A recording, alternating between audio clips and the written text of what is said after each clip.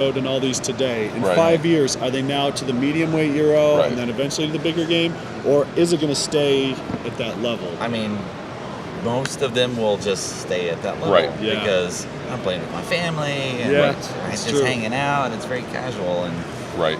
I mean, it's. I think on BGG we get a skewed perspective. Absolutely. Because We do. we're talking to the Yeah. converted. Yes, the Yes. converted. Yeah. Yes. That's No, so we are talking to the Washington Bloods. That's Right. all true. Yeah. So I agree with that, and you want to make games for them as well because that's what we play, right? I mean, Ben and I, we're those guys on BGG. I Right. mean, not the jerks, but otherwise the mostly nice ones. And Okay. and you know, we play those games, and I want to make one of those games because they're what I love. But that said, you know, if we have And they are also highly successful. They Or at are. least They can be. They can be, but I also love playing games with my family. So you know, when we work in that design space, it's fun too. So Right. I think Weds, you know, Wasteland Express, we bridge that gap a little bit. I mean, it's a heavily thematic, but it's got some nice, you know, Euro kind of strategic bones behind it. Right. And we're hoping. I think that's actually a big growth point in the market too, with those sort of mid-Atlantic, you know, Euro trash, whatever you want to call them. Those kind of thematic games that still have the good strategic Euro decisions. If So, Nathan had the Mad Max license, then you would be. if anybody could get that license, if, It's impossible, yeah, right? That's what the they rumor. say. That's the Yeah. rumor. Then So- you would have been in. That'd have been And that's sort of yes. like another avenue towards that mainstream awareness or success. All It the is. Big Trouble in Little China and Ghostbusters Mm-hmm. and all these things that do break out into this mainstream coverage. Right. I don't know what happens when people get these games. That's it. Yeah, But you know, we've done some stuff. You know, we did Back to the Future and Goonies. Yeah. That have been received. One okay, one really well. But that said, I mean, they get out there and they're available in places that some hobby board games aren't available. So I think it's our job, you know, as the industry, to make sure we try to make the best games we can, because that's going to be a lot of people's or folks' first entry into it, right? And that will hook them. So if we make or first bad, entry in 10 years. exactly, or I or don't first in know a what long play time, anymore. or that'll be an impulse buy. No one impulse buys Fleet Wharfside, Fleet, which exactly. is a great game. True. But if you're not a gamer, Right, because you're probably going to not walk the one right you're by gonna it. But grab you see off the Back to the shelf. Future Yeah, or Goonies exactly. or Big Trouble in Little China, you're like, oh, okay, let's see what that is. You know, so that's an important part of the market too, that, you know, we need to be careful with, I think, and need to make sure we cultivate it, not just slap stuff out. But you know, hey, money's money. So I was gonna say, unless they want to buy $1 million or something, Right. and then I'll slap it out. Well, yes. I mean, that's definitely happening. Like, looking at what Target has done in the past couple of years, where they're, hey, we've got exclusive titles. We're going to do this. Yeah, That's a big catch. If Right. you- yeah, it is. no, Something you picked get up like one exclusive title in Target, and you're selling 5 times what a popular midweight Euro generally sells. You know, Yes. in its initial. So hey, that's, you know, just, we don't do it for the money because we have jobs that, you know, pay us enough and families that we support, but we do it because we like it. But the publishers have to make money, so I get what they're doing. You know. Yeah. Anything else? Feedback? Yeah, we've got, you know, we're excited. I'm going to brag a little bit. Our first ever German first game comes out. It's Songbirds, card game from Lookout. It'll be an Essen release. Songbird? Songbirds. So Okay. Lookout's going to bring that out at Essen. It's a 2 to 4 player card game. Numbers on cards, but it's got a really cool bird feeder, really thematic, cool bird feeder. And then the birds kind of fighting over the perches in the bird feeder. Okay. And that'll be out at Essen as a German-only release. And then Mayfair will bring it here sometime, you know, 18 at some point. sometime in the middle of 18 or early 18. Okay. That's exciting for us. It was our first time we got to kind of go across the ocean first and then come back this way. And how did that come about? I mean, Hano shows up at Gen Con sometimes. He does. I don't know if you were- Nope, you I mentioned had that. actually, I think the original, honestly, Uwe Rosenberg reached out to me and Ben privately over Geek Mail about another game that we've done in the past, I think with Eagle Griffin, like, hey, I kind of like this game, I want to change some stuff, but I want to do a card line with, with Lookout. And that never really went anywhere, honestly, but it was really cool. I mean, this guy's like my hero, right? And he's just Geek Mailing me blindly out of the blue. So, we had There's a a chance. little bit of an awareness, kind of a little relationship. Yeah, the from fact that he knew who the game was even was Yeah. pretty cool. So then we showed Alex Yeager From last Mayfair, year yeah. from Mayfair Songbirds, and he liked it enough to show the team. Right, so he took it across actually there. with him to the Spiel Awards last year, Yeah. where they were winning, and played with Hano and those folks. And I'm gonna a guy named It's not Gregor's because it's Polish, but I can't say the Polish version. Grzegorz. That's the one, exactly, That's it. Grzegorz, who is our editor and very fantastic. Showed it to them, and they really liked it, and it's gonna be cool because they're gonna. I don't think it's supposed to, so I can't say the next part yet, so never mind. But it's gonna be awesome. So we're personally excited because it's fun to get a German Essen release, and we won't be there to see it, unfortunately, but hopefully. It's a game. It doesn't play like Arboretum or Parade, but it's inspired by those numbers on cards type of games. So there's like one little hook, and and that kind of carries the game. And like Matt said, your birds that are kind of jockeying for position at the feeder, as like bird seed comes down the feeder, that's different points. But also like squirrels and crows come down the feeder that you have to avoid and stuff. Okay. So as I was telling Matt years ago, everybody loves their bird feeder, and he didn't listen to me. I don't have a bird feeder, Eric. I don't know if you do. I'm like, birds are boring. Yeah. But you're He's like, no, birds aren't don't boring. have bird feeders because Yes. everybody loves birds. As it turns He was out. right. Well, I mean, again, it's that thing. If you've got 10% of people who love something, you design for that Right. 10%. The rest of the people will tolerate it, whether they like it or not. No, but So, seriously, he mentions Unpub. When we were there last year in Baltimore, everybody that played it then proceeded to tell me about their bird feeder and what birds come out and what food you have to put out to get And the Matt's ready Orioles. just I'm like, oh. Matt's drooling in the corner, and I'm Yes. having a great conversation. If you put jelly out, you can get Baltimore Orioles in your Right. backyard. I'm like, which one's the Oriole? The orange one? Yeah, he does. Yeah, like they're all, there's two birds, right? The robin-looking one and the little fat one. That's the two classifications of bird in my mind. Everything else is. Have you guys been to Toy Fair yet? You No. been to Toy Fair? I wish. So that's kind of interesting too. Now, so you mentioned the bird feeder. So years ago, I was at Toy Fair. Just happened to be at the face-to-face games booth. Of course, I they're not around remember anymore. them, but yeah. But there's a guy going around from booth to booth just saying, you have anything with firefighters? Anything with firefighters? Anything with firefighters? Well, he had Bucket Brigade at that time, Honey Bears. The guy was like, great, we want to set up an order. We got our firefighters union. It's like a gift item that comes out of this catalog we give to people. And there are people like that all over Toy Fair who are going around for their specialized industry or niche or whatever, trying to find something. That is super And it's cool. weird just to see that side of it. Right. Where they're trying to hook up with something, That is cool. and they just hit everybody. And so there might be. I anticipate that. Do you have any bird watching games? I mean, Yes. that's going to be the next big thing, right? Right. I mean, all that type of stuff. 'Cause Yeah. those industry. I mean, my wife and I did a lot of freelance writing for trade publications. So I'd write about Indian gaming businesses, right? Yeah. They're actually competing magazines for Indian gaming Sure. locations. Yeah. Which, for most people, not visible, don't care. Yeah. Right, for the KFC magazine. Like the Kentucky Fried Chicken one? Yes. Okay. What? Yes. I'm a fan of their product. Why not? That's right. We write quarterly. It was quarterly magazine. Yes. They do like, This is store like innovations in profiles chicken. and- well, I mean, there'd be it's- different awards. Okay. I did this long profile. What was her name? Shirley Topmiller, I think, was the Colonel's personal secretary. So I was profiling her and the relationship. And we do this and all this crazy stuff. But for those in that industry, it's like, Right. It's huge. I want to know this. Yeah. I know this background. I gotta assume, as even though the internet, cause internet, you do still see, like we're in defense, right? We make giant Abrams tanks and Strikers and stuff. Both of us, we work together, and there are trade magazines like, hey, there's this new awesome defense thing, and no one else in the entire world's reading it, but they trade them amongst the the industry, and There's more people than you realize. Right, That's that's the what I'm story. saying, There's yeah. more people that care about fried chicken right. from one store than you would really think about. No, Correct. but also those sort of niche publications give you more possibilities for like, what are we actually going to make? Yeah, Yeah. totally. Right. Like actual construction of tanks. Right. Yeah, there you That's go. something that It has not been done. no, I don't know. A lot of PowerPoint involved, might be boring, but we'll Yeah, see. I was gonna say a game about selling tanks to the government would be. See, but if We you, need to review the PowerPoint slides. if you design something that Adobe could sell, Right. Or Yes. as a Yeah, training module or something. Yes. Yeah. There was a guy who came by before, and he got this storytelling card game in his Nissan Pathfinder that he bought in 2005. No way. Where Nissan was giving out this storytelling game. Yeah.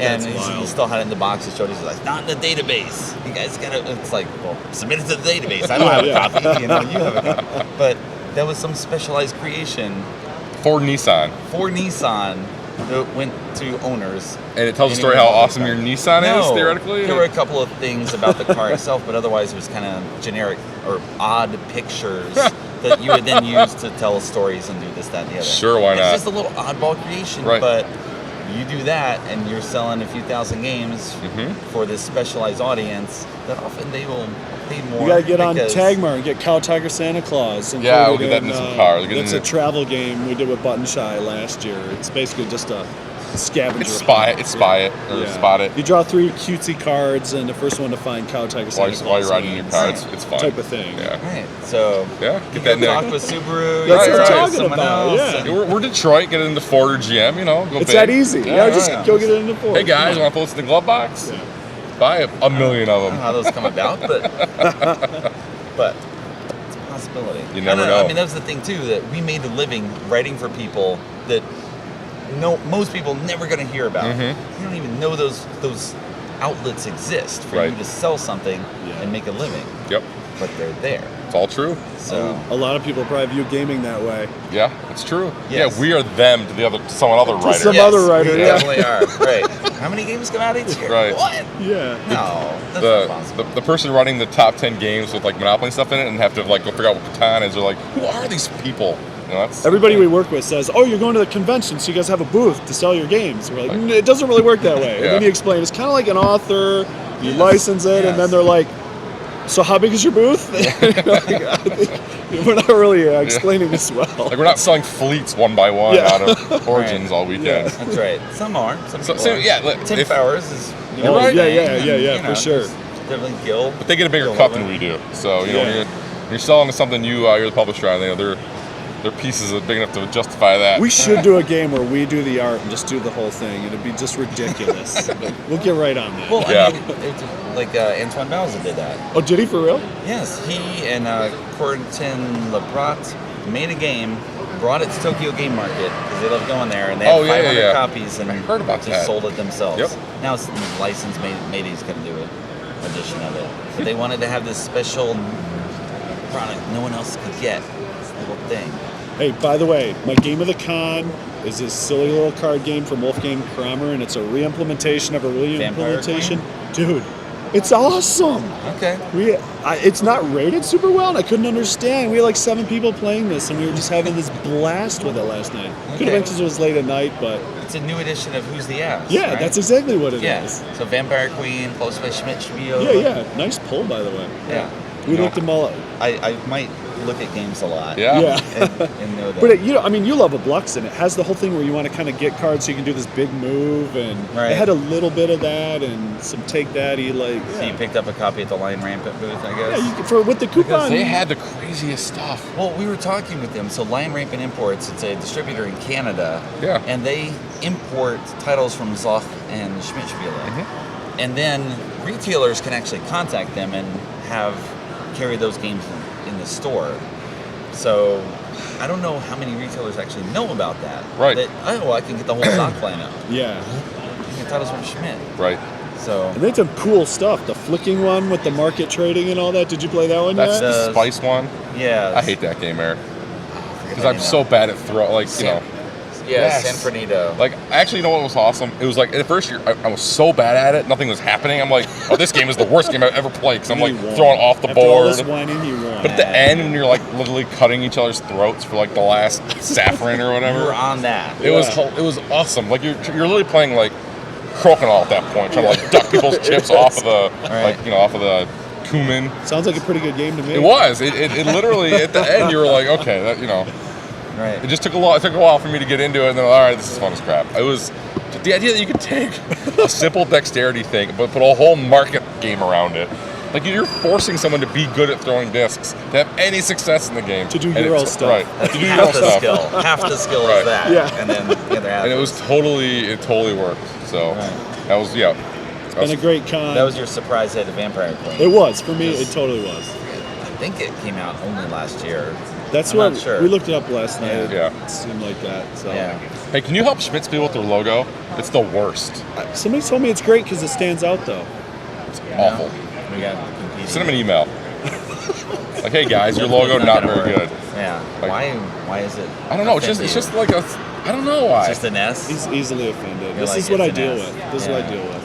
Not even just like it's a weird S. Yeah. Like, come on, guys. It's there. Did you remember it? It did its job. I am remembering their Schmidt-Spiel logo. See? That's right. And every with time you hatred see it, and, Hi, like, Schmidt-Spiel, if you're listening, you're the best. fire. Yeah. But, You have cool games. Yeah. That's right. We used to go to pitch them at some point. Like, nope. Yeah. Here's a guy we're not going to work Yep. with. That's how it works out. All right. It's cool. You got your game of the show? You got anything? Game of the show? Barron Park. Barron Park? It was everything that I didn't think it was going to. Like, very few times. Well, like this happened to me with Costa Rica as well, where I read the rule book and went, there's no way this I is love fun. Costa Rica. I do. That's my point. it's awesome. But when I'm reading, I'm like, this is going to be terrible. And I trust Mayfair. I trust, we know Matthew Dunstan And Brett Gilbert. and Brett. They're both, Twitter friends, I guess. So I trust them. But I've set the whole thing up, and I'm like, oh man. And then it was awesome.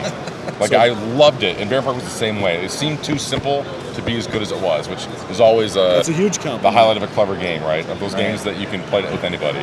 So, Yes. I mean, it's just building Tetris pieces is fun. I mean, it's just what it is, honestly. All right. Awesome. Thanks for coming on. Thanks, man. We appreciate it. Now you can All right, see you, mosey brother. on your way. Have a good trip home. You were good moseying before, but can't interrupt that. We're free agents. We were going to have a meeting, but I think it got delayed. So There you go. have a good one. We'll see you All around. right. See ya. Gen Con for a big release. You're going to be there, so. All right, so 9:45. We're supposed to have someone here who's not here. So we'll see what happens. We got someone else. Here, Andy, come on. Yeah. Lift up. You ready to go? Or you can just jump on early? I'm ready. Jump on early. Okay. How you doing, Eric? Let me actually take this one. It's over.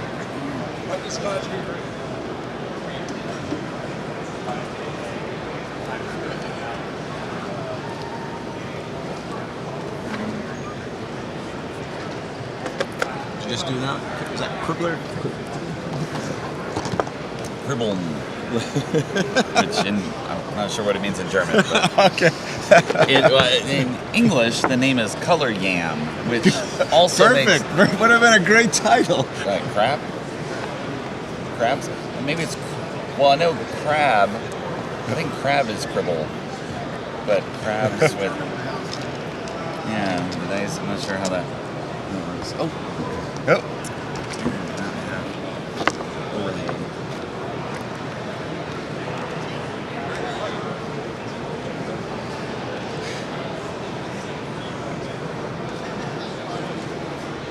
Is the overhead okay?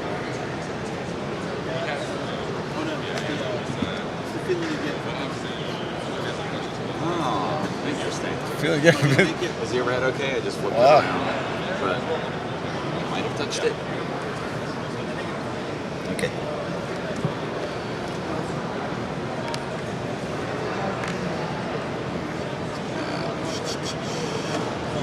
Aaron.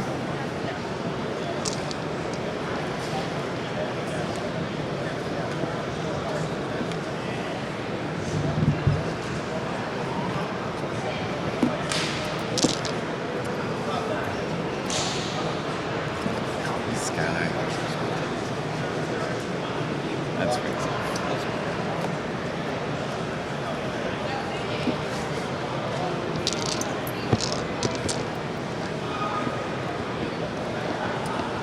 You saw this in Germany? In Nuremberg. Nuremberg? Okay. Yes. I don't remember. It might have been Final Dice, but not. Yeah, not the final here. box or something. Yeah. Could have the designer actually show it as well. Cool. Thank you very much for the opportunity. I really appreciate it. Make sure this is off. Andy Jeremiah, Sports Dice, Baseball. Should have the. You probably want to reload because I've updated.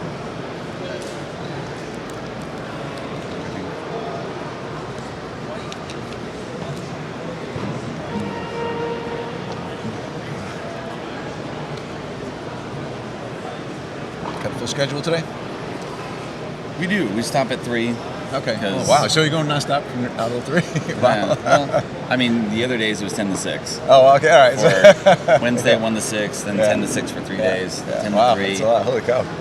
Then we get time to pack up and get ready to. Have you been doing most of these? Or No. Okay. We do 2-hour shifts. Okay. Because you can be perky and active for 2 hours, and then after a certain After a while, point, it starts to you're just show a little. like, I'm kind of hungry. If I see one more game. Yeah. I mean, I hate to say they blend together, but it's also a lot of the times you're trying to ask questions and make sure you understand it all, you get everything, and try to anticipate what someone else is going to ask while talking to the person. So you're sort of focusing here and ignoring the gameplay other than to understand it at that moment. Yeah, sure. And then the person leaves, and like, I forget the game. The game is just gone. Because you're just like, oh, hey, come on over here, let's do the next thing. And kind of wipe that out, yeah. So at Gamma, Good morning, sweet. Get comfy. So at Gamma, we did it. It was like 8 hours just with me. Oh, no. And the thing. And so at the end of the day, hey, what looked interesting? I'm like, I don't remember a single game I showed. That's funny. You just have to. How's it go? Hi, this is Eric Martin with Board Game Geek. I'm here with designer Andy Jeremiah. Hey, looking at Sports Dice Baseball, published by Fox Mine under their FunWiz brand. Game for sort of introductory. Funner games. level. Funner games. Funner games. I don't know if they would put that on their box, but so Sports Dice Baseball. You kind of tell us what it is in the title, what it is. but how does it actually work as we're playing? If you like sports and you like baseball, you'll really enjoy this game. Very simple rules. Each player rolls their dice. We have a batter. You'll be the batter. I'll be the pitcher. We're going to roll all of our dice. Whatever shows up most, we present to our opponent, and that's going to what occurs. I got 2 things. I got 2. Okay. All right. So you have a tie within your roll. So pick the best thing. You have a single, a double, and a ball. What would you like? Obviously, your double. Gee, my double. So you present your double to your opponent. I present my play, which is a strike, 3 against 2. Strike 1. That's it. All right. Go back and forth. Roll again. So ball. So I have 2 double plays. You have 2 double plays. You have 3 balls. You win. Ball 1. All right. So that's a ball. Oh, ball 1. ball. So Yes, 1 and 1's a count. Barely. Oh. Here we go. 3 outs. Oh, look at this. We have a What? tie. The batter starts with a tiebreaker chip. So you Okay. can decide, would you like to win this tie and not get an out and get a ball instead? I'll take the out because Absolutely. it seems like I should hold on to this for something better. Really? No, you want Something well, better than well, a what's ball. better than Something but ball. so you want to take an out instead? Okay. Yes. That's good, boy. You Okay. are a gutsy guy. Reset the count. Hey, I'm going to use that on a double or something else. There we go. I like that. Ah, okay. 4 against 4. All right. Taking a strike We'll as well. take the strike. Okay. Again. You want that chip? We'll play You want the that edge chip? here. Serious baseball fan here. Oh. Oh, 2 home runs, 4 strikes. Strike 2. Oh, you might Single. got me. Ah, that was a good call. I have a triple play. So 2 versus 2. What are you going to do? I will Good single. I mean, there's no Great. triple play to me. So how do actually, you do so it? no triple play. So if there's nobody on, it's just 1 out. So if I'd won that, would be 1 out. Okay. I will take but the single. Good saving that chip All for right. that single. That was a good play. Maybe. Triple. 4 against 4. I'm going to be aggressive and take that strike. All right. And then we continue such. Strike 2. Strike 2. So on mine, I see I've got a single, a double, a home run, and 3 balls. All right, so you want to take your best shot. So you have 5. That is 2 against strike 5. 3. Strike 3. 2 outs. Boom. Okay. And what is on the All right, pitcher dice? Yep. My dice has strikes, double plays, triple plays, and outs. So the same distribution with 3 of 1, 1, 1, 1. 3, 3, 1, 1, 1. So obviously they're. Ooh, there you go. Ah, gotcha. All right. So you had 3 I'm going doubles. 3 singles. 3 singles. Oh, what the? Oh, this is it. This is automatic out. Anytime you have 6 in a row, 6 of a kind, automatic out. All right. And now change we the side change of sides. And there you go. That's You baseball. play Nice. as many innings. I mean, you play 9 innings. Yeah, typically but- 3 innings is a good filler game. I have had a couple guys last night go to like 6 innings. They had like a 3-2 score. So Okay. Very, very good. All right. Pretty quick, straightforward. I can imagine. Good on a plane if you got someone Absolutely, rolling. yeah, sitting there Your at neighbors the, will love baseball you. diamond. There you go. I think that all the time. All right, Andy, thanks very Great. much for the overview. Thank you. Sports Nights Baseball. Thanks. Perfect. Well, you really you can tell you wanted that. That was good. You're right, because you actually held it because most people give it up too soon. You actually held on to it quite a bit. So That's good. right. That was good. Hey, thank Not you very that much. it helped in the long run, but Thank you very much. That's Yep. cool. Who's up next? Jason Brenner. Oh, there you go. All right. Show that thing. Well, hopefully this was the most fun you've had so far this morning. No, weeks ago. That's right. Thanks, Derek. We'll see you. Didn't mean to shake your hand. I know you're a fist guy, so I apologize catching you on camera. So, I'll do it. get the Purell quick. Thank you, by the way. That's great. Thanks. It's kind of funny, like how is that never been used? What's that? It's kind of one of those games where like, oh, how can that be? Oh, yeah. It's so everyone says that, like, wow, this is it feels like baseball. Yeah. Thank you very much.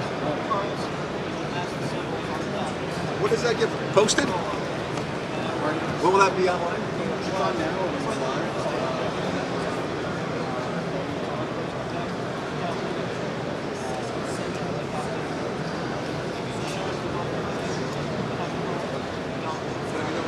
Oh yeah, you can check our YouTube.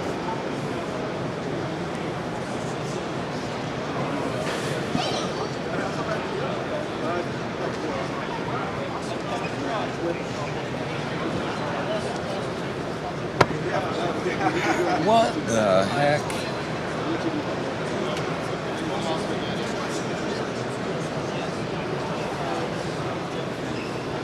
Give me a short here.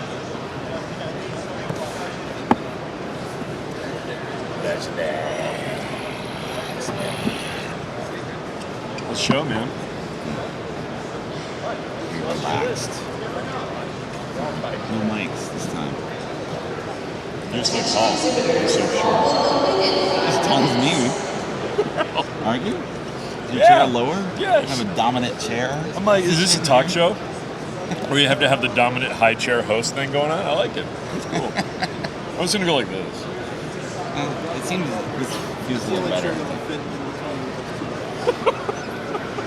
Oh, There's to let legs you, on his side. to right let now. you, yeah, we have 2 tables put together in this one. Oh, It's not got it. cram my knees in there.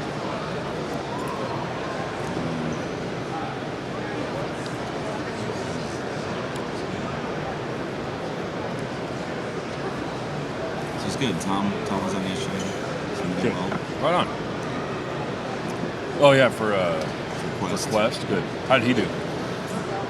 Ready? Yep. Hi, this is Eric Martin, Report Game Geek. I'm here with Jason Brenner from Upper Deck Entertainment, looking at Legendary X-Men. Yeah. Debuting here at Origin Debuting here 2017. at Origin. Yeah. Yes. Very exciting. So we know Legendary, I would It's- think. It's this new thing that we're doing. We're Yeah. trying it. It may or may not go well. I don't know. That's right. Retroactively, we go back in time. Yes. Days of Future Past. We'll see how it Hard works out. claws and stuff. Don't get angry. So what's All right. new? What are the hooks this time then? The hooks this aside time- from just having a whole bunch of X-Men in a box. Well, that's the hook. It's a whole bunch of X-Men in a box. Okay. That's a simple statement. That's the simplistic way to break it down. All right. So, Legendary X-Men is very special because we have not been able to do an entire X-Men set since we started this whole thing years ago. Licensing issues or We just haven't been able to do a whole X-Men Okay. set since this whole thing started. All right. But we are reprinting Fan 4. yes, you are. So, everybody's wanted a full X-Men set for the longest time, myself included. I'm a diehard X-Men fan. All right. So in this one, it's about time that we did this because finally I've laid out a couple of very specific cards here that I wanted to show you. Everyone's been asking for something that we have not been able to give them. Fastball Special. Okay. All right. Fastball Special has been a fan request since day one. We haven't had it in there. Hey. Yeah. I didn't know that was there. Yeah. Are we live? So I'm very happy that's finally. It only took 15 expansions to get there, but we made it. Okay. These cards are making the return, the dual cards. I'm very stoked about that because they're just awesome. I mean, everything from the art to what they do in game is pretty sweet. They clearly are meant to work together, and they do. Who doesn't like killer clowns? I just put that in there in case someone hates clowns. Arcade's one of the masterminds. He obviously has the animatronic killer clowns as henchmen and fight effects, and they're super creepy. Okay. But the big thing is the masterminds are incredibly hard, and what I mean is they're now the double-sided again. Mm-hmm. So Dark Phoenix, good luck. 2 sides. It's very difficult to beat. And to make it even harder, we've added what we call the horrors. Yeah, you turn that one. Hey, 2 sides. That's the easy side of 13. Yes. And then what we've done now is we've added these things called horrors.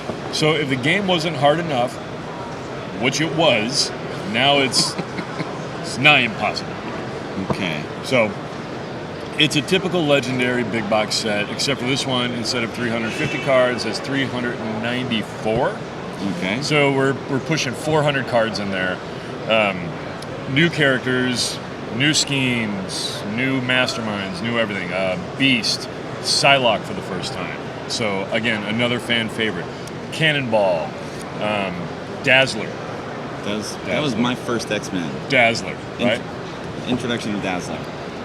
Walking by pharmacy newsstand. What is this? It was everyone's first X-Men.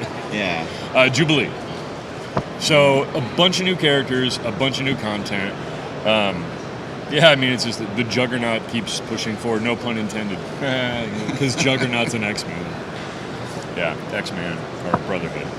Anyhow, that's kind of legendary X-Men in a nutshell. And we did talk about, or you guys talked about earlier, with our other friends from the booth.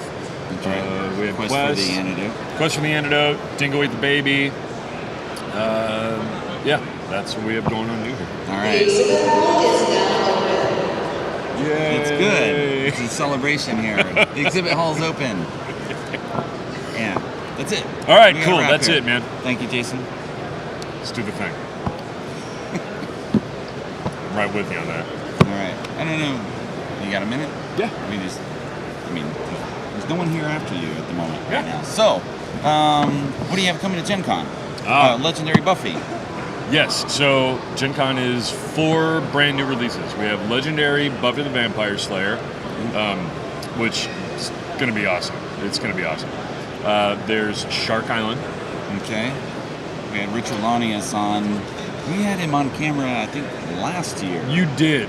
He was. Was it an a year overview ago? of the game? Yeah. Okay. I think it was last. He had a prototype with him too, right? I think so. Yeah, I think I remember him laying it out. We have Dungeon Draft and we have Dread Draw. All 4 brand new games coming out. Oh, also Versus System Predator. Okay. So a nice accompaniment to Versus System Alien. Okay. Weird. So you are one of the few companies that sort of have an Origins release. Yeah. Is that just because you don't want to overload Gen Con, or is there's enough of a draw here for people to come and... Yeah, I think it's actually a little bit from column A, a little bit from column B. So I want to always try to have an Origins release when we can. We haven't had a Legendary release since 2013, since Dark City came out. Right. But we've had other games released here, but I really want to have a big box release at Origins because it hits in June. So, and it just makes sense. But yeah, I mean, I don't want to overload Gen Con either. It's like we have 4 titles coming out. Last year we had 5 titles coming out at Gen Con. That's a lot. So, I mean, I know everybody comes to these things with just buckets of money, but still want to make sure we don't overload everybody. I mean, we were talking beforehand how people usually do, though, allocate, I'm going to spend this. Yeah. Like, I am ready to buy stuff. And not only that, but I'm going to spend this here, and I'm going to spend this here, and... Right. Yeah. So... you want to give them at least something. I want to give them something. And, I mean, look, Legendary doesn't need a lot of promotion at this point, I don't think, but it's always good to have, like, a marquee product at a marquee event. Right. So, yeah. I'm looking forward to Gen Con, though. This is always like the kickoff, like the preamble. We're dialing it in. We're getting the new things that we're trying to do kind of, ready and all that so we don't, mess up. Shake the rust off. Yeah. Is that how it works? Oh yeah, exactly. Any fun travel stories this time? Always. There's always something. There's always some clippings that are coming near the eyes or something like that when people are clipping their toenails on the plane. Let's see. There was a guy that was eating cabbage not too long ago. Just eating cabbage. He like as he, a he ball, just he did, or and then he put it away and then like take it back out. It's like, dude, it's a head of cabbage. I've never seen that. What else? Carry on. Yeah, it was fantastic. So, and let's see it travel again tomorrow. So there's always hope. That's right. There's always hope. Follow Jason's adventures online. Brenner Travel, it's a thing. A micro badge. Someone should definitely have a micro badge. Yes, we're gonna do a micro badge. You guys are doing it. You guys are making the Brenner Travel micro badge. That's right. Yay! You can have that ready. Yeah. All right. So cool. Yes, and as you mentioned, Legendary Fantastic Four is coming back. Yes, it's which getting was reprinted. selling for ridiculous prices. And it still can. Amazing. Yeah. I mean, just I'm stoked. That's the only set that ever went out of print. It's the only one. yeah. And clearly the aftermarket supported that, I guess. Yeah. But I am very happy that it is coming back into print because as much as I love Legendary, I think it's great, I would not spend $500 on a small box expansion. Right. That said, there's a lot of people now that are going to be able to get it that couldn't get it before for the real price of, $20 bucks. Yes. All exact same. Nothing's changed, so that's both good and bad depending on your point of view. Right. But it is the set that people missed out on. They're now going to be able to get it. Right. Well, it was early in the. What was it? It was. It was like the Fifth? third Dark City. It was this third. It was right after Dark City, I believe. This is going back to 2013, man. I'm That's having right. trouble Forget remembering it. Thursday. It's that. Right? Was it Paint the Town Red, then something else? Oh, it was Paint the Town Red and then maybe Fan 4? Yeah. Dark I thought City, there was another small one Spider-Man, first. Fan 4. Yeah, okay. Yeah. All right. So there you go. Really good. What do I know? And then it was Villains, I think, after that. Yeah. Yeah. All right. All right. There you go. Cool. Jason remembers what his company does. I know what we do at Upper Deck. Mostly. All right. Mostly. All right. Thank you very much for coming. Oh. And we'll see you in a couple months. Yes. You gonna have a semi again? You gotta have something different. This time. That's gotta be that booth was old and busted. You got to wait for the new hotness. That's right. That Big Trouble in Little China nonsense. That was 2016. We don't That's know. right. You're gonna explore a town. Yeah. We're gonna pretty much air freight in an entire village of people, animals, things like that. Yeah. Yeah. What? Did somebody say that? I did not say that. We're going to do something. Well, we got to combine. See, it's a blessing and a curse, right? Because we do these big elaborate booths and everyone's like, oh my God, it's great. We do it next year. God, really? That's right. Next year we have no releases. Next year we're just going to have like a bathroom and some snacks. I don't know. How could you top the semi? How do you top the Pork Chop Express? How? You can't. No matter what we do, we're never going to do better. Yeah. Well, We'll I see. guess we'll see. We're going to have like a human sacrifice or something. I don't know. I mean, let's be honest. Some people deserve it. Some people would go. They would do it. They would do it for the love of the game. It's going to be, but it is going to be a big, giant production. There will be another party again, as always. An announcement. There's going to be 3 major announcements. Also, as I mentioned last year, we are putting out the digital version of Legendary. It will be launching at Gen Con. Okay. That's super exciting. See a sign up in your booth. You're looking for a marketing manager. We're looking for a marketing manager. You're watching this. We have a sign up in our booth. If you are watching this, go to upperdeck.com. Right. We're looking for experienced marketing managers who can Respond to Eric's manage emails. the marketing part of gaming and things like that. That's right. Responding to Eric's emails. I think that's the. Yes, they That's need on to the respond list. to him because I don't. But I see you all the time. We actually are looking for a marketing manager. So if you're super talented and you're ready to go on day one, just Do give you us have a call. to come live in California, or you do it anywhere? Ideally, it's not the worst thing ever. But look, that's kind of negotiable, and it's a discussion topic. If you're someone that we could really use and you just absolutely can't make it out there, well, let's talk about it. Let's have the discussion. All right, there you go. Great, man. Might not Go. be out of date later, but yeah. Someone contacts you in 2019. Heard you're looking for someone. Hey, I saw the other day that you're looking for parking. I don't work there anymore. That's right. All right. Please stop calling. Always a pleasure, fellas. Thank you, Brett. Does anybody need a copy of this?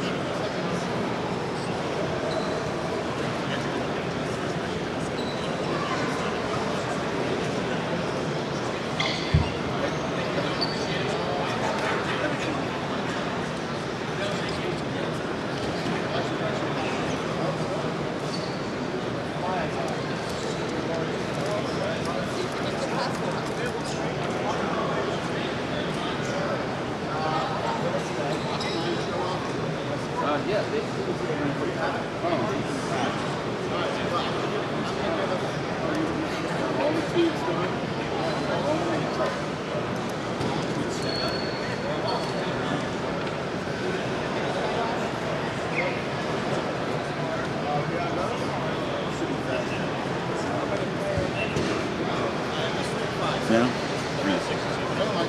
I know.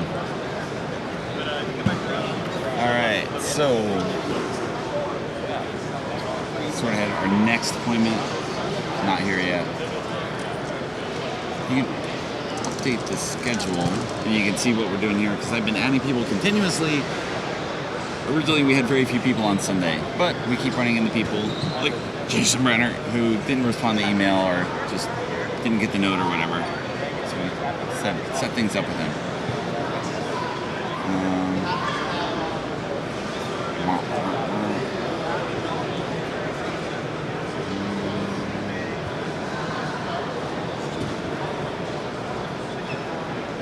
Yo, Lincoln, you want to come on? Don't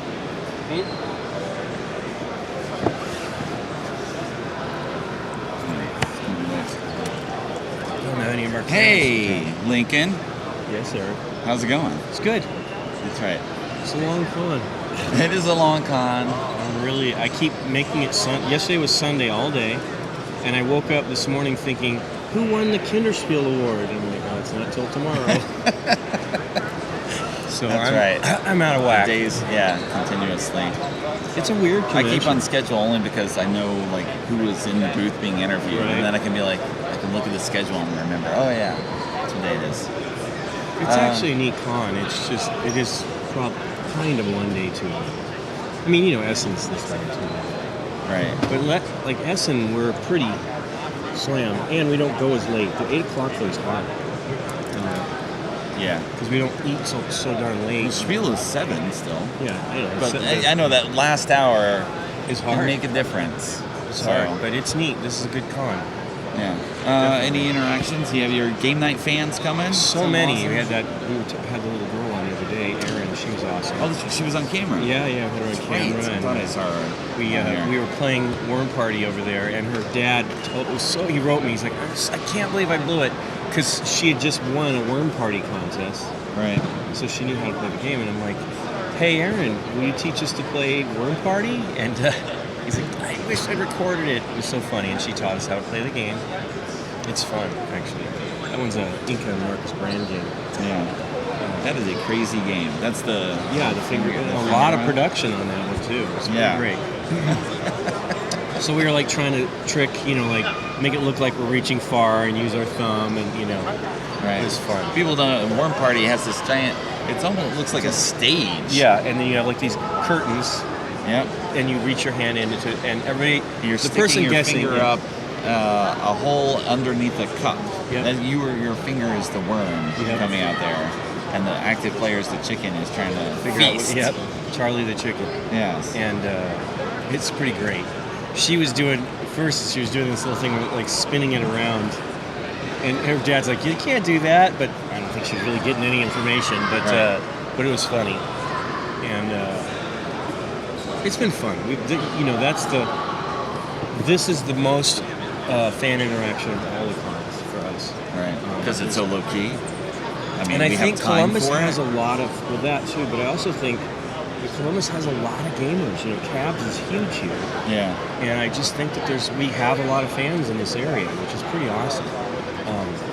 I mean, we talk to people at every convention, but this one is in particular pretty crazy.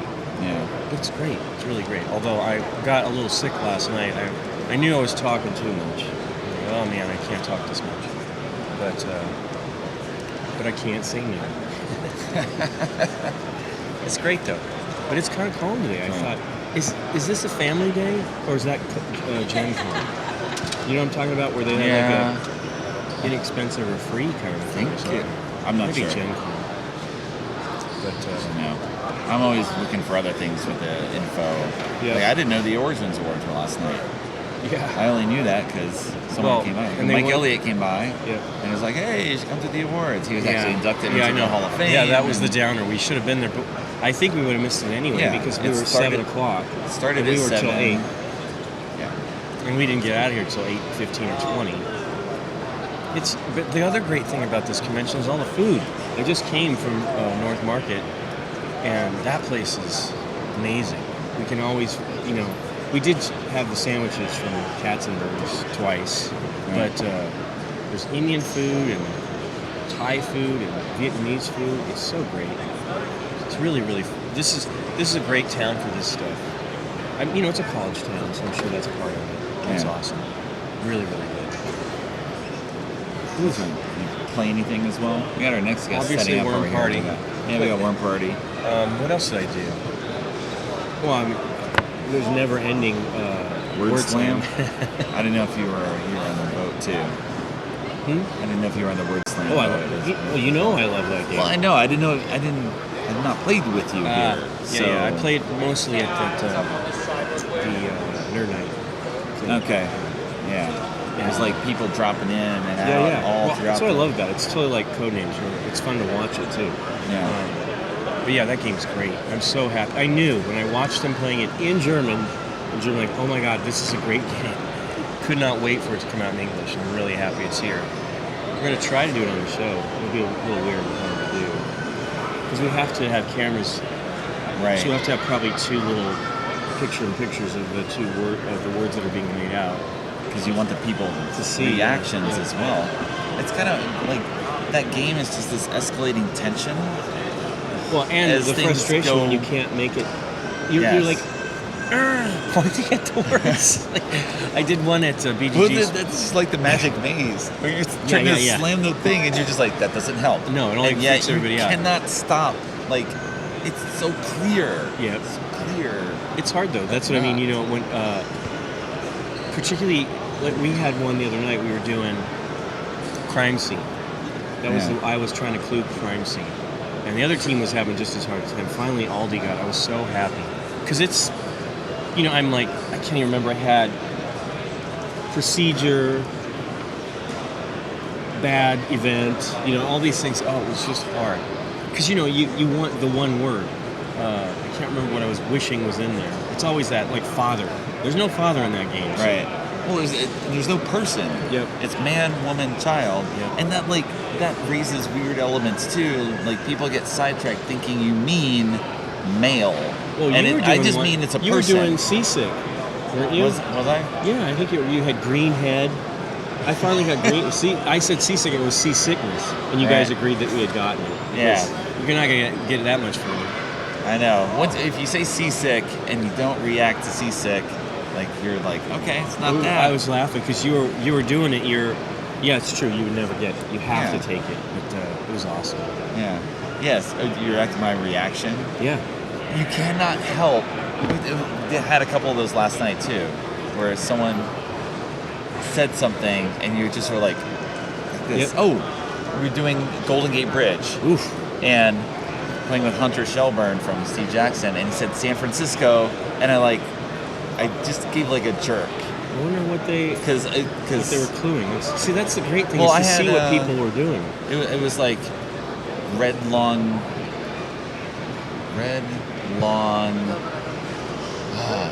city with red lawn something. Wow.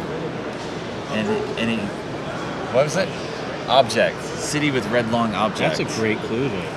And he, yeah, I might have said what? I forget. Above water. Wow, that's a great set of clues. And he said dude. San Francisco, and I just jerked. And you're just like, you can't not respond when someone gets close. Yep. And you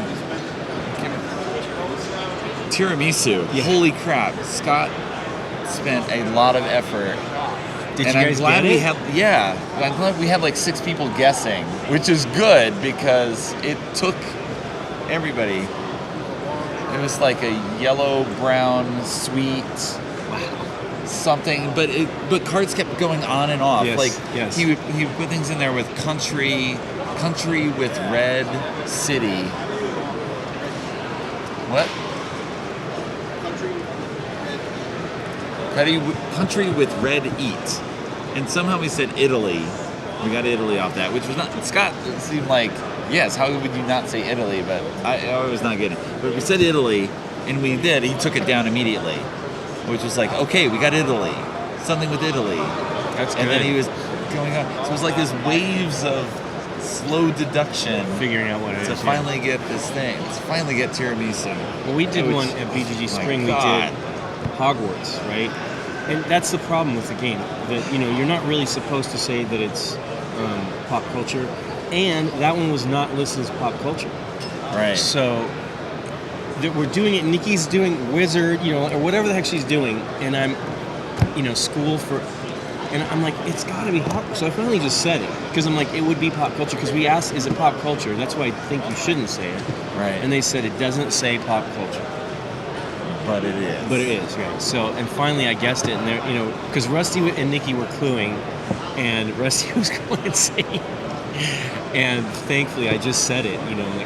I got to say it. It's got to be it. All right. See you guys later. Lincoln out.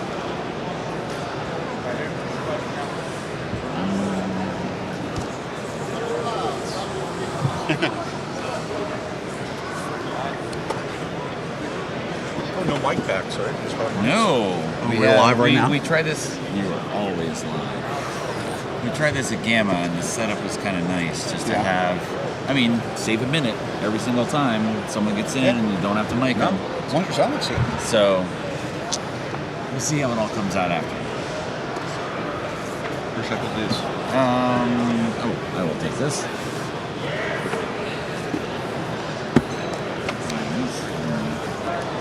Off. Was it towards me? Yeah. Okay. Here are your cards down. Just to... Oh, jeez. Ruined the whole dungeon. Ruin. Nope, end the interview. What's your Wah, wah. All right.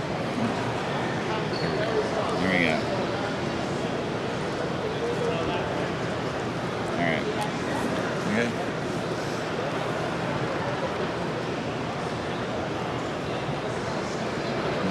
Hi, this is Eric Martin, Report Game Geek. I'm here with Nick Little from Action Phase Games, Indie Boards and Cards. Yep. New shirt, man. Looking at Delve by Richard Launius and Pete Shirey. Yep. Along with an expansion, Parallel Weights. Yep. And hope you can give an overview. Sure. I mean, we already get an idea from Delve what Right. we were doing here. Nice adventurer It's on the clearly a front. swimming game, right? Yes. No, so you're delving in a dungeon, and every player plays their different faction of dungeon delvers. And the way it's played, it's a tile laying game, so you build out the dungeon as you play. So you'll have a hand of 3 tile cards, or tiles, and you'll pick one, and you will add it to the board. And when you add a tile to the board, like let's say you added this one, you will pick one of your delvers, and typically these are facing you only, or they're face down, Right. because the information is hidden. You'll pick one, and you'll place it on a section of the tile. Of the one that you just played. Yeah, of the one that you just played. Okay. Yeah, and this one only has one section, but you know, this one, for example, has a tan room, a tan floor, a blue floor, and a corridor in it. So Okay. you would pick which one you want. And the rooms are going to be made up by the segments of tiles that connect that are of the same floor color. And the way it plays out is you're going to continue deploying your delvers in these places, and then as soon as a room closes, you can't add any more to the room. Like say, for example, we had drawn this tile and placed it here. If you had a delver here, this room would be closed because there's no way for you to add on to that team. Yes. So when that happens, it resolves in one of 2 ways. If 2 players have delvers, you roll against each other. You battle each other for the loot that's in the room. With the dice. With the dice right there. And the way that you determine what dice you're rolling is the delvers that you have all have different icons showing which dice they roll. Okay. So they'll either roll, 2 purple or a purple and a red or multiple white. Right. Okay. And when you roll them, the dice have different facings based on what color they are. They have swords equal attack and coins equal spoils. So it's like you kind of Loot trying to things ahead of loot time. stuff instead of fighting. Right. So what happens is the person that in a head-to-head fight, the person that scores the most attack wins the room. They get all of the treasure chest icons in that room, and they get half of the gold bags in the room. Okay. The person who gets second gets half of the remaining gold bags. The person who gets third gets half of the remaining gold bags. Okay. So it becomes pretty small if you get third in those places.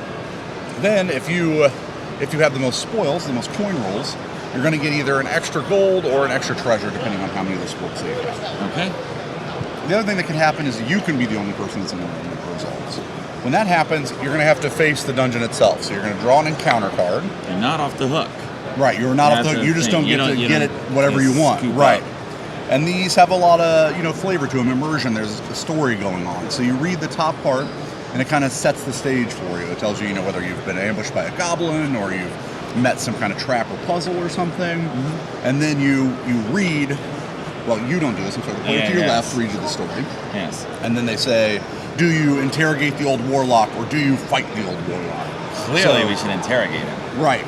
Well, you'd be the... Maybe? Yeah. I don't Well, know. you don't know, and typically people are just like, let's fight it, and they don't really know how good the guy's going to be, and, they're like, oh, I'm just going to send my thief in, and I'm going to battle a dragon. Come on, man. That's not going to work out for you. Why don't you That's right. flee? That's right. So, often they'll have a test. It'll say test, and it'll show some icons. You have to roll them in the icons, or it'll say fight. When it says fight, it'll tell you what dice the monster rolls, and it's just like if you and I had a head-to-head combat. And then sometimes they just have a result. So if you flee, you just leave, and you collect less gold than you would. That's right. If you win the test or the fight, you succeed and you collect everything in the room. If you fail, then you just collect half the gold bags, so you don't get the treasure. Okay. All right. And we go until everyone has placed all their people. And Well, they all come those back people to you when you are- close the rooms. So the end condition on the game is some of these tiles will have a little sun on them, and you have a token that moves across the board. When it gets to the end, the game ends. Okay. The game can also end when you run out of gold cards here. So sometimes people aren't playing the sun tiles, and you just collect basically all the available gold. Okay. Everybody plays a different faction, and the way that they're different is everybody has a duplicate of one of the 4 delvers, and then you have a once per game, or you have an ability that you can use experience points to use, and they're all unique. Okay. And Parallel Weights adds. Parallel Weights adds another 30 encounters. So we heard from some playtesters and such that they wanted more encounters because they wanted the surprise of what was going to happen when they made a choice. So we made 30 more encounters, and there's another 10 treasure cards in there. And the treasure is different from the gold because when you draw them, they have abilities most of the time. Okay. Do you have to spin the treasure to get You the just ability, reveal or them. you Yeah, keep it? most of the time you just reveal them, or it's at the end of the game they give you additional points or something. Okay. All right. There we go. Overview of Delve. Thank you, Nick. Thank you. Now, Alrighty.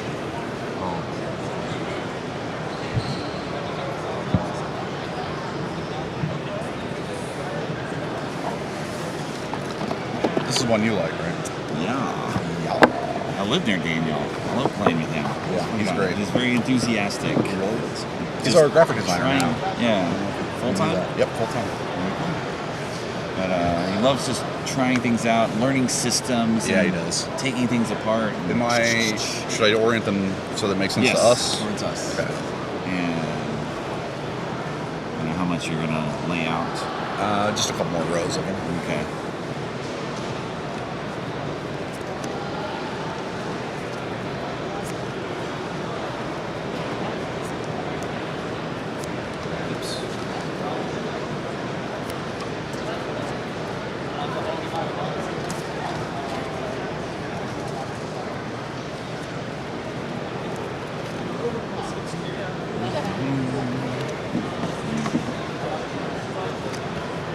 And somehow you have a hand of nomads.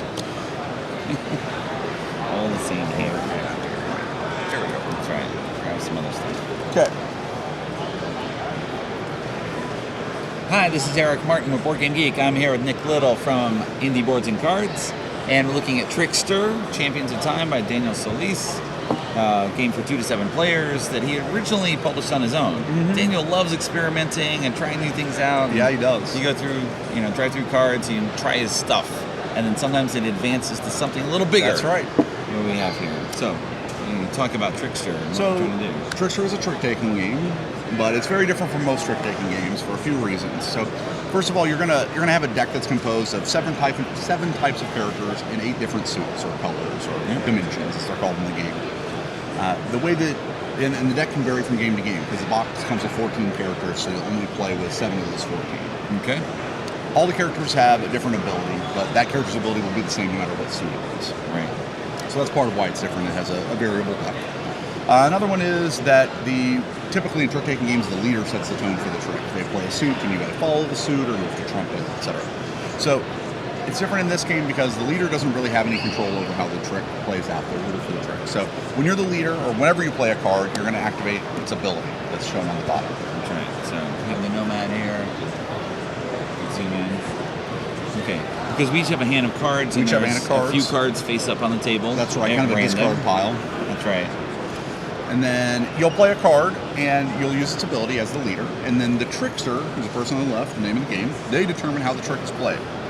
So if, for example, I played the Nomad. Well, let's say that you play the Nomad, so that it makes sense in order. Here we go. Okay, so I play the Nomad first. You played the Nomad, so then if I have a hand of, say, all these magicians in this Nomad, I have one of 3 options as far as how the trick's going to go. I can play a Nomad myself. Here, we'll put it in order here. Okay. And then everyone else in the hand is going to have to play a Nomad. Instead, I could play a magician that matches the suit, in which case everyone's going to have to play that suit, black suit. Yep. I could, however, play no match. So I'm not matching the character or the suit, in which case everyone else that plays is going to have to play a card that doesn't match the cards that are already in the trick. Yep.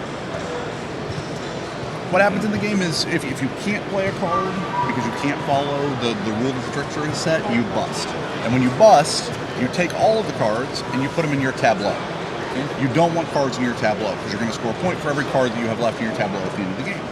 However, there is a shoot the moon mechanic to it. So if you have the most cards in a color, you get to discard them before scoring. So there is, and a lot of the cards have ways for you to manipulate the cards that are in your tableau or your hand or the trash or other people's tableau, etc. So there's a lot of jockeying for position in the middle to late game to try and take control of some of the colors even after you bust. If everyone is able to follow the suit and then the trickster busts, then they have to be. Okay, which could be good. Right, it can be good if you follow color and everybody follows. Yeah, yes. It's not so bad. Right. Okay. Yeah. And you play until someone runs out of cards. Somebody runs out of cards, exactly. Everybody else puts all their cards in their hand into their tableau. So that's another kind of strategy you could have. You could be sandbagging multiple yellow cards in your hand, and people might think that they're safe with 3, and you make it 4, after the hand ends, and that's a valid strategy. And then you play 3 hands. So typically we see, especially in demoing and showing the game to people, is in the first hand, because they're not familiar with the cards, they're kind of learning the different combos and the interactions between the cards. And then in the second and third hands, they kind of have mastered how the cards work together, and you see like a little bit higher level of gameplay. Right. It's interesting as well because your hand, like I always wanted the game to last a bit longer. Like I felt like I needed more cards in hand, but it works the way it is. Yeah. Because you're it ends forced just like a moment before you want it to end, and you're like, oh man, I meant to do this one more thing, and you couldn't. Yeah. So it works well that way. Very nice. There's an expansion as well. There is. It's not going to be in retail.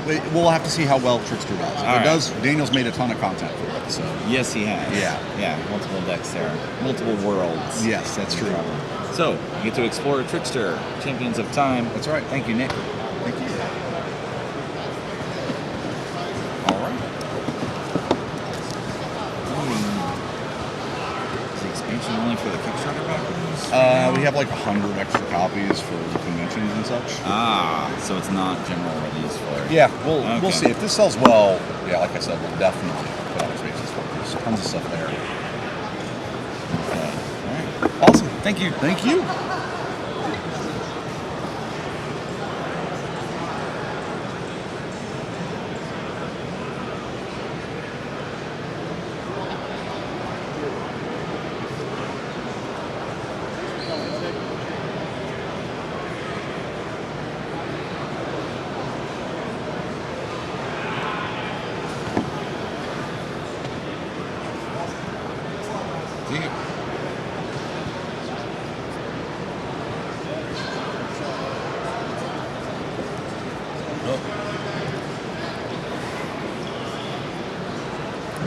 I'm gonna get my the chat window open.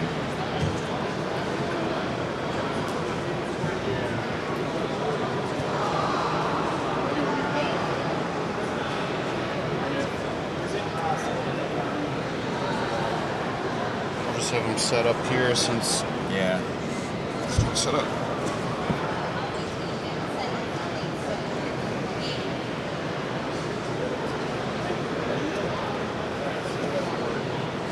So, that's the best way to. Yep. Actually, we have an well, overhead. that's not the main game board is here. Okay. This should be above it? Below it? Yeah, above it. And actually, there's 2 rows of cards. Maybe I can move the map in. I don't know. Maybe 2. Any cards in here? There's 2 rows. Okay. All right. Yeah, we have the stuff on the and this on the side. Like you can see the floor over here.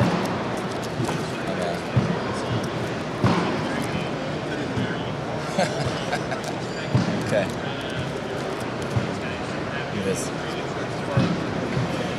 Right. Okay. We move the board around it. Yeah, we can slide. But this time, this is the worker placement part, so I could actually move that in there and move it off. And move the cards. Sure. Yeah. Yep. We do that a lot. And then,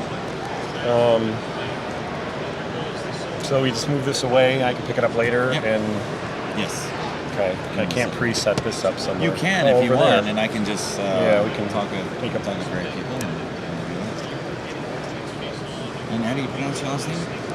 Any way you want, but Hundix might be the easiest way to say it. Well, trying to pronounce it the way. Any way you want. Hunzik, Hundich. Actually, we don't know. Everyone in my family says it differently. All right. You can say Dan. That history as well. So, yeah, you can say Dan. All right. Well, while Daniel's setting up, someone asked, wasn't Travis Chance at the table yesterday or Friday with a new game? Travis Chance was here. He's no longer with Action Face Games. He's starting a new company with some other people. He did not actually say what games they're doing. He just said, we're going to have new games. Hey, move your chair. Oh, nice.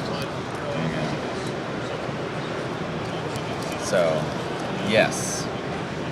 Sort of. That's right.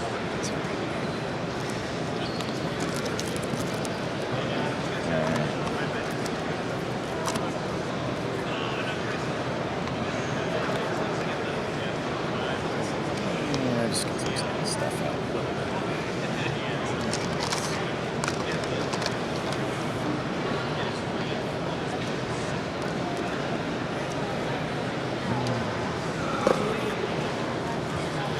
So do you want?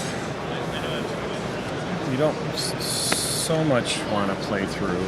No, we do like a 5-minute overview. All right, so maybe I'll just throw Shoot some pieces for out general here. explanation. What's the story? What's the goal? What's the gameplay? Why would I want to look at this game? Okay. You're giving me the elevator pitch All right. right here. I know you don't. We have lots of games. Why your game?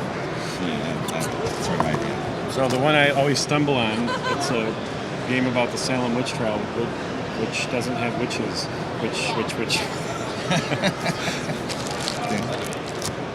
Over here. Hang on a sec. All right. Daniel's going to set up on the side for the other games, so then we can just bang out 2 in a row. Sort of that hazard. As a publisher, you bring an extra person with you and they set up on the side.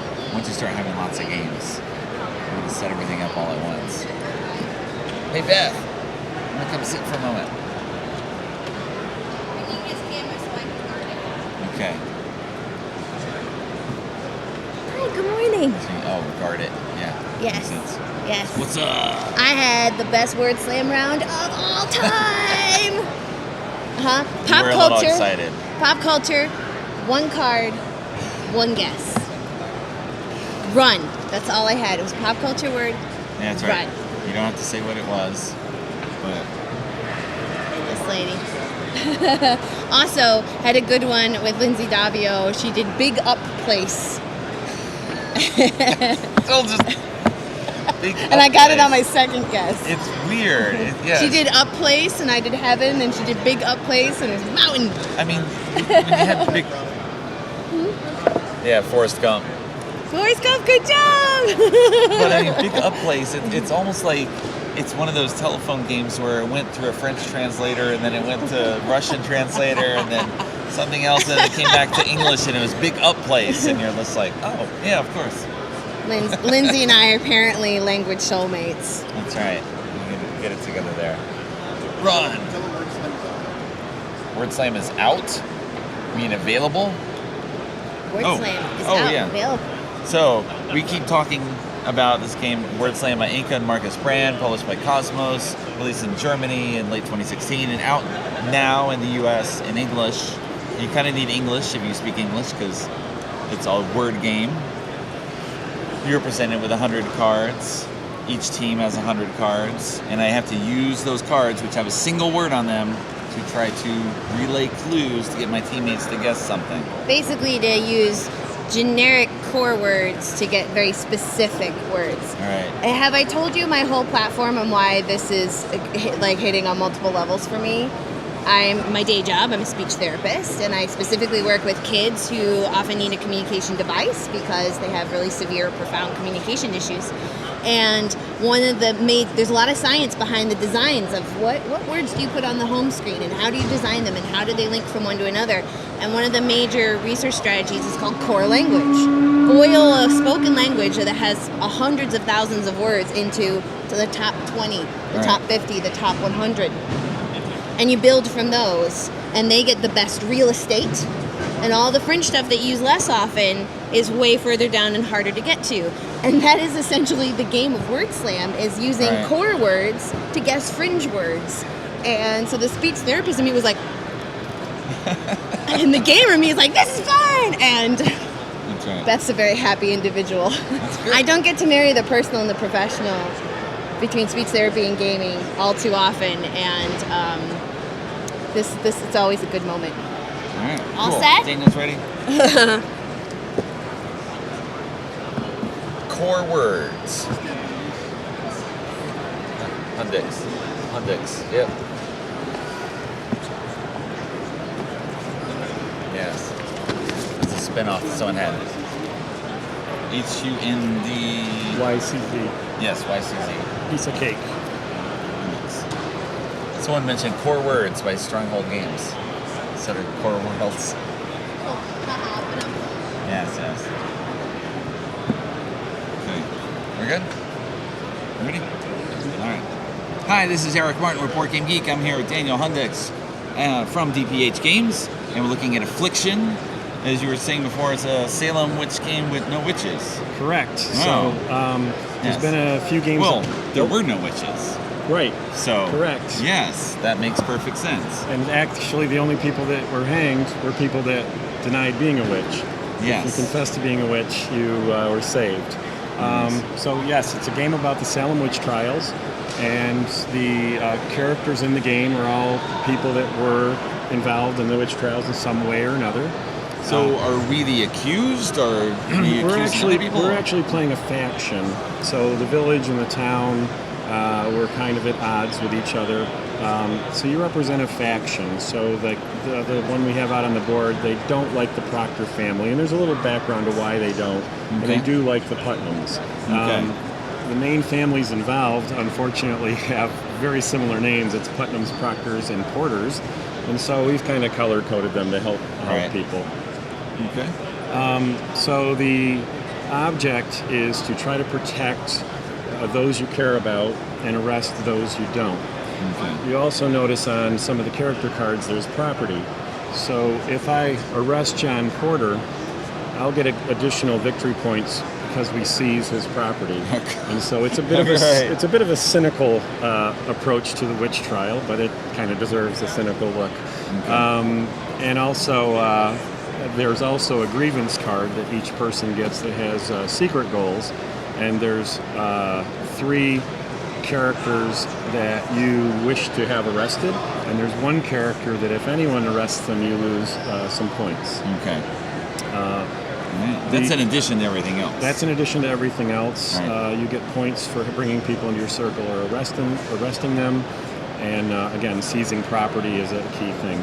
The advantage of bringing people into your circle as you start building an engine, they all have abilities that closely reflect their actual roles in the events.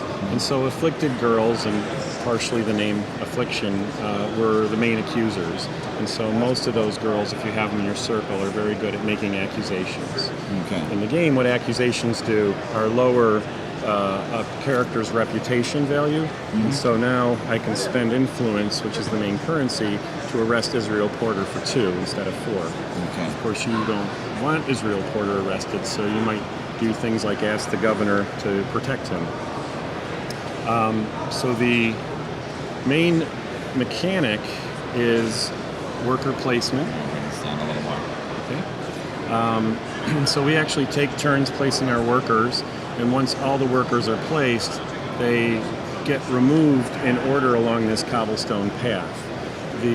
Thematically, what's happening is you're asking the governor to exonerate people or protect.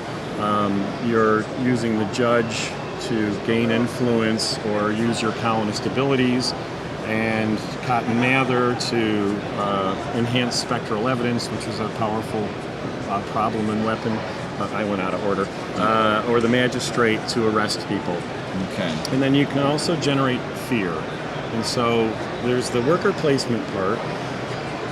There's the engine building part. As you bring people in here, you can generate more and more influence based on these icons, and you can use their abilities, which is part of the engine. But what fear does is starts shutting down that engine. So you built this engine, and I can see that it's getting powerful.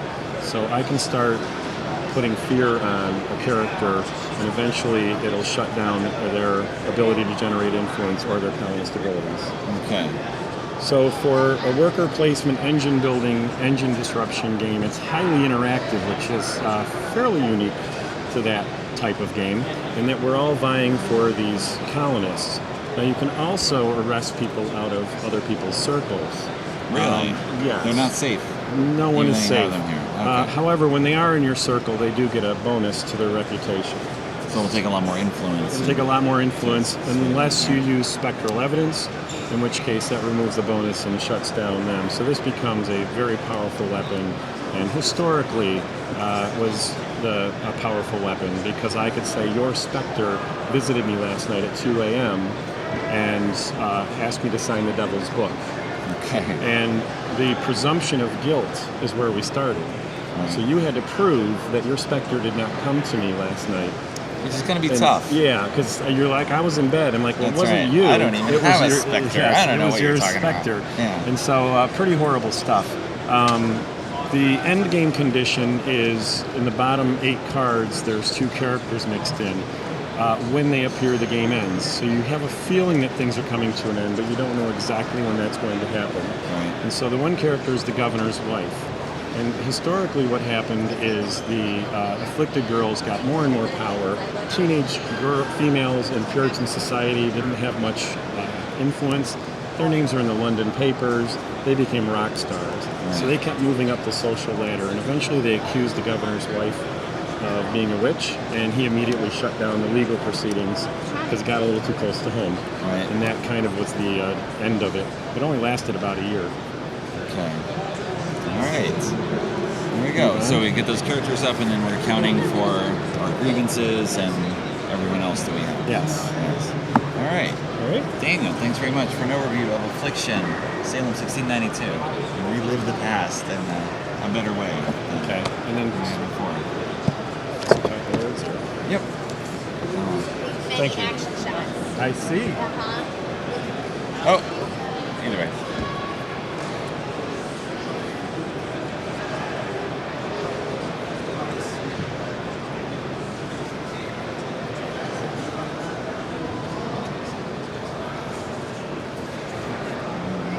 Whichever way you want it.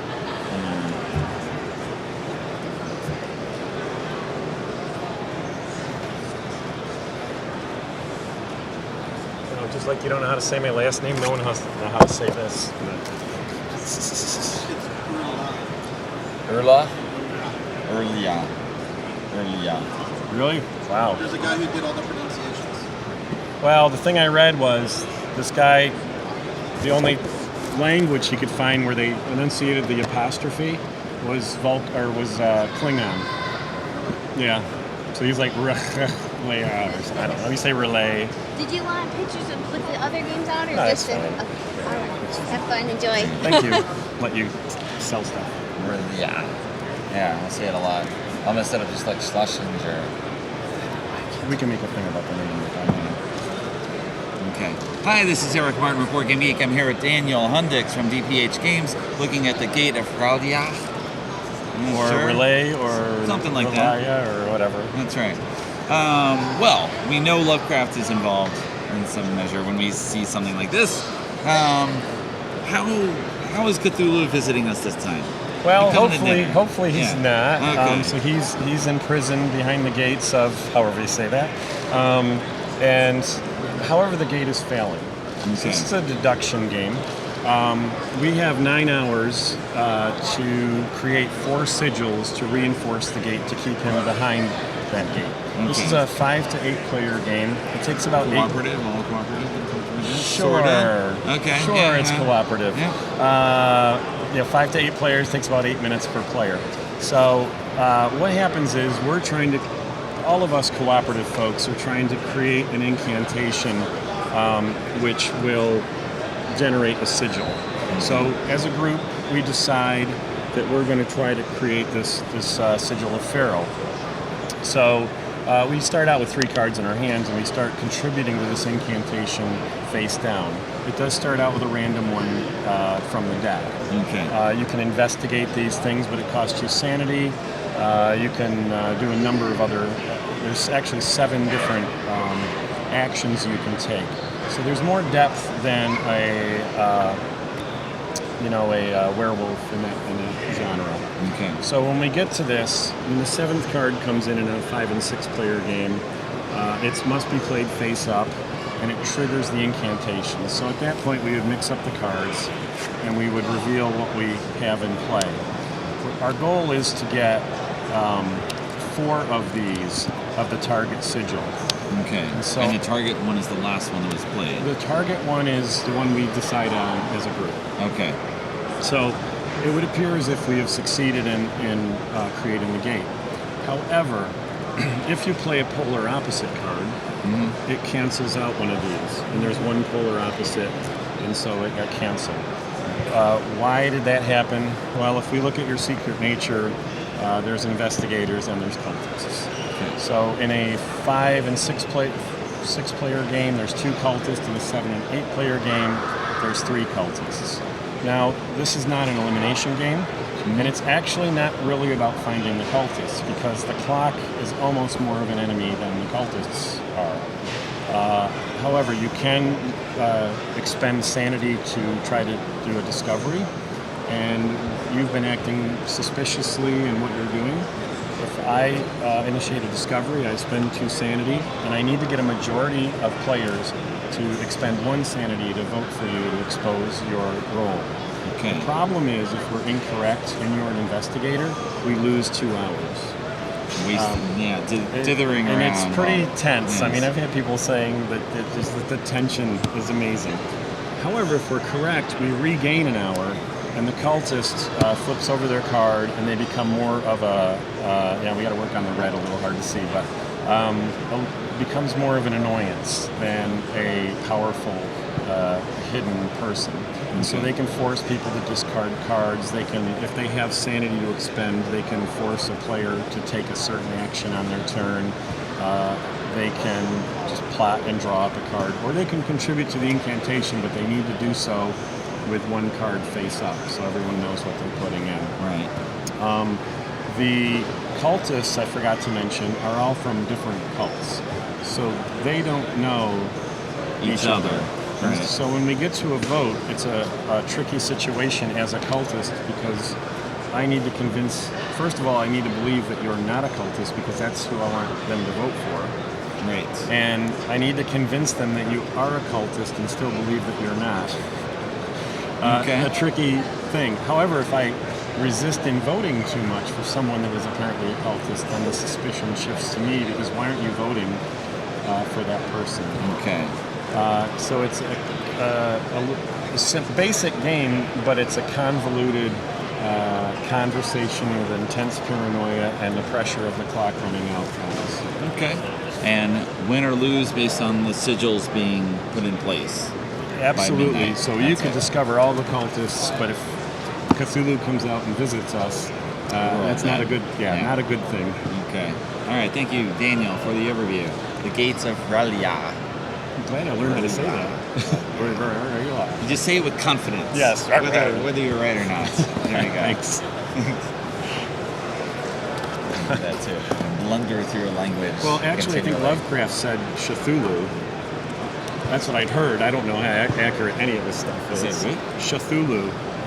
Okay. But could be just a false rumor for all I know. That's right. I'll get this out of here. Soft CH. Awesome. Thank you. Yep.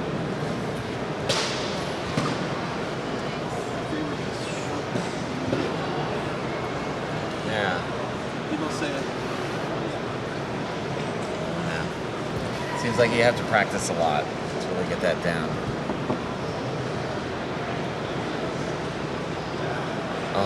This seems like a whole game built on the Battlestar Galactica skill check mechanism. Yeah. But that boils it down, whereas Battlestar Galactica is what, 3 hours? So, condense everything down.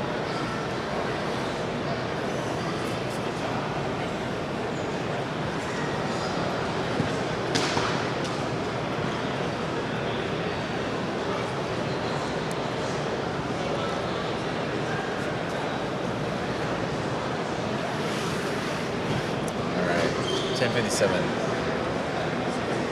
I don't have the schedule in front. Hey, are you on? That's well.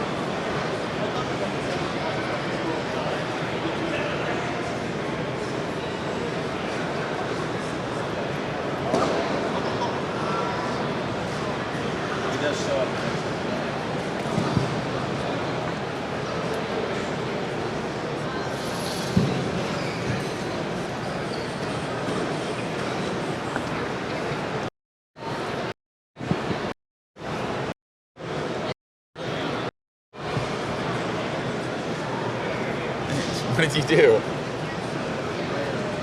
Trying to share this. Right.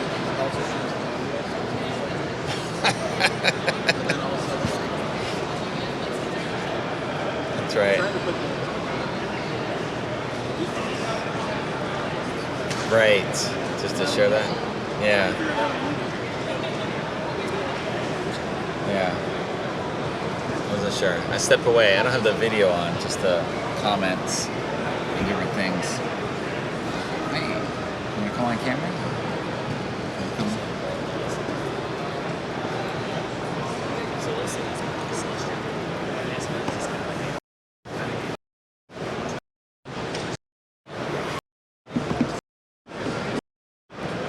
What the? Oh, I'm getting a text here. I was wondering what's going on here.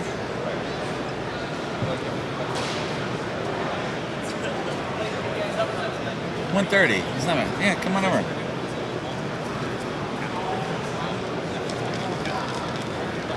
So Your piece was really good. Oh, thank you. I didn't realize you were using it like that. sorry. You know, in a day. What the heck? I apologize. Yeah. David Wainwright from Man vs. Meeple coming over to make a mess in the BZG booth. I am making a mess, a Yes. huge mess. We got someone setting up on the side here. We got a few moments of dead air, so Awesome. maybe someone walking by. I'm glad to be your dead air. That's my new. You know what? We've been thinking about a nickname for me, and I think we're gonna put Dead Air. Dead Air Filler. David Dead Air Wainwright. I like it. Are you guys Not about Dead Air. about wrapping up?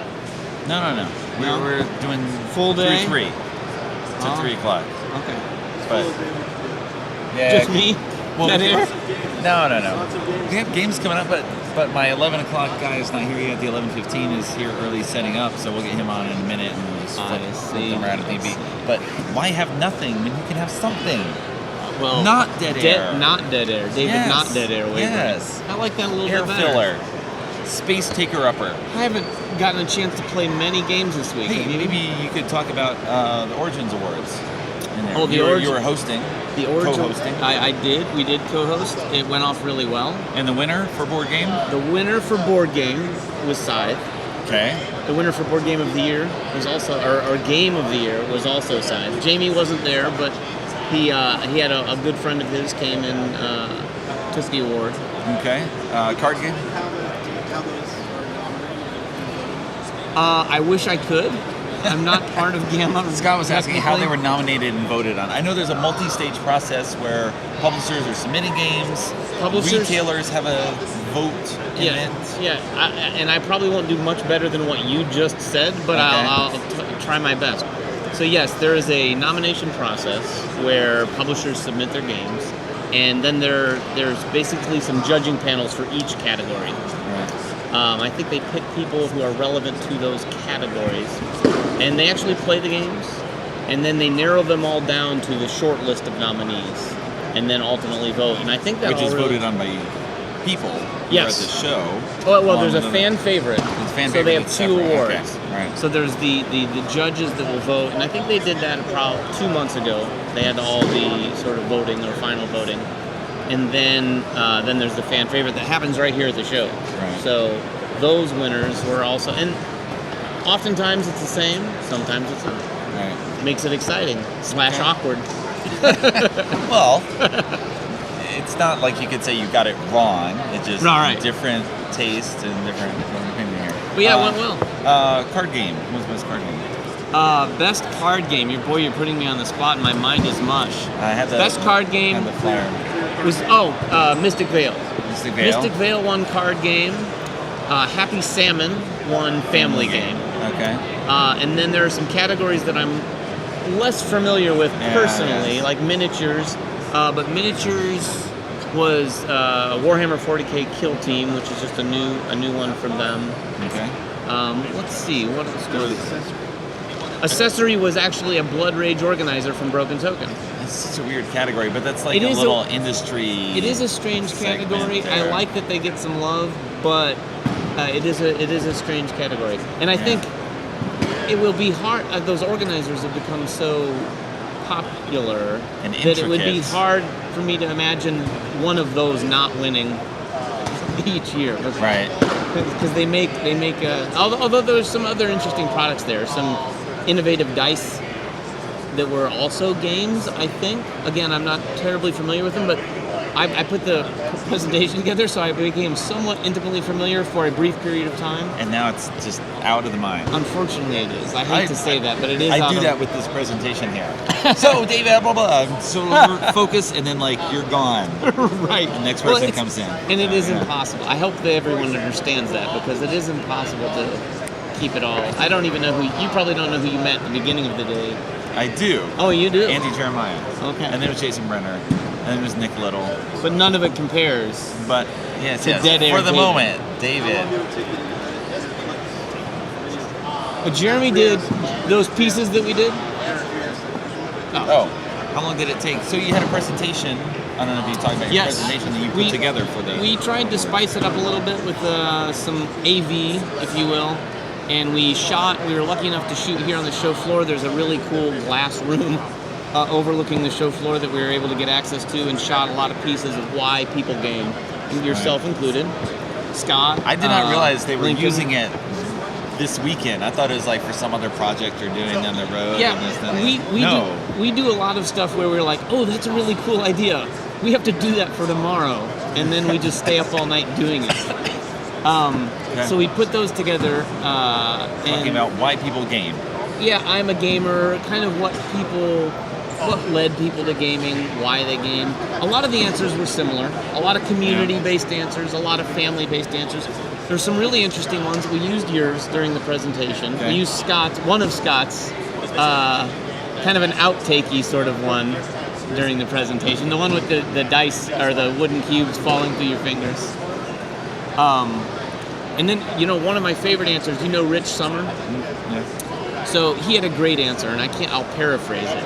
He was talking about how it brought people together who could completely disagree on so many other levels, but that they all agreed to sit at the table for 1.5 hours and be bound by the rules on the pages of this rule book. Yes. They could all agree on that, at least for a short period of time. That is one aspect I love it. And I thought that was interesting. Because the rules for society are huge and complex and immense, and you're boiling it down to this made-up world that you get to go visit, like and we're all, so you're no bound matter by what those your rules. politics are and what your views are on, everyone can come to the table, and all that really does seem to get set aside for a minute or for at least an hour to play a game. Chad, you got it. It's on you. Because you're on... No, he's with you. Yeah. Suddenly I was thinking like, Sorry. Suddenly, see again, I forgot that you had come with David, so it was just like... Oh, this looks pretty. We gotta rotate it around, I guess. Yep. Well, thank you for letting me fill your dead air. That's right. It is one of the most exciting things of the show for me. That's right. Just jump in, have a few minutes, bounce out. Oh, fist bump. Fist bump. You're a fist bump guy. That's right. More protection. Thanks. Scott? Oh, jeez. Causing trouble. Making a mess on the floor. Oh, actually. You, sir, are a machine. Should we turn this way? Or no? You like it this way? Whichever way you want to do it. Yeah, this will work. That's cool by me. Can do it a little closer.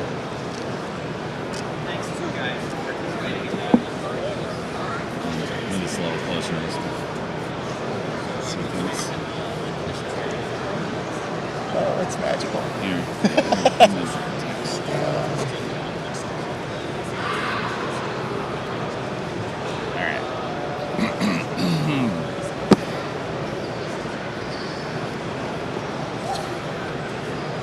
It's good you're here early. You jump on early and hopefully you'll do both. Oh, that'd be awesome. What? Thank you so much. No, this is actually our 11:15 Seppi U. Yeah, Sean is not here. So Seppi's on the ball. This is a big deal for us. This is how you get things done. I'm super excited. I came yesterday to check what I should do. How early should I come? They said come 15 minutes early. I'm like, I'm doing it. That's right. I'm ready. I'm ready. Put me in, coach. I still have not learned that lesson with many things. Just like show up early. You'll be ready. Everyone will be I didn't want to be excited too for you. early to be in the way, but I was right. like, she was super helpful. All right, here we go. Hi, this is Eric Horn with Board Game Geek. I'm here with Seppi Yoon, designer of End of the Line from Fight the Box, and hope you could tell us how to play. This is a glowing cover. Maybe you can talk about why. You're telling me why you chose this cover. All right, so I don't know if you know, but the area of highest contrast is what captures your eye. And though this might seem like a very simple box in a catalog or something, when you put it on the shelf in a game store, you can see it pops like vibrant green anywhere. You can see our game anywhere in the store. So there you go. Someone's just going to be like, what? What's going on? Okay. Whether they like it or not, well, at least you got their attention. Yes. That's like the first step. I hope. Anything. I hope. Also, the game is really dark humor. Okay. So we decided a simpler, more graphic style will allow people to see the humor instead of going, oh, those horrible people are doing such horrible things to each other. Okay. Yeah.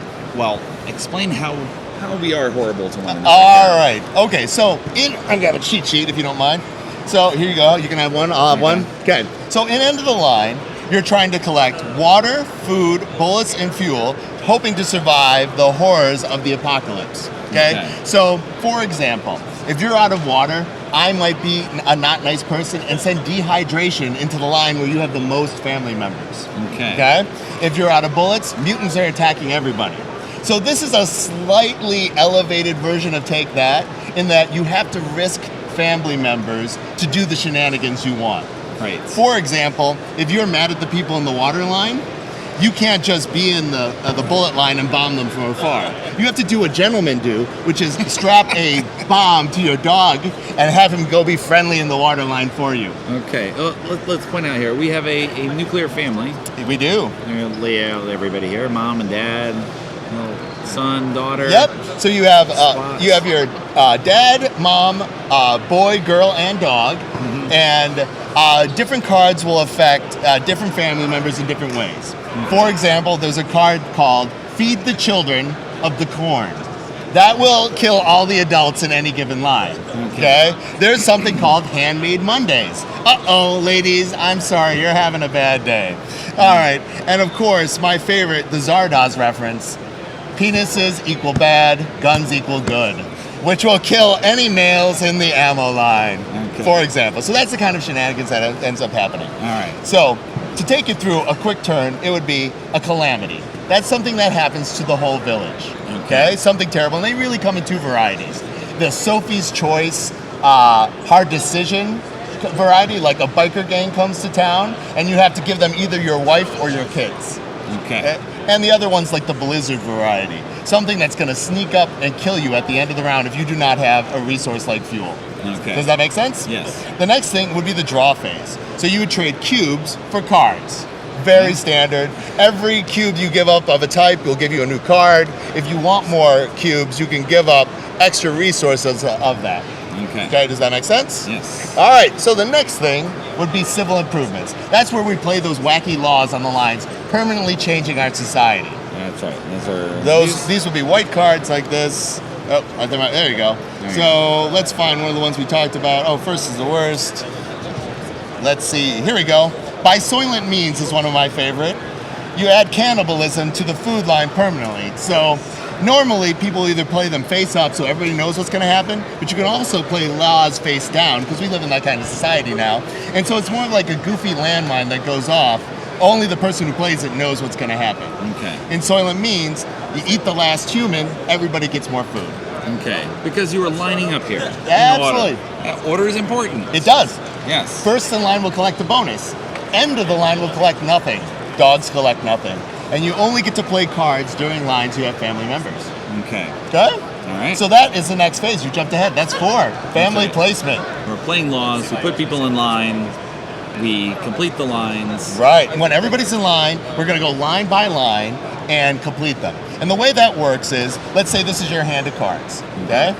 You would take your pass card, you'd put it face down. Any cards you want to have happen, you would put above in the order you would want them to happen. Okay. Anything else you put underneath, so nobody knows how many cards you're committing to that particular line. Okay. And then we go one card at a time, around and around, executing the top card from everybody's. And so this creates a certain amount of shenanigans. Like if you play something that changes game your... is shenanigans. It is a little shenanigans. If you like some, a little rough play, a little post-apocalyptic, this is going to work for you. Okay. Obviously, I didn't shuffle the cards. Yes, yeah. But yeah. So after we do all the line completion, somebody else becomes a new first player, and then we close the lines based on our casualties. So actually, the first round of the game is the longest, and the game gets meaner and meaner, closer and closer, quicker and Because you quicker. have fewer people. Yeah, fewer people, and the lines actually close. Okay. So let's say we lost, we're playing a 4-player game. Every time 4 people end up in the graveyard, you close that accompanying line. Okay. So let's say that would happen, The fuel. and then so bullets would still be open, and then that would be And the food case. and water, yeah. You never lose water. No, you need some place to claw each other's eyeballs out. Ultimately, this game is a death luge towards inevitability. Okay. So yeah, so it plays faster and faster, and yeah. But as long as you have one family member alive, you're still in the game. It's true. It's a last family standing. You go around and around till only one person's left. One of the most popular variants that comes with the game is called the Vengeful Dead. So if somebody does get eliminated, it is their goal to make sure everybody else is eliminated. Okay. In the standard game, it's about 1 out of 3 times everybody dies. Everybody just loses. Right. If you play Vengeful Dead, it's about half. Okay. It's All the right. apocalypse. All right. Anything else to talk about? I mean, you can talk about some of you were telling me before, talked with Sebi about this, your favorite win. I don't know, you remember that? My favorite win in this game? Oh, absolutely. Oh. So, it's very hard to win with just the dog because they don't collect. But there was... They collect nothing, right? They take up a spot and they may keep coming from getting things or, And I've run this game thousands of times.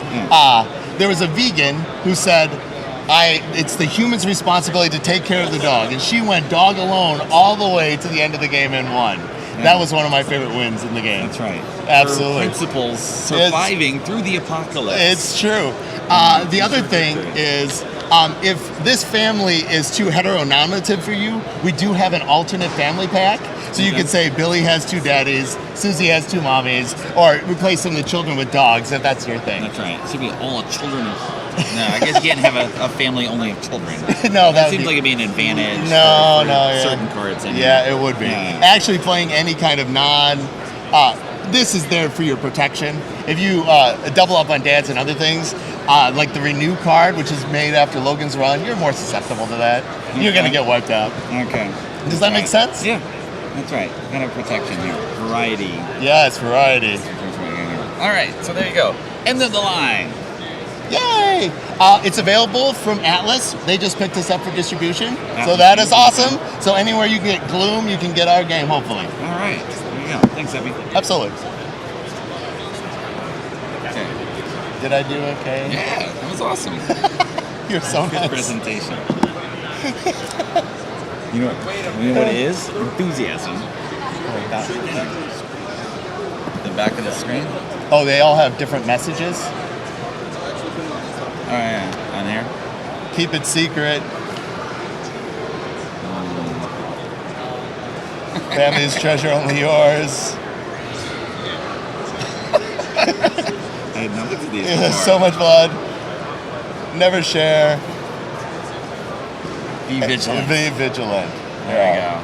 And also, each one of these families has its own name. Oh, that's right. Hey. Yeah. Stewindles. Yeah, these guys wanted to be. This is what our super backers did. They got to name a family. So if you don't want to be rat bastards, you could be welcome. That's right. You be the Eatons. McShirts. All right. Cool. Super. Hey. So the other person is still here. Let's do scroll or die. Can we? Yeah. That's awesome. How do I help you with this? What do I do? I can take it. Okay. If you want. Actually. Yeah, I'll do it. Yes, my chair is in the way magically.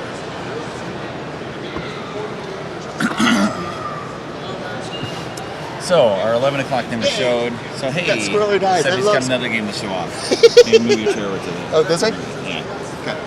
I got 2 things. Keep in the shot. All right. You don't want to be like Mr. Righty here. All right. On the left. Do this, and then I got this, so what it looks like in the wild for you. And then I've got 2 special things, which are previews for people. We got these guys, and we got these guys. Okay. Do you want to play once, or what do you got time for? Let's see what we got time. We got Emerson setting up, but he's 11:30. So we got time now to Hi, this is Eric Martin, Report Game Geek. I'm here with Seppi Yoon with Squirrel or Die. Squirrel or Die! Which has been out for a couple of years. It is. It's not brand new, but we have not featured it on camera, Oh. so now we get to. All right, this guy is magical to me because we sold them like Girl Scout cookies going con to con so I could afford to go to the next con, building our community so we could kickstart end of the line. Okay. So yes, these are all handmade, and by handmade, I mean I put them into a laser machine. The laser machine spits these out. I polish them, get all the other stuff off of them, and then we hand print on the bags and in Minnesota, and these we make in Iowa. And these are our con specials or our direct to retailer. Okay. Okay? So, in Squirrel or Die, do you want to play a quick game? Yeah. Do you want 3 players more fun, or do you want to just do 2 players? Hey, Beth. Yeah, scoot over to the middle here. Come play with us, Beth. Hang on, okay, move your bag. Un momento. All right. Okay. Yeah, we're going to start this. So the very first thing you need to do in Squirrel or Die is make sure you have the proper squirrel to death ratio. Okay. That means in a 3-player game, we're going to remove some of these nice things like peanuts. Somebody always has an allergy anyway. And, we're going to remove bad things. Even squirrels get sad sometimes, and a cage. Now, a cage is more of an existential death rather than a physical one, but it counts for death of a squirrel. A squirrel's a free spirit. Of course. All right, so we're going to take all these tiles, and we're going to put them in the bag. Boop, boop, boop, boop, boop. Boop, boop. It's a whole 7-minute game. The drama, the life of a squirrel, all in one go. All right, so we're going to put 1 face down to start our backyard. Is that a good place to do it? Okay. And 3 face up. Okay? All right. Now, there are 3 types of tiles in the game. There you go. There are 3 types of tiles in the game. Food tiles, death tiles, and special tiles. Okay. Tile effects do not matter during the first part of the game. The first part of the game is called autumn. In autumn, we're going to hide stuff. Okay. In winter, we're going to eat everything we hid, and that's when the tile effects matter. Okay. Okay? All right, so in winter, if you eat some poison, you die a little bit. Okay? 3 deaths, you're out in classic video game fashion. Okay? If you eat food in winter, just like Russian roulette, when nothing happens, celebrate. Okay? And the last one is special tiles. And special tiles are going homeless, finding love, eating plastic explosives, normal backyard squirrel stuff. Right. Are you on board? Yes. All right, please take 3 tiles for your secret stash. All right. Now I'm going to play with you, and I'm so sorry for this. I'm either supposed to throw the demo, because that's what good demoers do, or I'm going to crush you completely. No. I'm always of the school that demoers should crush. Oh, all right. Because you show us how it works. Oh, all right. And just be like, oh, I don't...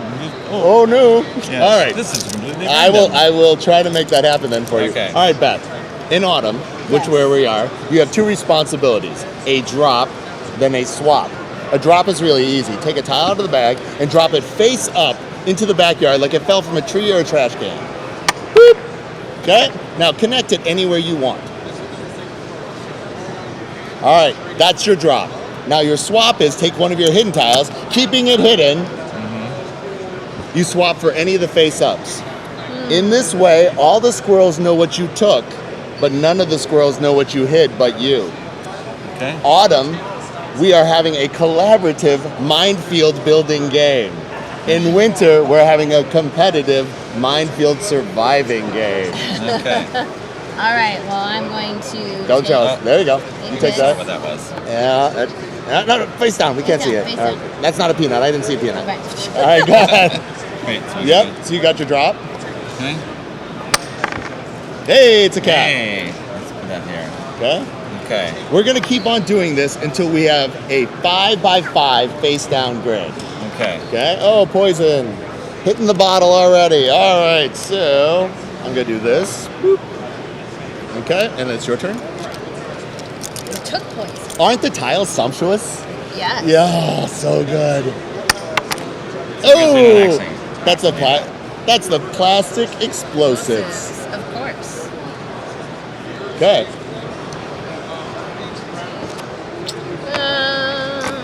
That is a double death. Okay. Again, that's homelessness. You put that in your bag. Now, it's a good idea to take both good and bad things. You don't want to be a greedy squirrel who hoards just food. If you're a greedy squirrel, during winter, I'm going to ignore my tiles and go after yours. Where are you going to put it? I'm going to put that here, but then... You're going to swap. I'm just going to swap. All right. I'm making this happen. Okay. Now, the secret to winning this game is realizing that the average human brain can only keep track of 4 disparate things at a time. 3 now that I've given you that statistic. Your brain is obviously exceptional. It's probably 5 or 6. Best is obviously 7, but mine is a 4. Okay? So instead, it's better to make a rule. Okay? For example, I'm a horrible person. I make you pretend to be squirrels and murder each other. Put horrible things by me. Beth is lovely. Let's put lovely things by Beth. How about that? Okay. So we hit the fences here. You can't go any farther out. Okay. Boom. That just happened. Okay. I'm gonna lock us out over here. Hey! Squirrel love is real. Do this. Boom. Okay. And we're getting to the end. Is that the last one? Oh, you're not even put that swap. There you go. You did not swap here. Okay. Got peanut. Okay. Corners are easy to remember, so I'm gonna put that in the corner. I'm gonna swap out for this. Boom. Okay. We're now in late autumn. We just do swaps. Okay. Okay. So. Sleepy Squirrel is really good. It gets you skip a turn during winter. Take it. Super good. Swappy. Okay. Swappy. Whoop, whoop, whoop. Earthquake. Nice. Good. And then these are the ones we took out to make sure the squirrel death ratio. Go ahead and you're just place. We're gonna fill out the 5x5 grid. Okay.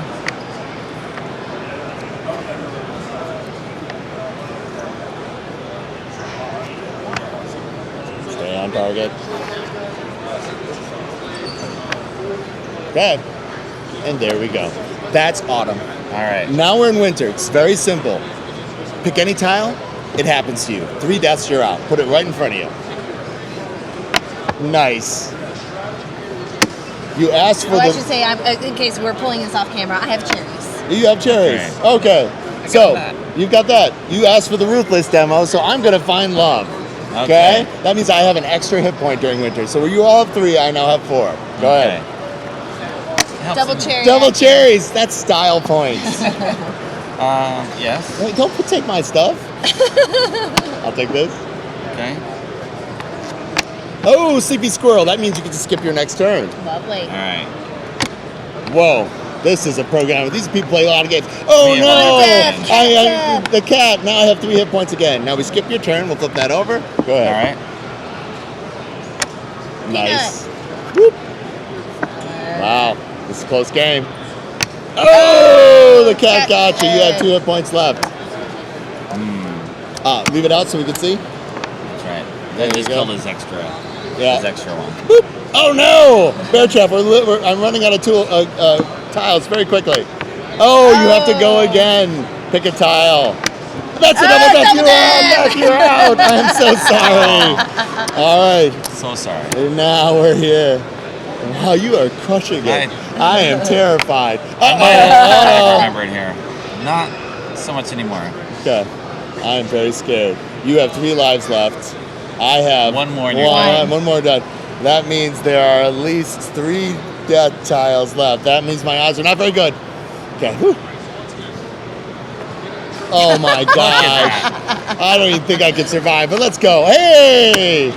I'm fighting to the end. You're eating one of those. Oh, I am. But have we had the confused cat yet? I don't think we have. All right. I think this one's the confused cat. No! Oh, it's a bear trap. Now the confused cat, I would actually have been able to give it to you. And then you would have died. So I had a 50-50 chance. That's a great game of Squirrel Die. There you go. All right. So, 2 things coming up with Squirrel Die. So Squirrel Die is $25. But we made 2 new versions coming up. This is the illustration proofs for the illustrated Squirrel Die. Okay. There's some design elements that we were going to do to them, like here are all the various death things that happen to them. The squirrel is the only thing that's going to have color in the death tiles, and then so like the impending bird is probably going to be grayed out, and then I'll have a red border around it so you can clearly see. Right. But it is a much lower price point at $10. Right. Same game, plays at $10. Okay. For our super collectors, however, you guys ready to see this? This is Lux. This is our Inevitable Machine Revolt themed Squirrel or Die.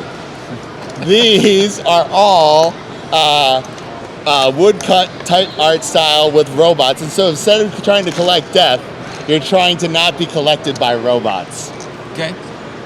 As one would. Yes. So our expansion for End of the Line is coming up, and then we always do a special Squirrel or Die for it.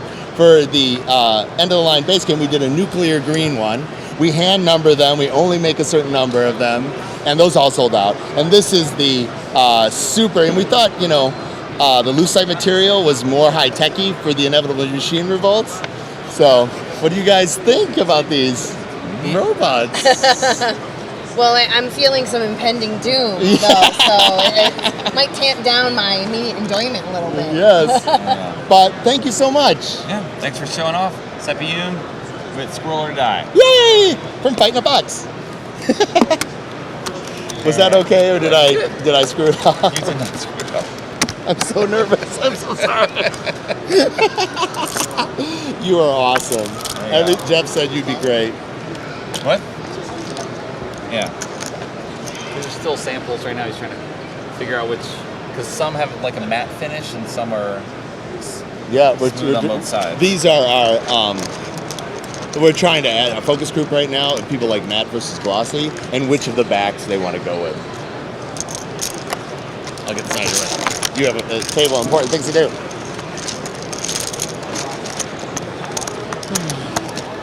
Thank you so much. I super duper duper duper appreciate it. Yep.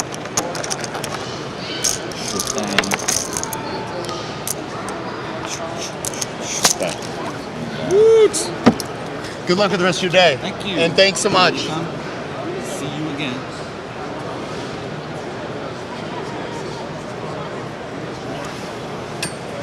All right.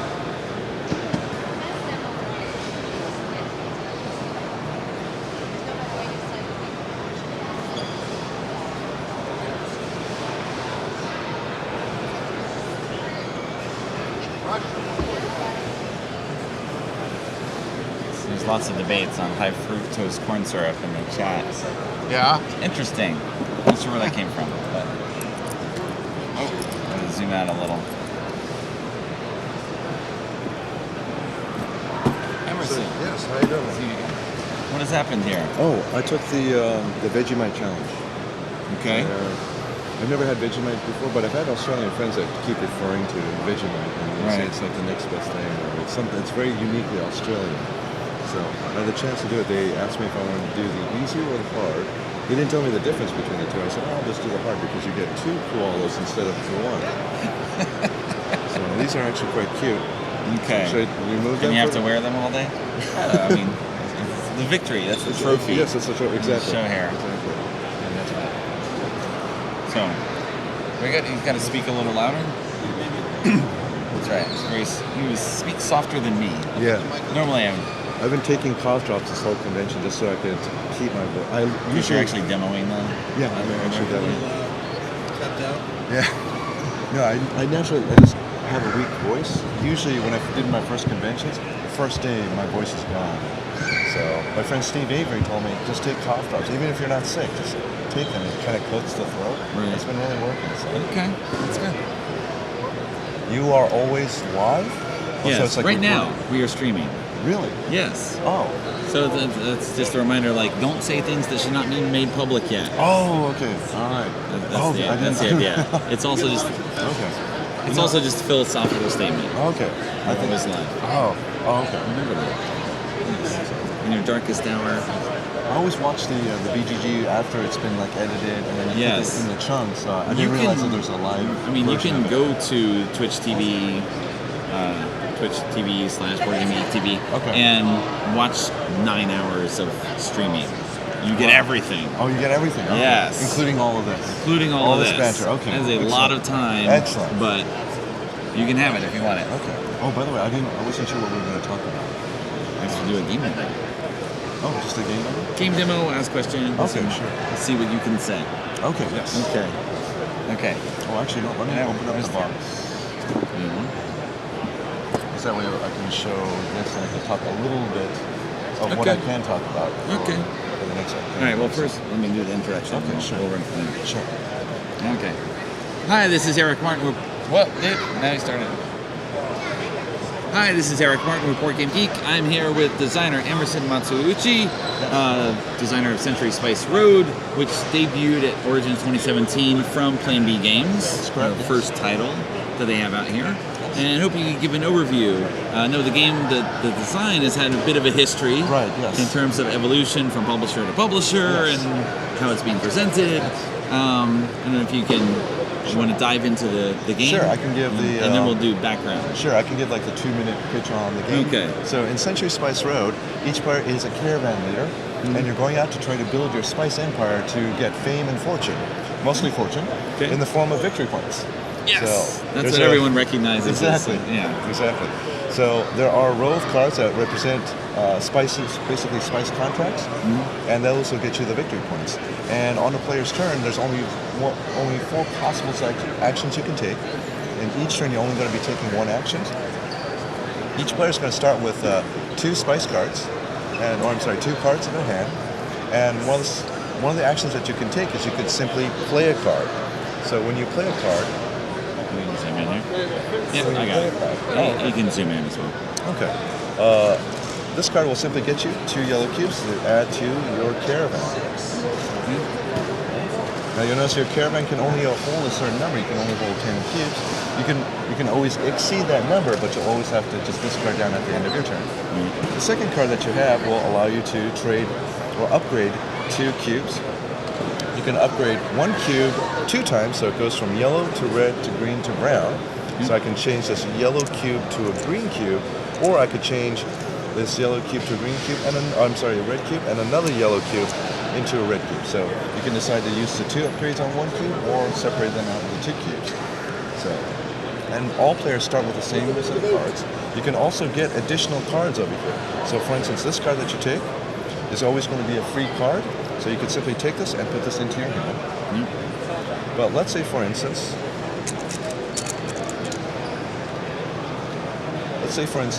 you really want this card, in which case you'll have to put 1 cube of any color on the cards that you are skipping over in order to take this card.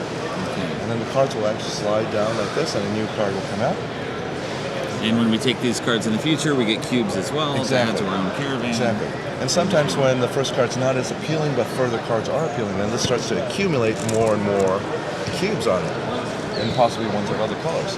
If you take a card that's got cubes on it, congratulations, you've gotten some free cubes, you add it to your caravan, and you take the card. Okay. The third type of action that you can take is that after you've played out cards, so these will be played out in front of you, either you want to play a card that you've already played, or you've run out of cards in your hand and you don't want to take any more, then as an action you can take all the cards back into your hand, and then on future turns you can then play those cards out again. So, and this is, we call it the rest action. Okay. And the fourth and final type of action that you can take is you can claim a victory point card. So if you had in your caravan at least 2 green and 2 brown, you can take this card, claim it. It's worth 14 victory points at the end of the game. You flip it face down, and if it's in this slot right here, you get a gold coin. They are a bonus of 3 points. If you take, and these will all slide down. If you take this card right here, then it's going to be worth 11 points, but you also get a silver coin, which is worth 1 bonus point. That's right. Or you just get a card with nothing extra. Yeah. Oh, and these also slide down. Yes. That's right. So play a card, pick up a card, buy a contract, and then rest, and pick everything up. Yep, those are the 4 types of actions. The game ends once one player gets 6 cards in a 2 to 3 player game, or 5 cards in a 4 to 5 player game. Okay. That triggers the end of the game, and then each player gets one last, or if you finish out the round, then you calculate the points that you have on your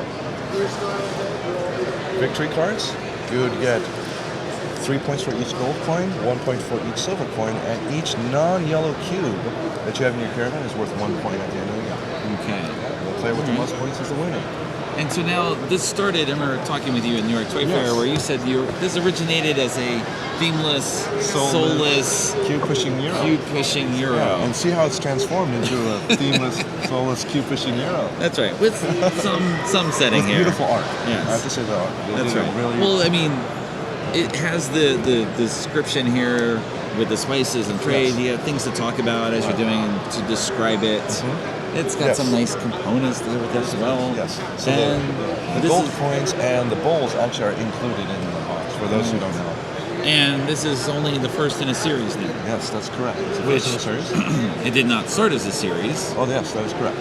But it's become that. Yes, that is correct. So when Plan B Games formed, they took what was formerly known as Caravan and they created Century, and they had a new vision for it. And instead of having the two different themes that are two different aesthetic packages that Caravan had, they decided they will go with the theme that was the most popular, or the ones that the worldwide partners were most interested in, and then from there create a trilogy of games. Because I did have one other design that was similar to the trading mechanic in Century here. So a good chunk of the mechanics there will actually be incorporated into the next game in the Century series. Now, the games, I know people have had a lot of questions about them, and what I can say, there's some things that I'm not at liberty to say, but some of the things I can say is that the games right now, the way we are planning, is that each game is actually mechanically quite different. So in Century, it is a hand-building game. So you're building a hand of cards, so that's sort of like your engine that you're building. The next game, the main mechanic is more akin to a pick up and deliver, where there's actual movement on the board. Okay. Yeah. Now the third game is, a little bit of a tease in that it's going to be sort of like a little bit like a workplace, more of an action selection type of a game. But what makes them unique in this trilogy is that they're going to be able to combine in a way so that you can take so people who own Century Spice Road and let's say the second game in the series, Century 2, will be able to use the components, and we may have some special components that is specifically for the integration between the two games, and then it will present a new experience using the components from the two games. Okay. All right.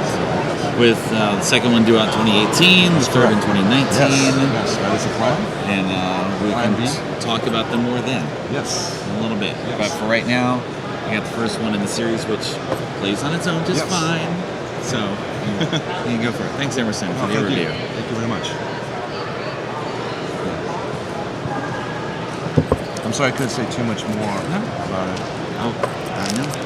It is the publisher's prerogative. Yes. How they want to release information. Yes. It's very different. At least it is if the designer wants to keep working with that publisher. Yes, that's very true. So yes, it's very different when I was my own little small, tiny little publisher where I can say whatever I want, to now working with other publishers that have a more keen sense of marketing and what's the best way to. Well, it's also setting up expectations. Yes. In here. So, this and this. So you're hard to do things with koalas on your hands. Oh, thank you. Actually, you're right. It is a little challenging. Well, thank you again. Yeah, you're welcome. So are you going to be at Gen Con as well? Yes, or? I will be at Gen Con. All right, we'll see you then. I'll have a new game there with Planet Games. With who? With Planet Games. Okay. Did they announce that? They did. But it's a small game. Missed that completely? Too many games. It is. There's too many games. I totally agree with you.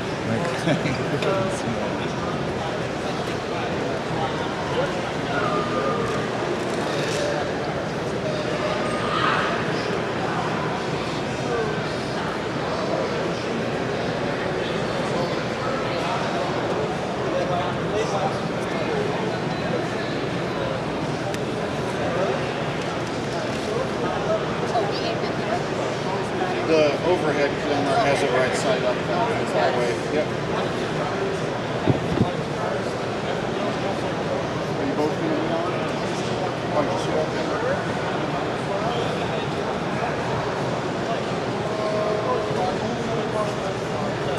Alright. You both coming on? Just me. Just you.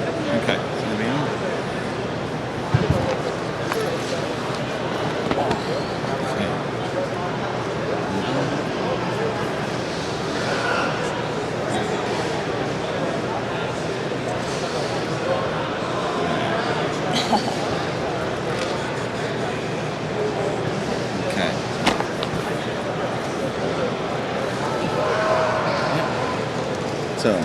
questions first turn?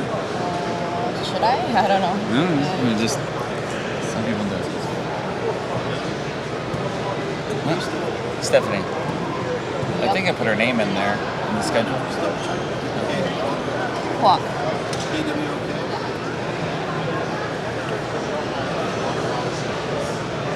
We have a little thing that rolls across the screen. There's your name, who you're with, and all that. So, yeah. Very good. Hi, this is Eric Martin, Report Game Geek. I'm here with Stephanie Kwok, co-designer of Get Off My Land from First Fish Games. Yep. And hope you could give an overview of how to play here. Absolutely. Yes. So this is a competitive farming game for 2 to 4 players. As illustrated on the cover. Yes, exactly, and the name too. Yes. So what happens is on your turn you'll have 2 actions, and there's 12. Well, maybe first of all, what are we trying to do? What's the goal? Are we trying to just eliminate everyone else? You're trying to get the most money while still trying to fight off your neighbors. Okay. So you can. So on the turn, sorry, I interrupted yeah, there, but that's all right. On a turn, everyone gets 2 actions. So you can log, which would be flipping one of these tiles, and it will reveal a reward underneath. Sometimes it's an immediate reward, or sometimes it's a mid or end game reward, depending on where it is. Okay. These tiles are randomized when you set it up, so every game will be different. So when you log a land tile, you get fence cards, which are these over here. And fence cards. Here, we can lay it here and zoom in just to show examples. Okay. Have 3 different sections. There's an action section, a fence section, and a bullet hole section. And you can, whenever you play a card, you can only use one of those. Okay. So let's say, for example, I wanted to play this for 3 fences. I would just discard the card, take 3 fences, and place them on the board surrounding the tile. Now you don't always have to complete a tile right away. You can, prepare for a later turn, or just go off. The only thing you can't do is just put it in the middle of nowhere. It has to connect back to your house. Okay. Yeah. So once you start expanding, you'll get closer to your neighbors. And if you wanted to, you could try and play a fence card. Let's say you played this one. You would discard it, and you're going to try and come into my area here. Now at this point, I could try and defend, and to defend, this is where the bullet holes come in. Okay. I would need to discard cards up to 3 bullet holes. Okay. So some of them have 1, 2, and 3. So if I really wanted to keep this card, I wouldn't use it for the bullet holes. I would discard these 2, which total 3. Discard them, and then I'd say, get off my land. And then you take your fences back, and that you used up that action. I got nothing out of that. That's right, exactly. Okay, but you had to throw stuff away as well. Exactly. So you have a lot of options. Other actions you can do is go to market. So once you have something fenced off, you can go to the market here, and there's prices on the top of each card. You can buy anywhere on the line. So when you buy, you just pay your money. Let's say I bought that one, you pay $3 to the bank. They come in face down because you don't buy adult animals, or you don't buy fully grown trees. You gotta wait for them to grow up. So I would place it face down. And how they grow is on this market track, or this year track, every time you pass these icons going to the next turn, anything with these icons is going to grow up. Okay. So the icon is on the top corner here. It would grow up. And now you start getting income, which is the top number. Income you get every turn. Everyone gets it, as long as they control it. Okay. The bottom number is your last action, harvest. You would take your card, flip it back over, and get the bottom number. Okay. So it's more of a, it's a bigger bonus, but you stop getting the income because it will then be face down. Right. And then you gotta go through the turns. Obviously, while the pigs are alive, there is no income. Exactly. They are costing you money. Yeah, so then you would have to wait till the next growth phase for them to grow up again. Okay. The fence cards are just variations or certain things that break the basic rules. Okay. These are your basic actions, and then those will allow you to do stuff out of turn or out of normal growth. You can grow stuff out of the regular growth phases. Right. Okay. Yeah. And we'll go through one complete year. Yep. And At the see end who of has the most money April- at that point. Exactly. Okay. Every player has a farmer. This little farmer has to do with certain cards. Okay. So this card says I can choose one of my opponent's market cards. Let's say I had, Well, I was playing this card, for Yeah, example. sure. I could go in here. let's say I had this, and you want to play this card. You come over to my farm, and you're stealing my apples. So you're going to take the income right away. Mm-hmm. And for every turn after that, as long as he's there, he still gets the income. Right. So until I kick you off. Okay. The only thing you can't do is harvest it. Okay. Only the owner of it can harvest it. So this is a 2 to 4 player game. You have a 2-player setup here. You have a larger space, Yeah, it obviously, will with 3 and change, 4, yeah. just to have more things to fight Exactly, over yeah. and fence off. Oh, that seems like it'd be really tight with 4 people. Yeah, trying to do stuff in yeah. here. The board definitely grows for a 3 and 4 player. Okay. All right. Anything else? We missed, or we got it all? That's pretty much it. All right. So there we go. Overview. Thank you, Stephanie, for an overview. Get off my land. Yeah. Thank you. I think you gotta say it like that. Get off my land. Get off my land. Yeah. Now get off my table. All right. Thank you very much. Thank you so much. Yeah.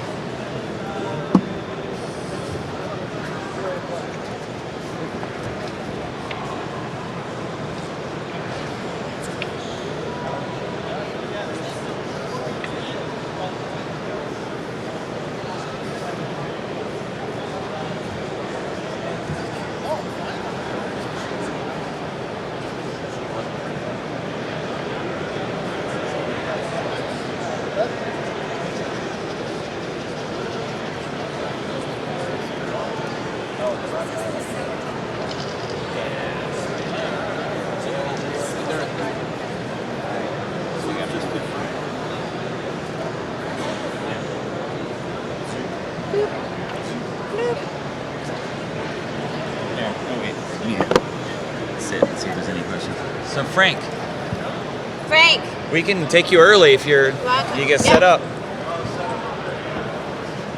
Set up.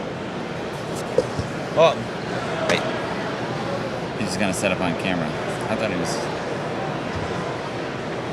Anyway, I'll get out.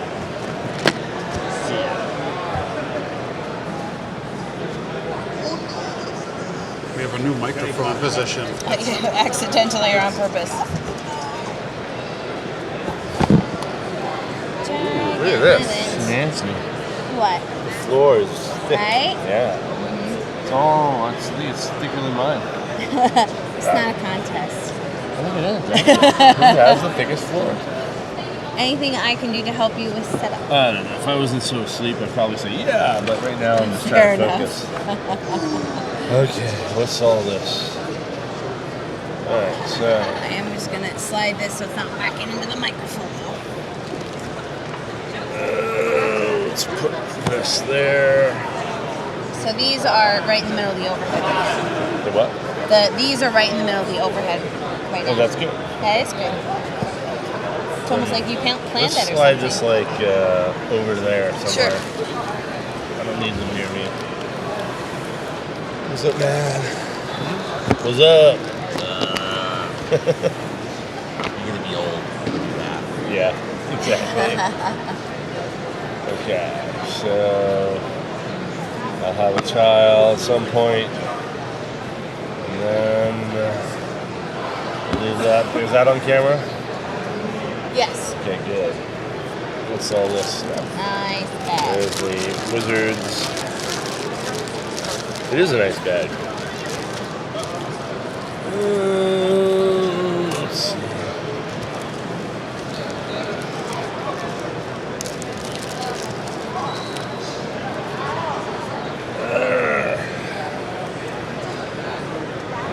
So, could you stack these into 4 stacks of each type?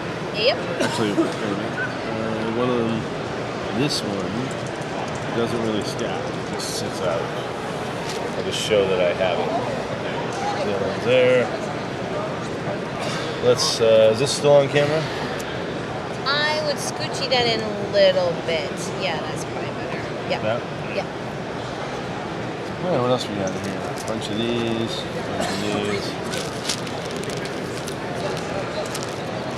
Stick that there. Woo. Stick that off camera. Okay, if you could, just to make it look really cool. Yep. Somewhere on camera, put a pile of each of these. Yep. I got the blue right in front of me. These we don't really need. That's what I'm looking for. Wow, a lot of bags in here. You got a lot of bags in here. Yeah. That was a lot. Okay, so we can close this.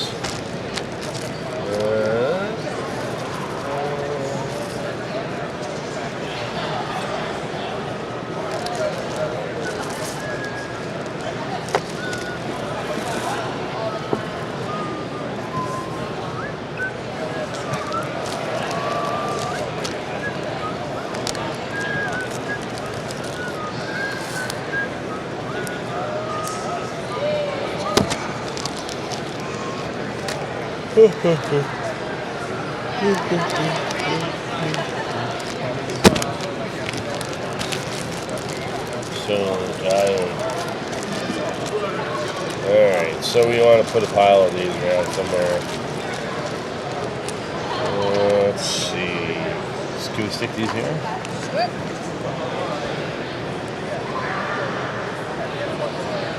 I was going to say, I think if we slide them out here, there you go. we'll get a better blue.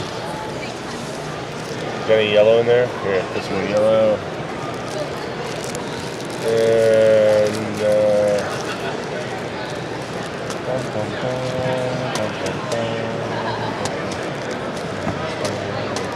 that's good enough. Oh, stop. Okay. No dragons. Now I gotta think about what I'm gonna talk about here.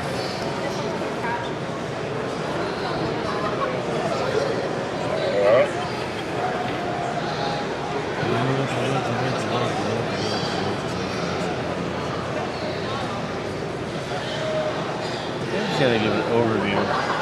I mean, that's what we would always want anyway. Yeah. I think what I'll do is I'll show, like, here's how the game starts, and then it develops into this, blah, blah, blah, blah, blah. That way I can stick a tile there.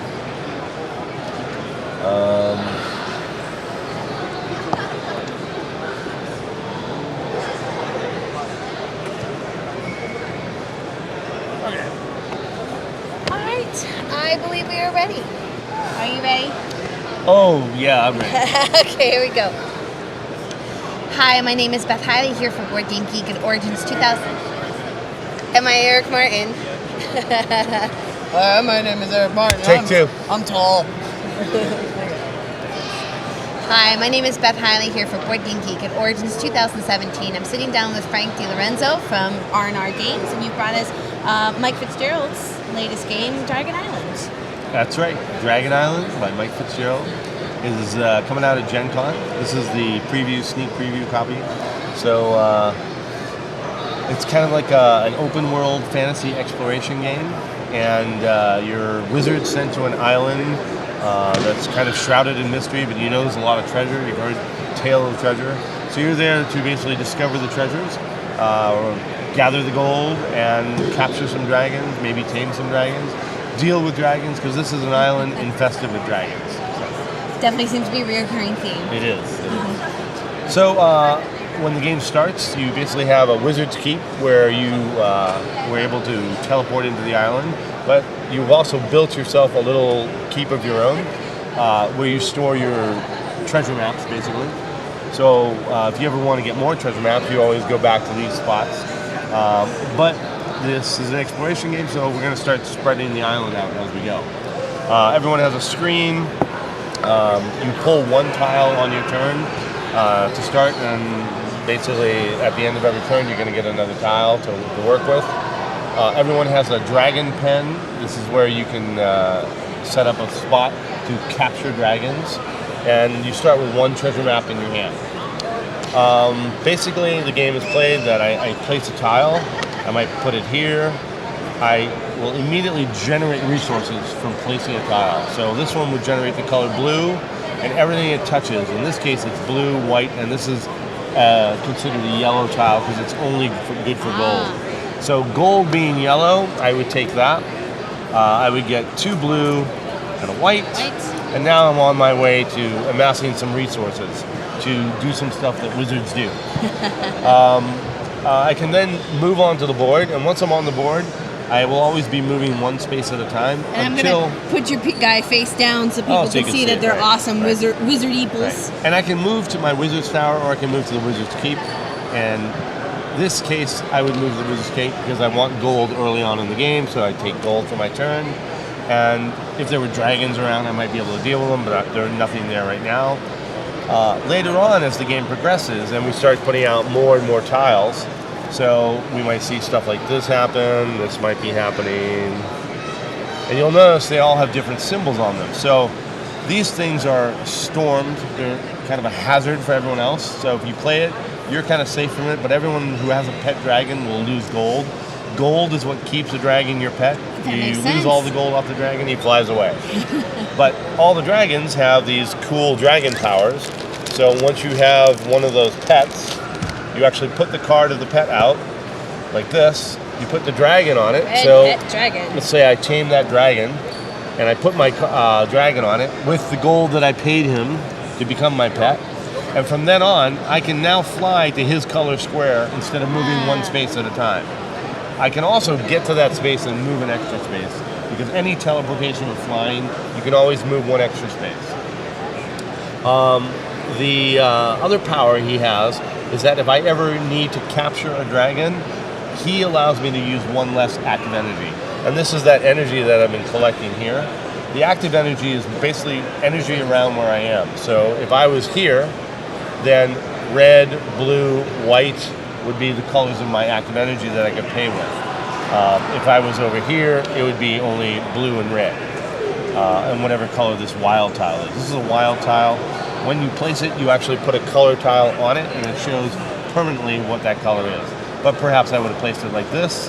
Oh, look at that, dragons. Oh. Whenever you place dragon tiles, you check for any empty space, and dragons pop up. So here's another empty space over here. We would have a dragon over here. Let's see, no more dragons for now. Already, it's starting to populate with dragons. So dragons are a problem because you can't move to a square that has dragons on. You've got to deal with them. So if I were to come here, maybe that's where I got my pet dragon, all right, that I had by taming this guy, paying gold to get him. And now I can use the secondary action, which is I could build something there. What do I want to build there? Well, I might want to build that pen to capture dragons. I might want to build an energy spire, which is worth a lot of victory points. I could build a dragon lair. That's a special type of place where only one of each color can be built. And I then put my little pet dragon back in the supply because he's hiding in the lair. Those storm hazards I talked about, they don't affect me anymore. So a lot of different actions that you can do here. There's the build. One really fun aspect about this is we're trying to get gold and fame in this game. So capturing dragons, you get fame, right? These little fame markers here are your victory points. Right. So I can build stuff for fame. I get more fame. That's cool. But hey, I want gold too. I want gold and fame. Well, that's how you use the treasure cards. So, for example, I had a treasure card here that says I need to be on a gold space, and there's no gold space here. None of these are gold. I need yellow for gold. So this is like a worthless card to me until gold appears. But how about this one? Here's a lake card, and this says that I have to be on a lake, and it has to be surrounded by 2 lakes and a plain. Well, guess what? If I were to move my little wizard here, I'm on a lake. There's 1 lake here and a plains here. So if I were to play this card or tile, have that prerequisite. I could then move my wizard to this thing and say, you know what? At the end of my turn, I found treasure on this little part of the island, and I'm going to get 2 fame and 2 gold immediately. So I turn that in, I get my fame and my gold, and now we mark it by tossing the old map to the ground, so the other wizards know, haha, I was there, I dug it up already. Right? So obviously treasure can't be found there again. So there are a lot of different strategies in this game that you can use to get your golden thing. You can do the treasure map route. You can capture lots of dragons by stuffing them into a pen and then coming in and capturing them all. You can capture dragons individually.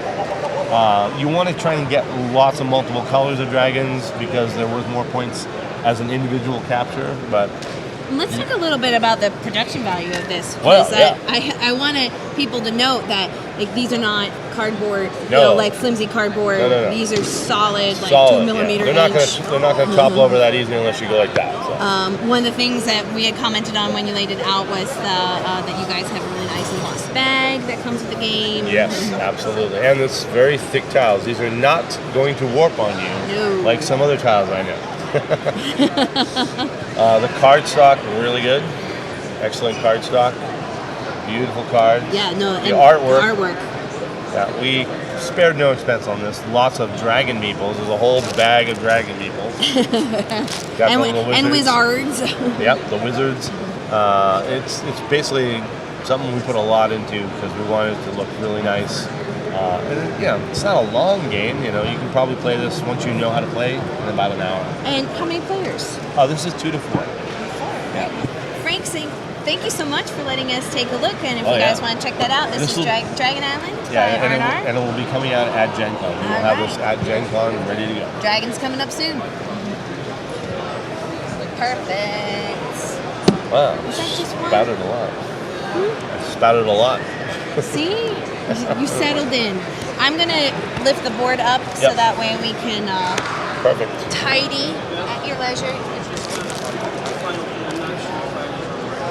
Sure. We're just going to do like a hey, thanks, Frank thing, just in case something was grumpy on Lincoln's end. So just pretend as if we just wrapped up. So. Well, Frank, thank you so much for letting us take a look. And if you guys want to check that out, this is Dragon Island by R&R Games. And it's coming out at Gen Con this year. It's going to basically be our big release for Gen Con. All right, so Dragon's coming up soon. And Mike Fitzgerald will be there. Hey. No problem. All right, I'm going to head right over next to the store there. You got it.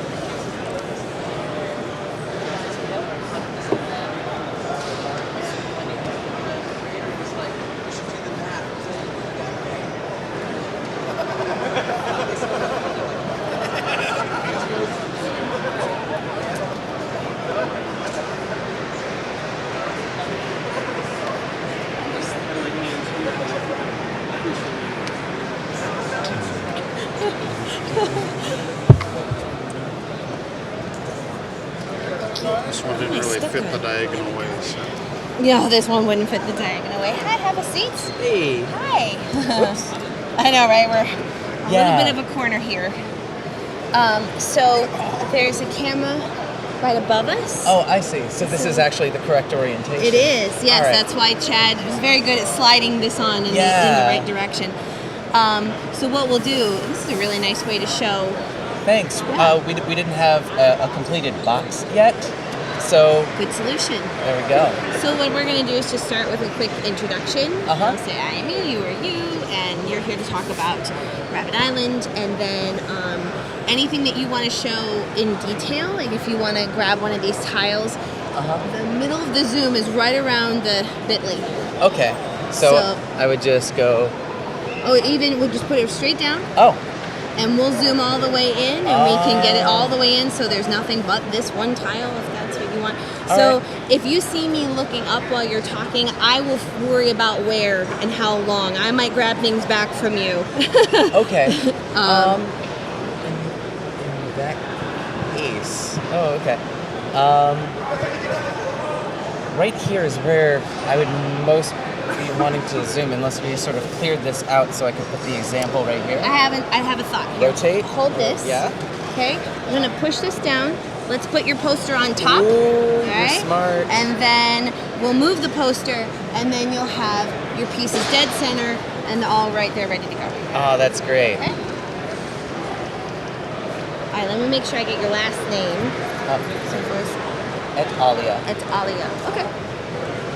I'm family of the creators. They have a 2-month-old at home. And company name. Infinite Heart Games. It's not actually printed here, but that's their logo. Okay, sweet. All right. As soon as Lincoln gives us a thumbs up, we're just going to look at the slightly shorter camera, okay? Okay. And you can talk to me or you can talk to that once we get started. All right, awesome. Here we go. Hi, my name is Beth Hiley here for Board Game Geek at Origins 2017. I'm sitting down with Forrest and Alia from Infinite Heart Games, and you've brought us a preview of Rabbit Island. Yes, this is Rabbit Island. It is a 4X strategy game where you control your own tribe of rabbits, and you're exploring a brand new island.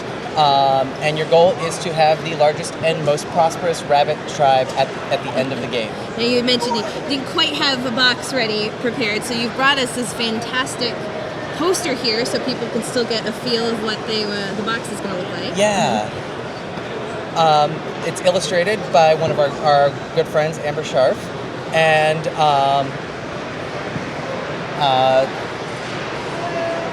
we don't have a box art yet. That's okay. Well, let's talk about theme-wise. Like, what are we trying to accomplish here in Rabbit Island? So, starting with only a small bag of carrots, you are going to explore a brand new island each game. Oh, I see why you did that. With a hand of territory tiles. So the island is going to start off completely unexplored with just Founder's Hill here at the top. Oh, a lonely small island of rabbits. So on your turn, you're going to place down 2 territory tiles wherever there is an open path. You can see, due to the unique shape of the tiles, that they fit together like puzzle pieces. Yep. Yes. So you always see where there's an open path to explore. So you're going to place down 2 territory tiles, and then you're going to move your rabbit to one of them, and you're going to start your very first camp for a cost of 20 carrots. You spend those 10 carrots, and you place your building token down. A lot of the elements are still in prototype phase, so these are going to be nice, heavy, laser printed discs at the end of the campaign. As the game goes along, everybody is going to be exploring on the same island, following the pathway, and adding their territories down until you have fully explored the island. And at this point, you will be using movement cards to follow the pathway that you have traveled along, taking rabbit holes to burrow all the way back up to Founder's Hill. And when you return to your territory, you get to harvest carrots from it. And that's how you're going to get your carrots back.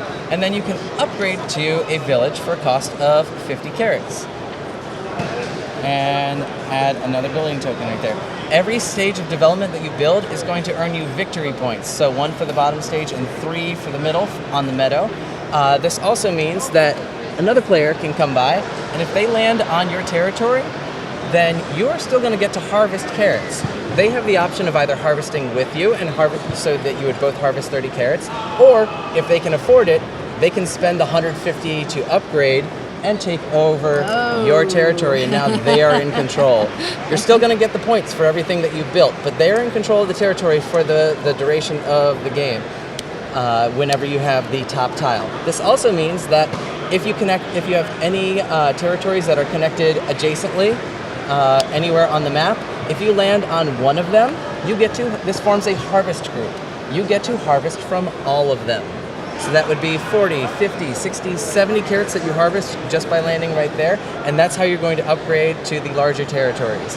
After the island is fully explored, you're going to, after 10 years or 10 turns around the table, everybody gets 10 turns for a short game or 20 for a full game.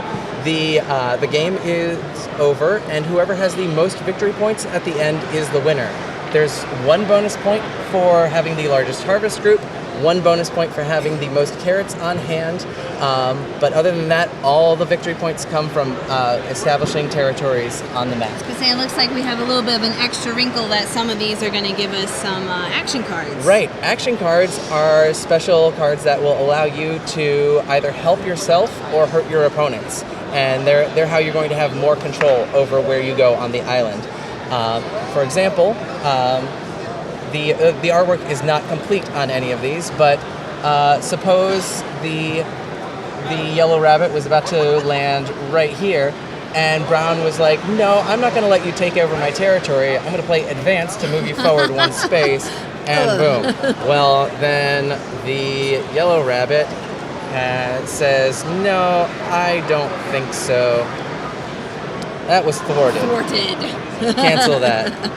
Well, then the brown rabbit's like, okay, well, if you're going to land on my territory, I'm at least going to harvest double the amount of carrots from you visiting there. And that's how the action card deck works. So we get a little tit for tat going on Exactly. while you're playing. Yes. The map scales to the number of players and how much time you have. For a short game, it's smaller. For a full game, it's larger, and you add in more valuable territories. And the number of players, it expands. The island gets larger for the number of players. Well, let's talk. How many players? Oh, sorry. I'm sorry. It's 2 to 4 players. It takes about 30 to 45 minutes for a short game, or 45 to 90 for a full game, depending on how many people are playing. And I lost my train of thought. Sorry. No, that's okay. We were talking specifics. Yeah. But let's also talk a few more logistics too. I mean, your beautiful poster here, which we'll pull out at the end, Oh, you okay. mentioned that you guys are currently in a Kickstarter. Yes. If assuming that's funded. It is. We just launched 5 days ago, and it is 45% funded already. So they are starting to talk about stretch goals now. What timeline have you guys set for that? So people want to check that out. When would they anticipate it being finished? The Kickstarter ends July 17th, so pledge before July 17th.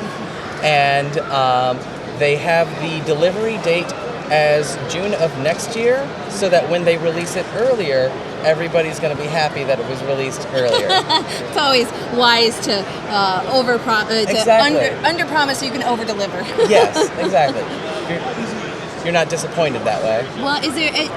I always like to ask, and you had mentioned that you were a family member of the designers. What was the inspiration for rabbits? I don't know, honestly. It was just presented to us one day. They were like, "Hey, we made a game," and I said, "This is pretty solid." This is like revision 14 or 15 of the game. When it was originally started, it was just I played one of the earliest versions where all the map tiles were just regular poker-sized cards with arrows pointing at them. And as the game developed, they were like, let's do some unique tile shapes. And so this is how it's been developing, and it's almost complete. It's a very solid game. Well, let's pull up the poster between us so everyone can get an idea of what the cover's going to look like. And if you guys want to check that out, that's going to be Rabbit Island from Infinite Heart Games. And Forrest, thank you so much. Thank you. All right. Not too bad, right? It's fun when the audience is at least from where we sit right now, imaginary. Yeah. It's also so much easier for me to talk when I know what I'm saying instead of having to ad-lib it.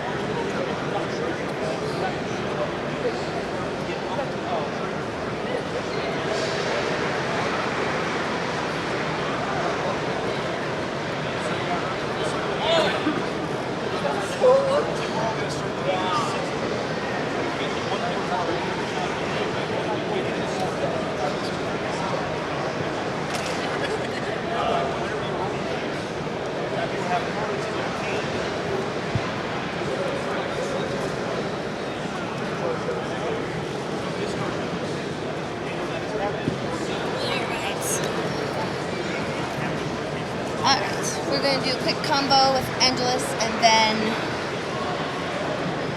who's ever our 12:30. No, I think so. No, I'm speaking to you or speaking to camera. Whatever you prefer, doesn't matter.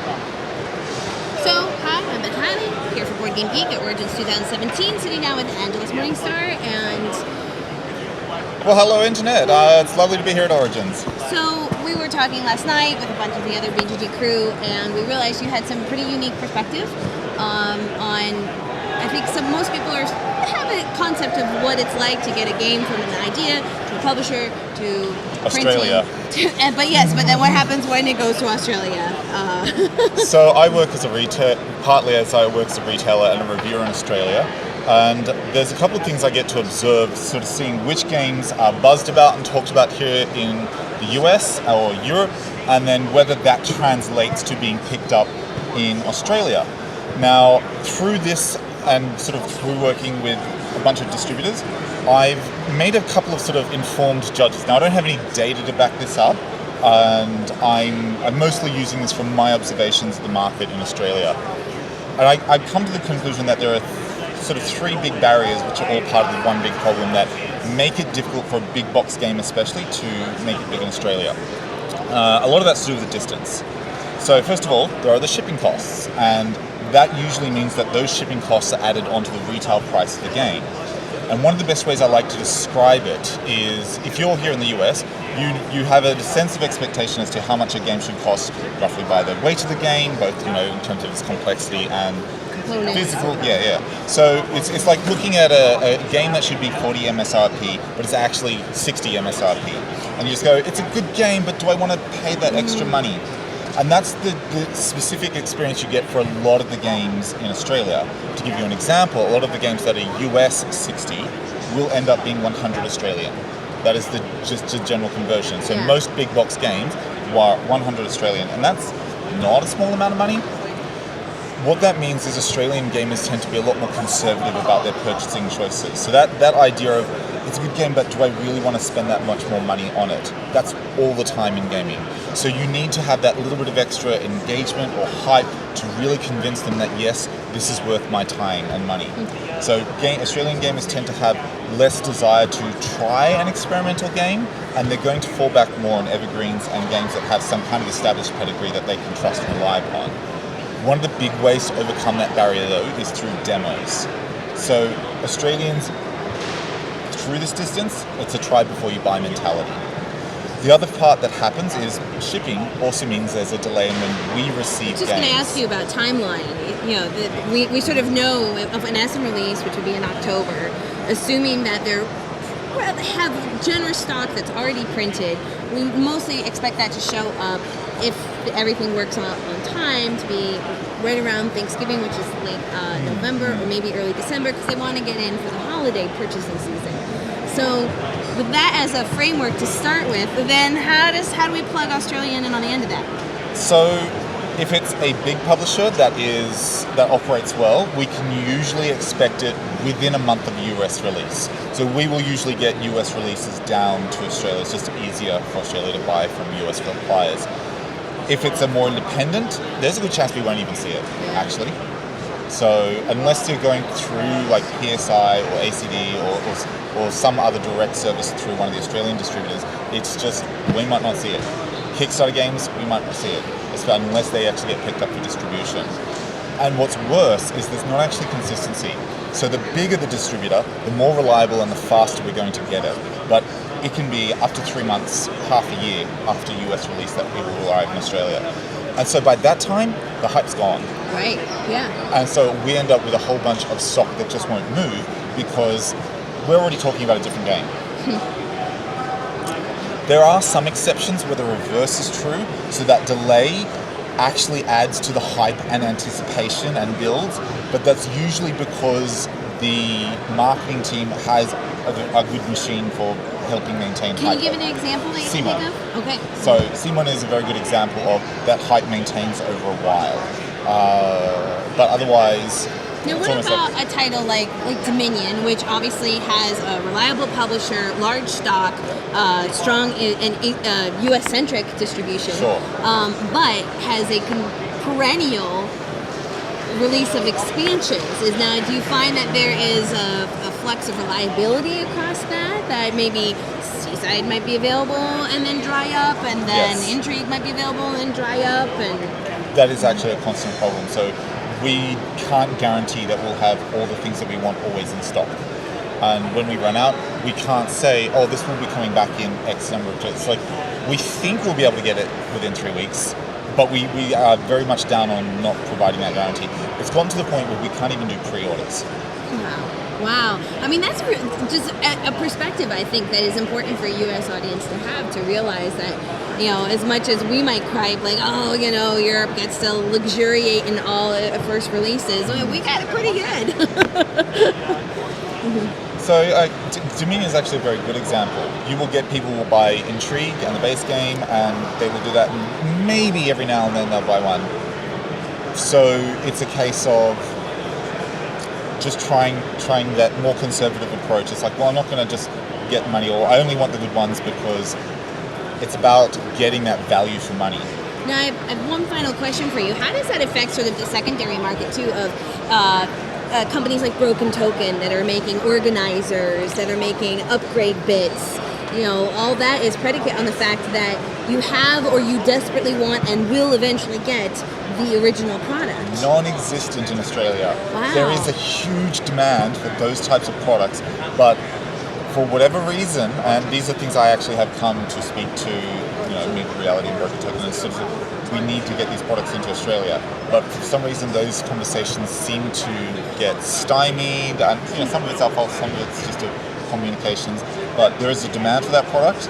It does, and they don't exist in Australia in terms of at retail stores. Wow. So it's a missed opportunity as far as I'm concerned. It is. Hey, secondary industry companies, right there. Go talk to Angelus.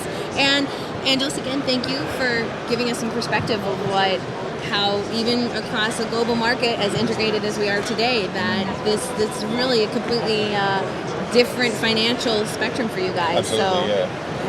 I think it's important for us to have that for perspective taking for ourselves, and how then we view the U.S. market to the European market to the Australian market. So. And I would say if there's one lesson to learn, it's the word of mouth is a much stronger marketing strategy in Australia than I think elsewhere. I don't have a point of comparison, but I know it's the word of mouth that always drives the sale of a game. People come in on that. All right, so keep using BGG is what my takeaway from that. And a little bias there, though. And read Australian reviewers, so I might be biased there. All right, fair enough. Angelus, thank you for taking some time with us. Thank you for having me on. Wait, did we knock up that wrap up or what? Pat. Thanks, Leah.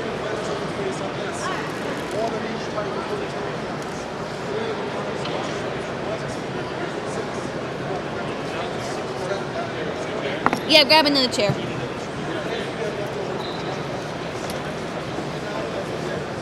And just scooch you a little bit closer so he can scooch in too.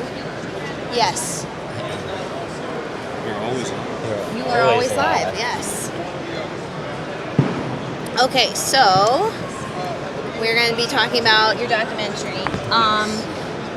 Because this is a little bit more of, rather than a demo or an overview, it's just, chatting. An interview, really. It's nice to get to.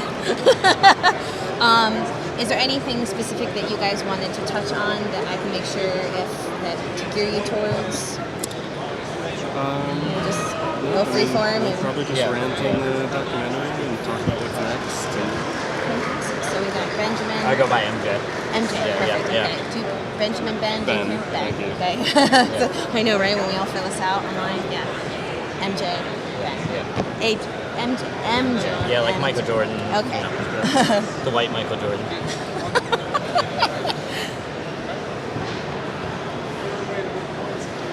As soon as Aldi gives us a thumbs up, we're good to go. And it's Gamers. Are we actually always live, or is Yeah. that just a mentality? No, you're streaming right now. Gamers Table. Yeah. Okay, Gamers Table. There's some people watching live right now.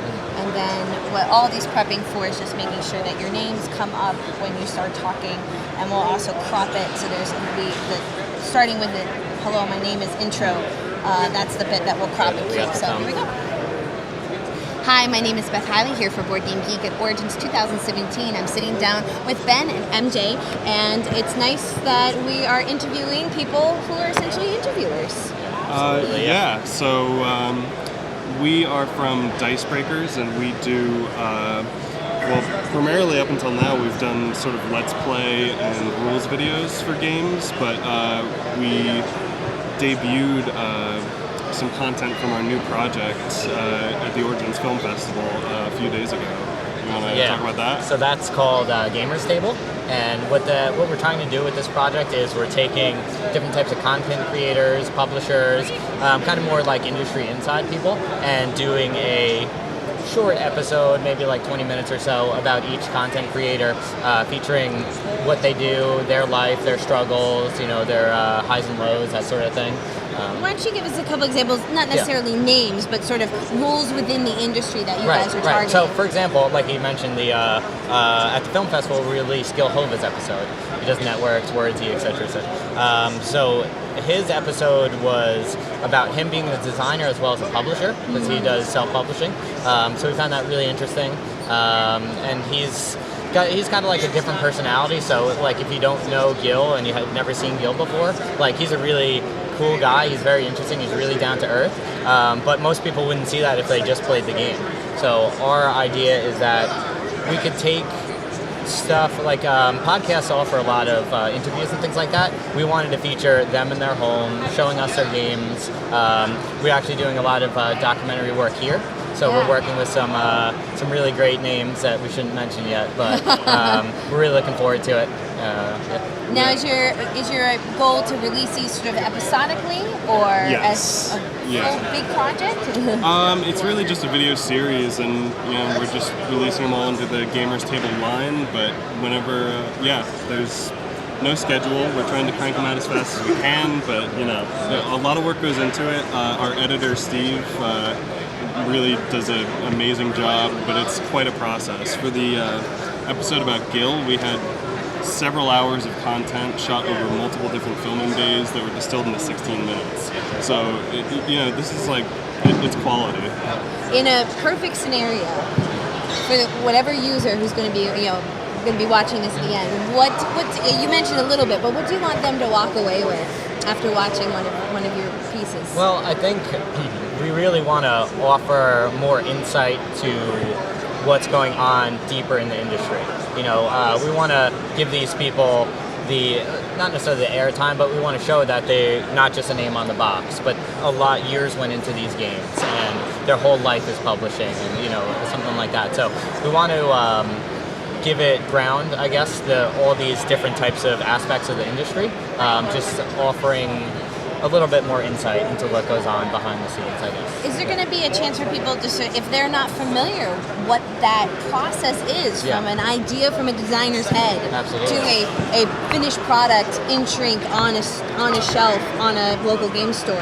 Will they be able to get a scope across your different I think so. pieces? Yeah, we talk about trials and tribulations. We also talk about their highs, what the most successful part of their experience thus far is. So we really try and offer, the gamut of all the different emotions, I guess you could say. But just have go through the experience of what they went through for the last couple of years, and just distill it down into a segment. So. Now that we've whetted everybody's appetite, let's go over some logistics. How are people going to be able to watch these? We release it on YouTube. You can find the link to our YouTube channel at dicebreakers.com, or I think it's /dicebreakersgames on YouTube, but freely available, so please go ahead and watch it for free. Well, Ben and MJ, I really appreciate you guys taking a few minutes. Thank you very much. I think we that's a passion project that is very near and dear to our hearts as well, and I'm really glad that we were able to in turn kind of give you guys a little nod to say, hey, let's look at a bigger picture. Absolutely. Deeper We're not featured on the camera in this. It's just about our interviewee. And very hard work, everyone. Please appreciate. No, but it's all about them. It's not about us. And we become friends with Gil and the other designers, publishers, content creators. We're becoming friends with them, and it's surprising to see how much it means to people. You know, it's not just a job. I would hesitate to put out a request on behalf of me that I think it would be something, once you guys have done all the bits you want to do, I would be really interested to have you guys essentially interview yourselves to say, this is what the journey was like for us, like coming in and meeting people and now being friends with them. I think I think a lot of people would find that fascinating as well. You represent in some ways the audience that who's going to be watching them. Yeah, that's true. Yeah, we film it through our eyes to give it to the audience. Then so the one piece they're missing are your perspectives. Yeah, interesting. Food for thought. Food for thought. We're well more concerned about the getting through what you want to. But well, thank you guys both, and if you want to check that out, that's Gamers Table documentary series. Yeah, and just YouTube that. You can get YouTube Google that. Right, and let's give your webpage one more time. Dicebreakers.com. Dicebreakers.com. Thank you both. Thank you. Thank you very much. Awesome. Cool. That was awesome. Easy peasy, right? Isn't it nice that we have microphones attached to the table that when you're done, you're just like, go. Yeah, loud mics, clipping in and out. I know, right? And then they get stuck to the table and you're like, yeah, $1,000 mic.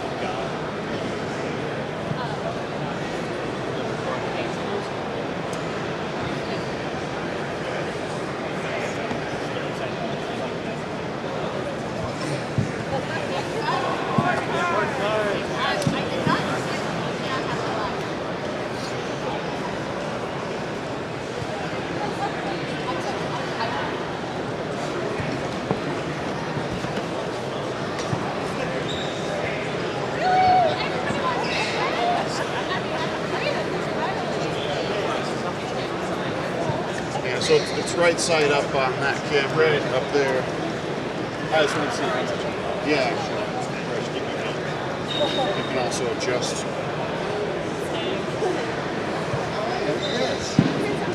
I love your logo.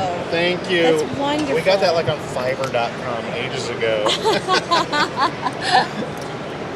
All right. Oh, this is a fun setup you guys have It here. is. So we have 3 cameras. Yeah. The slightly shorter one is the one that's looking at you and me. Okay. And as you're talking, you can talk to that, you can talk to me, it doesn't matter. Either one is fine. But then the trickier one is the one above us. Yeah. And I'm going to center this row. It looks like we need to come down. Yep, just exactly perfect. Lovely. If there's anything you want to zoom in on, your middle point is right around that first restoration card there. I think it's all fine. I'm actually going to just pull that off of there. Sure. Because I think it's unnecessary. I'll start with a quick introduction. I am me, you are you. We are here to talk about this. And then you can just dive right into a summary, and we want to aim for about 7 to 8 minutes. Right. But the bits that generally we like to hear the most are the things you can learn that would not be in the rule book, like anything about development, about art, about where the genesis of the idea came from. Absolutely. So, just the behind the scenes. Yeah, absolutely. Help me out. I don't have your. Christopher O'Neill. So you can just call me Chris from Brotherwise. Okay. The makers of Boss Monster. And this is our latest game on Earth. Chris O'Neill, that's it. I can remember that. So as soon as Aldi gives us the thumbs up, there we go. I'm going to get started. Here we go. Hi, my name is Beth Hiley here for Board Game Geek at Origins 2017. I'm sitting down with Chris O'Neill from Brotherwise Games, and you brought us Unearth. I did. This is our newest game. Most of your audience will know us for Boss Monster, but we're excited, really excited to launch this new game. It's actually coming out at Gen Con, but we're doing a pre-order campaign that started here at Origins. You can find it at brotherwisegames.com/unearth. And we've been running demos the whole Origins, and people have been loving it. They're super excited about it. I've heard people just in chit-chatting when they've been visiting the booth. Number one thing most people have mentioned has been the art. Yes, so the art is obviously really engaging. We kind of pride ourselves on creating an iconic look. We went for that with pixels with Boss Monster. These are called hexels. It's also called isometric vector art. There's a lot of examples of it out there. The most common that people are citing is Monument Valley. They did a fantastic job with it and really inspired us. But we've also tried to create our own look. The artist is Jesse Riggle. He's sort of famous in the isometric vector art community, so we were really lucky to snag him. And with Boss Monster, we were shooting sort of for an emotional impact of nostalgia, obviously. With Unearth, we're actually trying to target a little bit of a more melancholy feel. We want to sort of transport you to this world where you're not quite sure where it is. Is it Earth? Is it unearthed? What's happened here? What we do know happened is that something's been lost. You actually play a tribe of delvers represented by your guys. These are little delvers out here. these little guys. They're so cute. And you're trying to sort of reclaim the glory of your long-lost civilization. So that's why we went for sort of this weathered, worn look. But at the same time, it's a game. We want you to have fun. So we went for this bright palette, which I think is part of what draws people in. So why don't you give us a quick overview of what we're going to expect on a turn? Yeah, okay. So we're calling this game sort of dice placement light and a mechanic that we call bend your luck. So it's a very simple game. 8 and above can play this. We had lots of families playing, kids and parents, as well as sort of more casual gamers and more traditional gamers. Each round you can only do 2 things. You can play as many of your Delver cards as you like. Delver cards modify your rolls. They modify the odds of your rolls. They change dice that are already out on the board. The board will look like this, and your goal is to accumulate these runes. The more runes you can get in a color set, the more points you'll have. A singleton's worth 2 points, a pair is worth 6, for example. So just to give a few examples, we have a reroll power, we have a +2 power, we can choose where we can place them after we roll. That's absolutely true. So that you get to bend your luck. It is a dice placement game, so luck is there. Newer gamers are going to find it very approachable and be able to win. But more experienced gamers are going to be able to sort of nuance these cards and nuance their luck in the directions they'd like to go.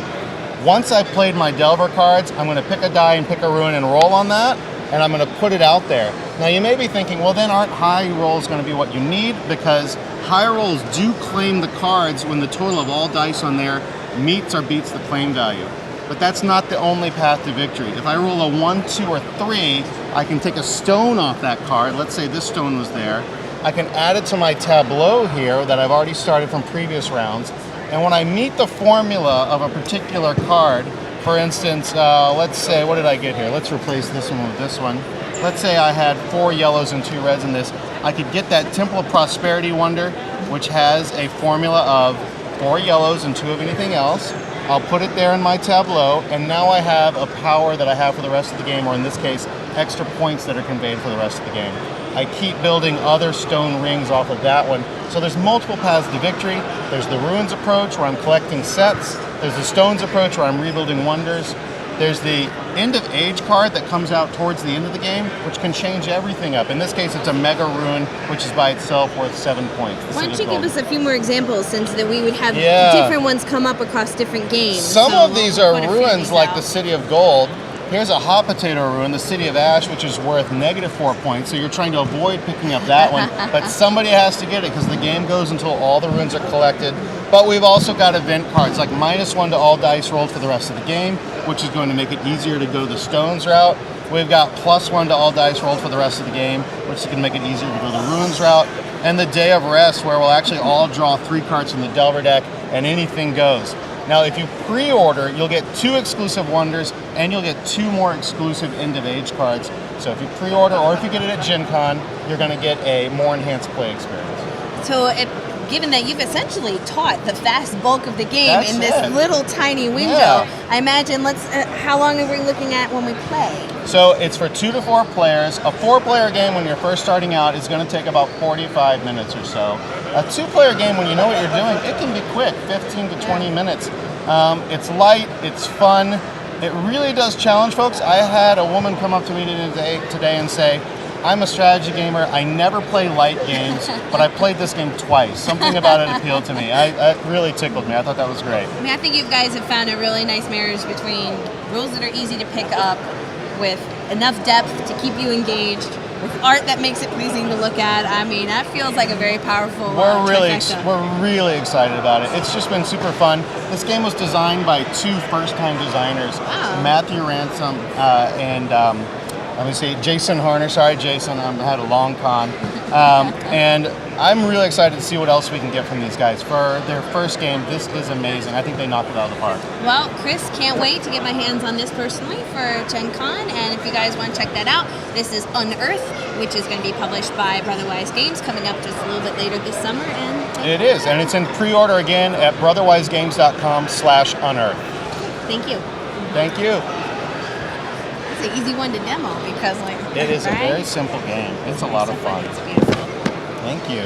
Thanks for having me on. Of course. I was gonna say we don't see who's my next queue up, so let's not boot you out of the hot seat there to clean up.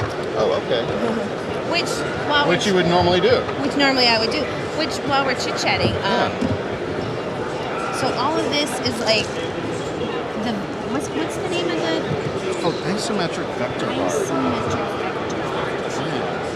And those are called hexes. So one of the reasons we went with it. Is that your terminology or is that? No, those something? are actually real terms. I had never. Not I've to say heard. that the things you make are not real terms, but Well, no, those are things that existed before we used Yes. them, is maybe the better way to put it. Yes. It is so Monument Valley is the most famous example of it, but they actually weren't the first. It's been around for a while, and it is there's a whole community that does it. The same way we found a whole community that did pixel art. When we went to do Boss Monster, we were amazed at how many people out there were still doing pixel art. I like how, within a series here, that it's so obvious that they're all tied together, and yet each one is unique. So this is like the cavern ecosystem in the forest, and you can. The water one. So if I were to end the game with these guys, I would have 12 points. Whereas if you ended the game with just them, you'd only have 2. Right. So set collection is a big part of Yeah. it. But you also get points for mix sets. You get points for the wonders that you have. And it's really cool. I think they did hit it out of the park. We're pretty excited. We've had, I think, I can't remember her name. The woman from Shut Up and Sit Down said she was, at the time, she was going to make it her #1 game of the con. So, whatever. We'll see how that really plays off. It's hard to know. It is really hard nice to to know. meet you. Thank you, Chris. Thanks for having me on. I appreciate the time. Absolutely. Take care.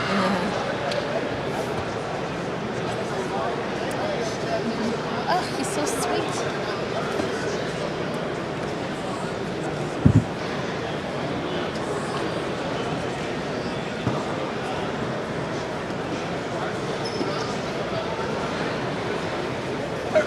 Hi, everybody.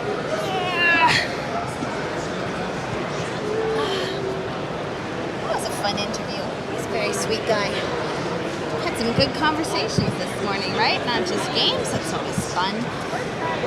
I will pull up the chat. Un momento. It's Sunday.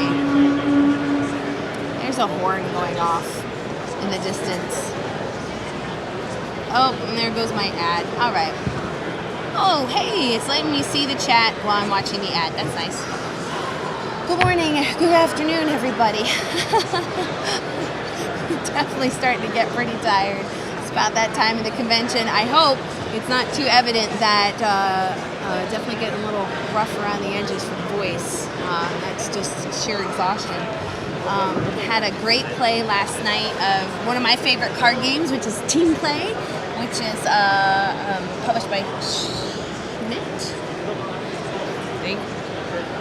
But we're addicted to that card game in our house, and then follow that up with Indulgence, which is the new release trick-taking game from Restoration Games, which they did a spectacular job with it, and it's got a papal religious theme, and if you choose to sin, you get this massive ruby ring, and of course everyone instantly puts it on. It's like, They just wanted to use it as a token, and they just thought that would be a really unique and interesting token, and not realizing that everyone, and myself included, would instantly put this thing on. And I said, how many of those are you going to then get stuck because it's a little too small and someone shoves it on their finger and then can't get it off again?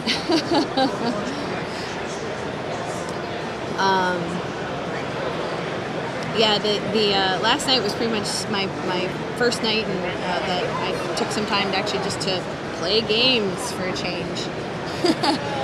When I'm here at the convention, for me, it's much more about this time when you're watching me is when I get to absorb new things. I don't necessarily get to play through, but I can still file away the things that interest me, and there's always at least one title per show that wow, that completely wasn't on my radar. I've had one for this show already and actually went and bought it.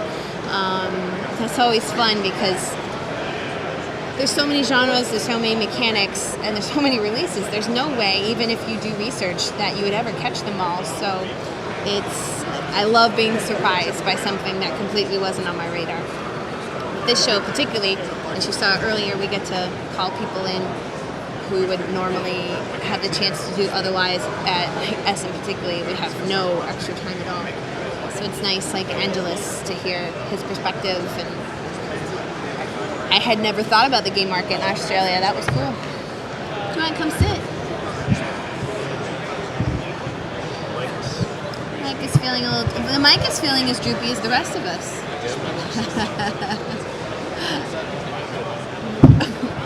Lincoln. It just fell down. Oh, Mike's stand is tired.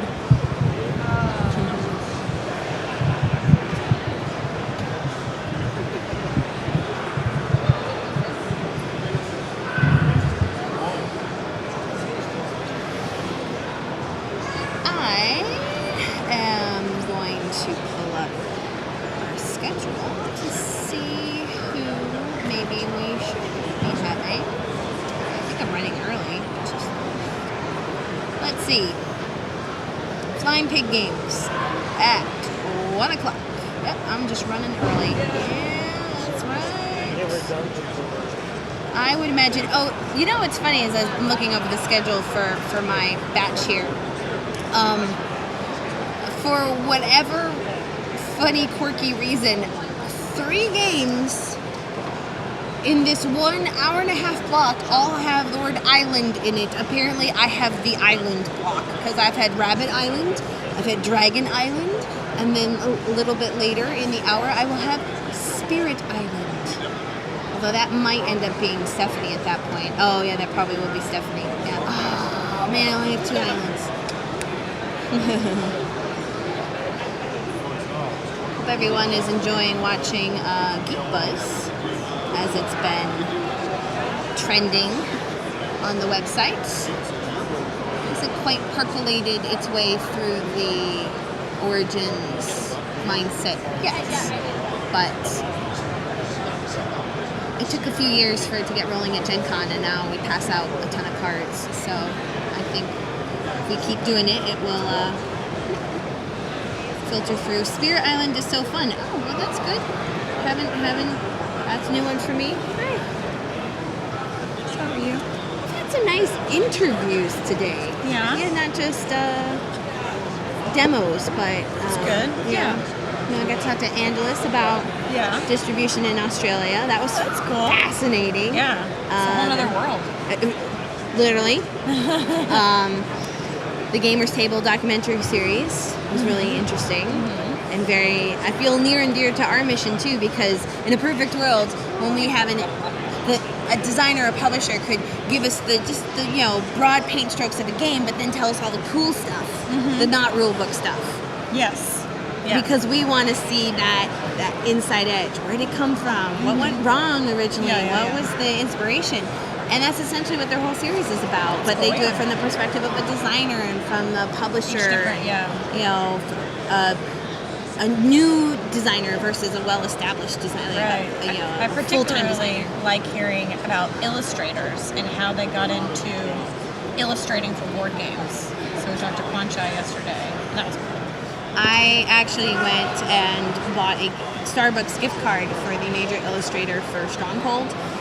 Because he saw me after I came in from the grocery store on Friday night and thought, oh, I can do it in one trip. Look at it like this. And actually not only picked up the heaviest stuff, but like escorted me to my entire... That's what Beth did with her Friday night, by the way. I know, right? Yeah, I went grocery shopping so we could have enough water for the show. Escorted me all the way to the room, brought it in, cool, and so it's like that deserves a coffee. That deserves a coffee or two, yeah, for sure. So he actually came by just to say hi, and I was like, perfect timing. Here's a coffee as a thank you. Yeah, that was really nice. I don't know that who's their main illustrator? I don't know that I know them. It's okay. I don't know either. I know. We've met so many people. We've met so many people. With names. We've met so many people. I'm terrible with names too, especially if these are always flipped other side. Always flipped other side.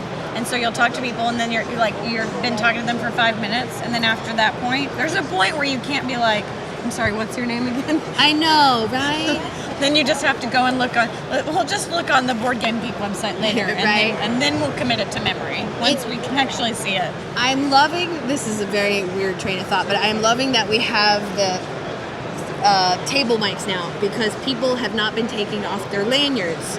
So as I'm looking at them, I have a cheat sheet of their name that's attached to them. Yes. And there's a kind of a code at a convention that it's still considered polite when you're looking at them, and they get a little glance down because they're reminding themselves of your name, and that's fine because we all meet too many people in too short of a time. And sometimes I don't know, it catches your eye and you look down anyway. Like, even if I know their name, I just look down and then I'm like, crap, do they think now that I didn't know their name? Is that what they think now?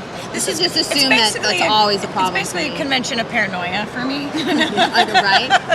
And since I'm thinking of lanyards, ribbons. Yeah. Ribbons. So many ribbons. And I actually feel like, I was thinking about this morning as I put this on, I was like, is that not okay that I just have the BGG ribbon on my... I should support, but I don't even know how I would get these other ribbons unless they brought them. Yeah, I know. Yeah, right? When do we get to leave? I don't even know where they are. I mean, I'm doing walkthroughs, and I guess I could grab them, but people on Periscope are going, go to Portal and go to this, and so I'm just, focusing on looking at the games and stuff. So yeah, I don't even know. I've seen people have other ribbons. As we're talking, there's a guy walking by with a train of ribbons down his knees. Oh, wow. Yeah, I saw a little little girl this morning who had knotted her lanyard, so her name tag was here, and it was almost to the floor. And she was a little person because she was still a kid, but that's a lot of ribbons. Yeah, so I feel like obviously I have this one because we had them here and in our booth. I feel as though it's accepted practice to promote yourself. Yeah. And when we're wearing the jersey, of course we love ourselves. Well, because I guess I feel like it would be weird if I didn't have one on. I'd be like, why don't you have I love BGG? Or do you not love BGG? My lanyard is naked. No. Yeah. Well, I take it off when I'm on camera. Yeah, nothing. No ribbon. Oh, and you have it angled. Whoa! Check this out. Right? No, I like this. This is angled though. This is cool. Only by virtue that my lanyard got caught in the table and I snapped. I did that one time too, and it almost did that. It was like, it basically hit myself in the face. Oh, well done. Gilgamesh is the best emojis and emotes ever. Do you see them? That's intense. Posts them in there all the time. Yeah, look, it's like little strong arms. What's strong Jesus? Yeah, it is. What are they saying? Oh, sometimes it doesn't update too on my phone. You have to go back. It's going. See, okay. yeah.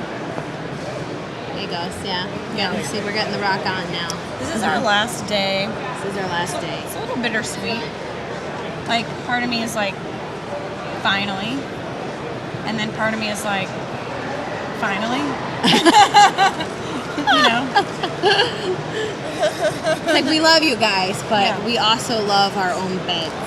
So, yes. which I have to say, hotel beds are nice. Hotel beds, and you've been a really nice roomie, by the way. We're roomies for this show, and Steph's been very nice to me because I go to bed early, and you come in like a ninja, and I really appreciate it. So, I don't think that she's woken up whenever I've come in there, and I slide in there, and she sets her clothes out the night before. I don't know if she's done that every time, but I know that she's done it. So that she doesn't wake me up in the morning, which I wouldn't care, and actually probably should be woken up in the morning. But yeah, sometimes I stayed a little too late, like the Nerd Nighters thing went until 2 a.m., so, I need to take a moment to mock because we're missing the lovely John Noser at home. You're watching this. Well, go Inception yourself because there you are. And he just said, I'm going to make you laugh. Well, I'm going to make you embarrassed. So, fine. Yes, for those of you who don't know, John Noser is the often behind-the-scenes mystery man of BGG coverage because he is Eric's cameraman. So every time you see footage of Eric at Nuremberg or Essen, it's John holding the camera. Yeah, and Gen Con too. Yes, at Gen Con. Oh, well, here's a funny story. He does the running of the bulls with you, right? He does. Oh, at Essen, yes. Running of the bulls is an understatement. So we have our storage locker over our shoulders here, and as I was unpacking it when we were setting up on Tuesday and early Wednesday, there is a yardstick in there, which is it's John's stick of punishment, because when he's got the tripod with the camera, and so he's got a yardstick with tape on it, this is do not cross, because people will just blithely walk through, and he'll be like, and because they don't even realize that, oh, camera, oh, subject, and I'm walking right through it. So he's literally got this yardstick where he's like, and like, and does he use it? Does he hold it, or is he like? He holds it out, so people will walk into the stick before they walk into the shot. And at Gen Con they do. We need we need like a shocking one, like one that just, you know, a cattle prod, just a little bit of pain. I'm not, not like a lot. Okay. This is easy to accomplish. So you just get those little hand buzzers and just tape them along the side. Yeah, just a little, just to let them know, like, hey, do those buzz through clothing, or is it just skin? Skin on skin, because they're like the jokey little, like, shake someone's hand. This is not something I've experimented with. Not your area of expertise. Okay. He's sending you more. He's sending her more pictures. All right, we've now got Cowboy John. Thank you. Yeah. And before he gets much more creative, I'm glad I think I have the next customer. So yes, we have some coming up, but stick around because he's got pack up. So It's like, what are we? No, we have them there. I'm sorry, that's not happening. Not doing that. See, games with very big boxes are helpful, because then you can yawn behind them. All right, have you mastered the trick of yawning with your mouth closed?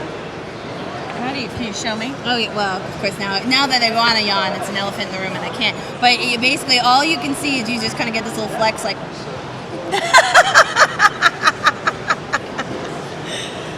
And you did it. You just did it. You did it. Right. Just now. Yeah. So it's like a very slow, like, frog ribbit.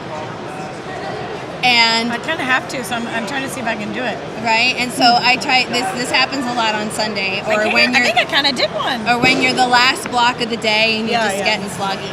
And because that way, as you're looking at the person and you're in the middle of a yawn and you're getting a little frog ribbity, and that's when you go to you nod and be like, whatever you're saying is very fascinating, and really, I'm yawning right now. Yeah. It's not to say people are boring at all. It's just we're tired. So you should set them up with a thing that they'll talk about for a little bit. So let's talk about the rule book for a second. It's like, now you have a moment, because they got, what does a turn look like? What do you do? What's your favorite part about the game? Ask some leading questions. She's yawning right now. Yeah, see, I'm talking about my favorite part of the game. Da da da da. It's perfect. I like nonstop have to yawn now. That was your big chant. There you go, frog ribbit. You see it? Yeah, it's down here. It's down in the waddle. In the waddle. That's not. Yes. Yeah. We think we're fun. Welcome to Sunday. It's fun day. So I don't know if we'll have time. Here we go. Yep. I don't know if Yay. Thank you.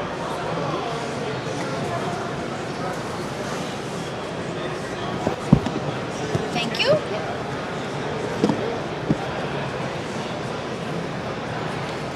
Hi. Hey, I'm Mark. I'm Mark. I'm Beth. Hey, Beth. So I'm always live. You are, yes, there's people watching right now. Great. But what we'll do, because we haven't done a video together yet, have we? No. So we'll start with an introduction, and that's the point where we'll also start a recording.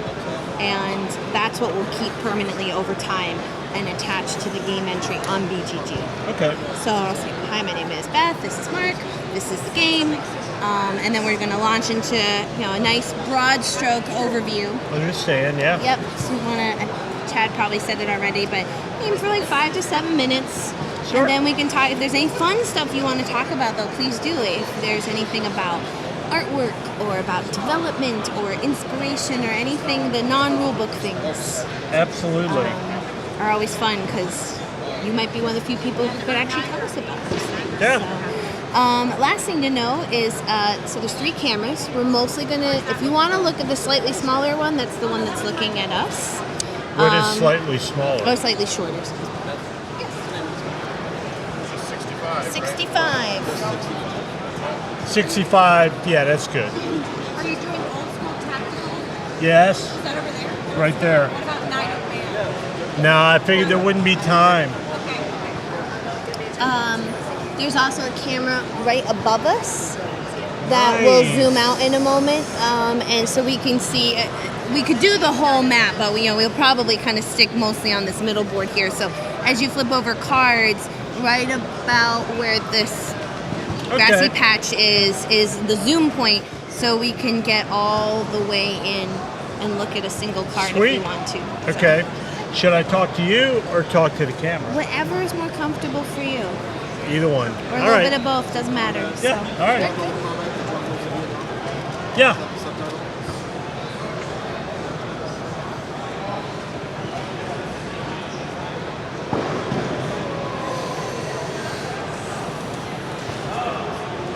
Before I get my yawn out of the way, I'm 'cause so it's there. Sunday. I know, right? I'm so there. This, I mean, I know you've done a million. This is about my 5th of these, so yeah. As soon as Stephanie gives us the thumbs up, we'll be ready to go. And I'll shut up and let you introduce it, then I start talking, Yep. right? Great.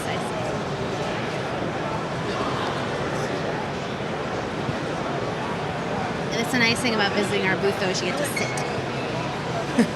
For a couple of minutes at least, yeah.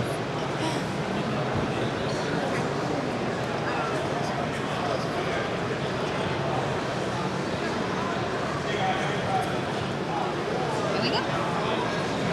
Hi, my name is Beth Hiley here for Board Game Geek Origins 2017. I'm sitting down with Mark Walker, who has brought us your game. Yep. To 65, squad level combat in the jungles of Vietnam. Perfect. We might have had a little help from the side of the box. What are we trying to accomplish? I'm guessing we've got a historic it's a dirty word. It's a war game. So this is one of the titles from Flying Pig Games, and what we try to do at Flying Pig Games that's a little bit different is we like to take war games and put them with Eurogame quality.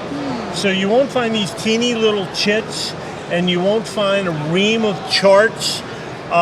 Those have their place back in the 70s, but these are more quality. They're more like Eurogame type stuff. And we try to make either unique mechanics, if we're dealing with a subject like Vietnam that's been done before, we try to make the mechanics unique, or we try to do a game about unique subjects. So we don't like hitting the same things that you'll see from some war game companies. We like to try to do things a little bit different, a little bit, and just mix them up kind of, Well, now that we know that maybe we can find some strategy Eurogame elements, give us an overview of what a turn might look like. Sure, absolutely. I don't want to go into rules because they're boring, frankly, for anybody. But the difference is many of you will recognize the hex and chit mechanism. Of course, these chits are absolutely huge. Yeah, they are huge. Which makes them colorful and also easy to read. But what's different about 65 is rather than move these chits at your own will, it's also a card-driven game. So we have these cards here that are dealt 4 each to somebody during a turn, and they not only dictate when your units can move and what they can do, they also have a lot of elements with being able to just mess with your opponent. So one of the things I love about 65, when I see people playing it, I see a lot of folks laughing and whatnot because they think they can do something. They think they can shoot a squad at somebody, or they think they might be able to do some damage to the other side, but there are cards that they go, aha, but you can't do that. And so it mixes the historical with just the plain fun, and so much of the rules can be put on cards, of course, when you're doing a card game that that's what I really like about these kind of games. Now, how many players does this support? Well, 2. And, I would love to... One of the things that we're working on is working on war games that work better with multiple players. Because I'm just like everybody else. I mean, when I get together, it's rarely 2 of us, unless we're 1 testing, or 2 I'm specifically with a war game buddy. I'm just like everybody else. I'm getting together with 4 and 5 people, and they're going, Mark, man, that game looks cool. Let's play it. I go, well, I got to say, right now it's 2. There's a couple of scenarios that can play 3. But we're in development with a multiplayer war game that hopefully we'll have out in 2017. Yeah. Exactly. Yeah. Now, was there any inspiration for wanting to pick the Vietnam War? There was a series of novels I read maybe about 8 or 9 years ago, and if I was intelligent and not older, I would rip off their names for you. But they inspired me to do my first Vietnam game, which I did when I owned Lock and Load Publishing. And this was kind of revisiting that era because I've always liked it. I've always thought the history was rich. And for the type of games that I personally like to design, which are these called tactical games, they're not grand strategy. It's very small skirmishes. Vietnam's very well suited to that. Yeah. Now, what I think most people would expect is, do we have other flavors of boards and scenarios and... Yeah. Great questions. I mean, super questions, Beth. Thank you very much. You're welcome. So, you guys may not be able to tell it till we do that, but these are these are geomorphic boards. And last time I used that when I was on Dice Tower. Can I say that here? Just kidding. When I was on Dice Tower, somebody asked a question what geomorphic was. They fit together multiple ways. So one scenario might have them set up like this. The next scenario, I don't know if y'all can see out there, but might have them, this is a bad example, might have them set up like that. So these are semi-geomorphic boards. So they're used in a series of scenarios that we have in the book. We also have a massive board that if I hadn't been hung up at the booth and running late, I would have brought over here of the City Way. That's absolutely beautiful. The artist was the same artist that does all of our old school tactical designs, and that's beautiful too. Now we have a solitaire expansion for this, which is the extreme opposite of multiplayer, of course, but so many people, what I've run into is so many people with lives. Solitaire used to have a bad name. It used to be like, oh, if you play solitaire, you don't have friends. My experience has been the opposite. If you have a full life, you find the only time you can game is 10 o'clock at night or 8 in the morning. When you're already in your PJs. Exactly, and you're relaxing and somebody else is watching TV. So we have a solitaire expansion for this that has a special deck of cards that lets the AI run the AI. They're the AI cards, and you fight against that, and that's pretty interesting too. Yeah. So there's a lot in that box for people to dig into. Well, the solitaire expansion doesn't come with the box. Fair enough, it's something extra that you have to buy. So let's talk a few logistics then, if people are really excited now. Sure. Is this out yet? Oh, of course. Yeah, it's been out since earlier this year. And we have it over our booth. You can also order from our website. Most resellers will carry it online also. MSRP is $80, so that probably means the online resellers are selling it for $15 or something, but no, just a joke. And then a timetable on some of the expansions, do those have a firm date yet? Well, in addition to the solitaire expansion, which is out, we have an expansion that uses the United States Marine Corps, which was kind of when people think of Vietnam, they think of the Marines, and also the Australians and New Zealanders, and that's out now too. So at this point, we don't have plans for further expansions. We're going on we've got a lot of games coming out, but I hope we get to revisit this and add to it because I love this card mechanism. Yeah. Well, Mark, I'm really excited. I hope that this is a smashing success for you. And if you guys want to check that out, this is 65, which is from Flying Pig Games. Yeah, and perfect. Thank you so much. Thank you, Beth. I appreciate it. Thank you. Man, you know how to sum up your game, man. Oh, why? What did I do? That was perfect. Okay. Yeah. Do you need a hand? Oh, no. I'm cool. All day long. And he'll be... You want me to get that? Oh, he'll get it. All right. I will let him. Thank you, Chad. This artist is the same artist that did that wayboard that I was telling you about. Okay. But what's interesting about this, this is what they call the first production copy. Right, yeah. So this game will actually leave China in late June, and we'll be shipping it in July. And this is the second volume of a real popular game we had called Old School Tactical. Let me have one of those counter sheets, just so, or a couple, just so I can show. Does it look bad if you have counter sheets with the holes in them or not? No. Yeah, is that all right? Yeah, I would say this would. If you want, how about if I put the lid on it? That would be wonderful. And then I'll do just what I did last time. Is as we start talking, I'll just swoop it down so we have elbow room. Sure. Okay. Great. This is volume 2. So there is a volume 1. This is on the West Front. In France. Volume 1 was in Russia. So let's mention that. Actually, I would even start with that just to. So people can see how they, exactly. See that there's a chain here. So, sure. All right, we good? Here we go. Hi, my name is Beth Hiley here for Board Game Geek at Origins 2017. I'm sitting down with Mark Walker from Flying Pig Games, and you've brought us Old School Tactics Volume 2. Notables before Volume 1. Yes, Volume 1 was the East Front. For war gamers, something that's always very interesting to them, and it's done very well for us. We actually are on the second reprint for Volume 1, and it still sells very briskly, as they would say. And this is Volume 2, which we kick-started in 2016, and this is what they would call a first production copy. So I hope I don't put you to sleep with this type of technical stuff. I know Beth understands this, so I'm just going to briefly explain it to y'all. The way games are produced is we send printer files off to a printer, he sends us digital proofs.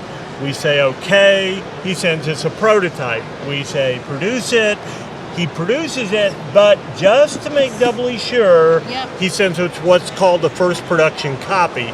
So this is actually the same game everybody that pledged in a Kickstarter or pre-order from our website is going to get. And it looks good, there's no problems with it, so it should leave China late June. And we'll be here in the States, and hopefully we should be shipping it end of July, early August, probably end of July, actually. And I want to make sure we note that we have on camera, I'm sure people can kind of see the edge of the board by our elbows here, but this is a 3-foot board. It's a large board, and people really enjoy that. Yeah, I'm saying that as a compliment. Yeah, no, I know you are. Thank you. It's not historic in the sense that there is no town that looked exactly like this. What it is representative of terrain in France around the era of 1944. So whenever you talk about West Front, 1944 for war gamers, or just for any even casual student of history, they know that you're talking about the Americans. I'll flip this up. I don't really know how much that zooms in. Actually, I'm going to put that right there. Oh yeah, because we have that zoom, and then the Germans right here, who were also, of course, in Volume 1. So there are 16 battles in the base game. Through the beauty of Kickstarter, we will also have an expansion called Airborne, and it has the United States Airborne units in and that type of stuff. And that will be in at the same time the base game is. All the Kickstarter pledgers get all that stuff for free. Of course, everybody else will have to buy it, but it's not tremendously expensive, not in this day of, $120, $130 games. Now, for those who are either familiar with the Volume 1 of Old School Tactics, is the gameplay similar or familiar from what they remember from Volume 1? You're really good at this. You're very good, really. Yes. Yeah, it's basically the same thing. We did a little bit of streamlining. There were some things with the armor combat, the tank combat, that was boring. That's all I can say. And we streamlined it so it's quicker resolving. And then you have the paratroopers, so they have some special rules that Shane Logan, the designer, came up with. So yeah, that is different. Outside of that, it's the same gameplay. One of the things that gamers love about this kind of scale always resonates with war gamers. And I would hope maybe could bring in some non-war gamers, but it's very accessible, to use that buzzword. The rules, if you cut away the meat, that would be the wrong way to say it. What would you cut away? Whatever you cut away, if you cut it away, you would only have about 8 pages that you need to read to start shoving counters around and stuff and rolling dice, which is what we all want to do. Now let's talk about, you mentioned that you guys have had a really successful Kickstarter campaign already. When do you think this will be available to them who have not been lucky enough to back? I would say early August. All right, so coming up really soon. Really soon. I mean, it's available for pre-order on our site, and like I said, it should be on the ship before the end of June, and it should be July, but you can never tell. That sometimes in customs weird things happen. That is true. It's happened to me once in my whole game publishing career, and hopefully I don't see any reason it would here, but Well, I'm really glad the factory was able to get your factory-proof coffee over here so we could take a look. FedEx this to us here. Perfect. So you guys could take a look, which if you want to check that out, this is Old School Tactics Volume 2. Mark from Flying Pig Games, thank you so much for letting us take a look. Thank you, Beth. I appreciate it. Thanks. You are very good. I'm not kidding. Thank you. You must have been gaming a long time. I mean, you're just very knowledgeable. You know the questions to I've ask. been board gaming since about 2002, and interview and press stuff like this is very much not my day job, but I really enjoy it. You do a great job at it. Thank you. Likewise, I was saying that I really like that you don't go into rules, because that's what rule books are for. Yeah, nobody's gonna. It makes for a really good video, I think, because you're right. Anyone could just go online and read the rule book, but you have an insight that only you have, and a moment here to be able to share it on a platform where many people can view it. So and it's fun. And it's fun. A lot of fun. So it's great talking with you. Likewise. Thank you very much. Thank you. Take care.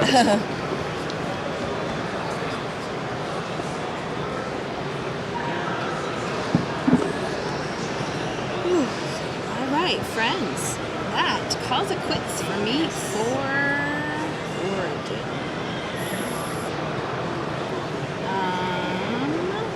I'm checking before I say that. Yes, it does. Stephanie will be taking over in a moment, and we will be wrapping up here. You guys probably can pull up the schedule faster than I can. I don't know, 3:34? I don't know what it says anymore. The schedule keeps changing. I blame Eric Martin. Damn you, Eric Martin! Which, by the way, that's sort of a meme in our house, because, as I'm sure many of you use, he creates a preview list for each major convention. And my husband John and I subscribe particularly to the Essen one, because we plan out very carefully what we want to buy so we can make sure we have enough room in our suitcase.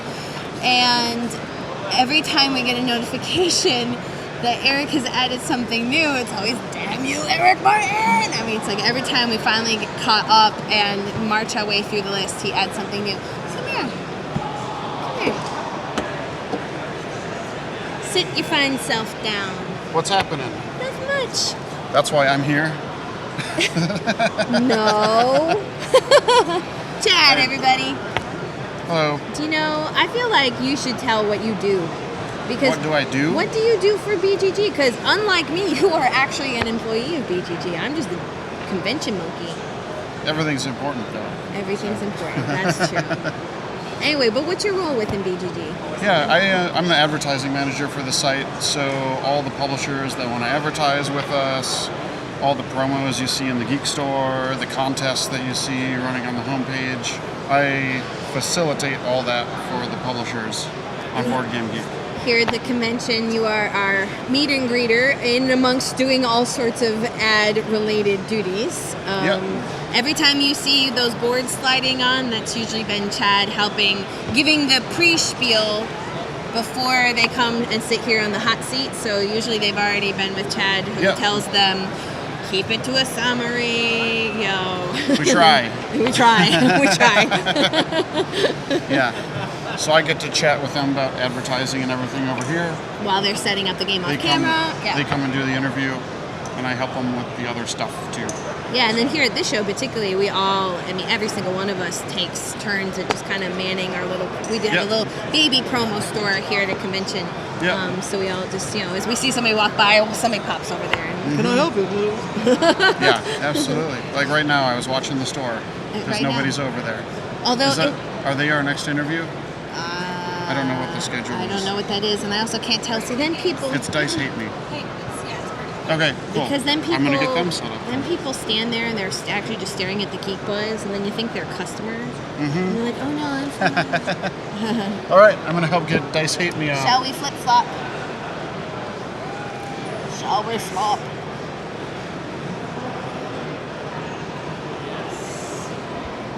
I'm letting it loose now because... Yes! He needs a card right behind you. There we go. Yes, you absolutely can. Somebody asking how they vote. Hi! Put this on the table, so when you're done with Fate, I can whisk it away. Oh, that's a great idea. And then you can talk about the rest. And we're doing a quick host switch. So you will have Stephanie. I will be producing. Oh, we gotta talk to Stephanie. Yes.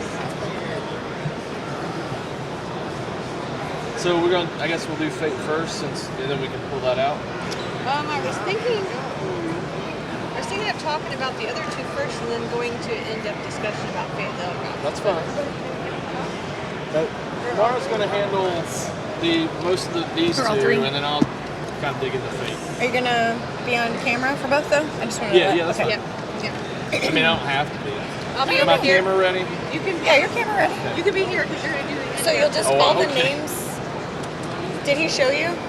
But just add Chris Kirkman to the Mara one, and then if you Alt Tab over, there is a Word document that has links to all the games that we can tweet easy, and they're actually just the link and everything, all the content. So you just copy paste as long as it's the right game.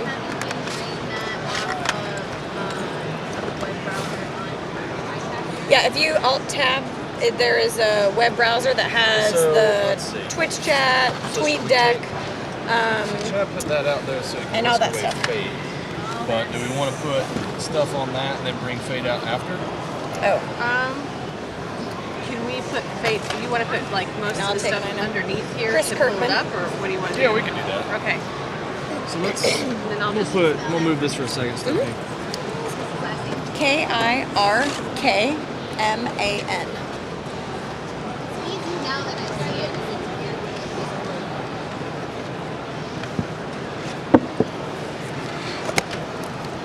You're live right now. Am I? Yep. I'm alive, or am I? Oh, well, alive? you're also alive.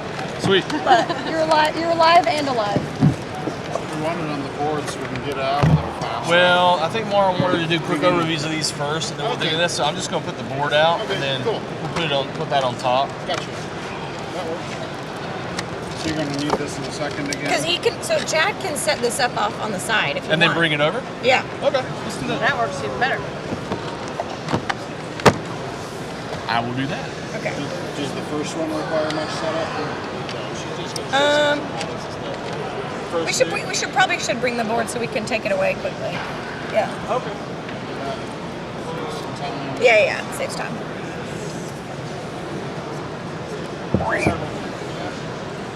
You want to do laser riders first? Yeah, I'm just going to do a quick overview of laser, and then I'm going to do a mention of spirit. I'll just go really, really top overview. Okay. And then he'll go into an in-depth discussion about fate.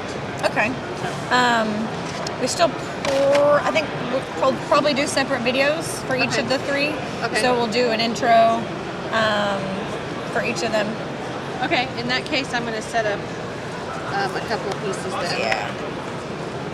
And then what is Beasts from Beyond? So that's the Fate expansion? Yeah, that's the expansion for Fate, yeah. Okay. I'll set that down here. So there are 3 cameras. This one on the left, and we might have to have you scoot, I think. Okay. Beth will let us know once we get everyone sat down. The one on the left is mostly the one that we'll be talking to, or you can talk to me, whichever one you feel comfortable looking at, or whatever feels natural. This right camera will kind of do a sort of angled view, so that's good for like those miniatures. Okay. And that's probably, is it right about here for camera 2? Almost next to that pink stand. Yeah. Hold down. That's dead middle. Okay, so that's for camera 2. So that's middle for of camera 3, basically. It's middle for both. Yeah, so that's good. Okay. And then we also have this overhead camera, so that'll be really good to get the shots of that one. So that one is limited in its visibility. Okay. But it'll be able to see the stuff once we get some stuff in the middle. We might even just kind of start, I know these are technically supposed to be at the edge of the table. Yeah. We might just start like a little bit out. Okay. I'm trying to find the pieces that we need here. Is that how far can that zoom? I like that your necklace matches Curtain Games. Yeah, thank Did you do that on purpose? I did. I figured you probably did.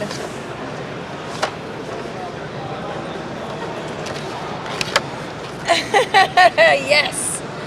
You'll make him laugh. Take that. Oh. Uncool, Beth. Uncool. That's my thing. Super uncool.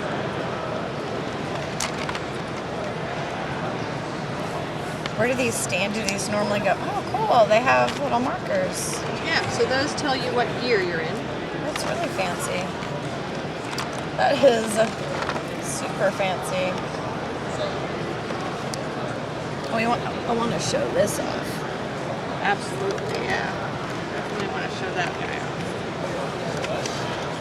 Get ready to want to buy this game, everybody.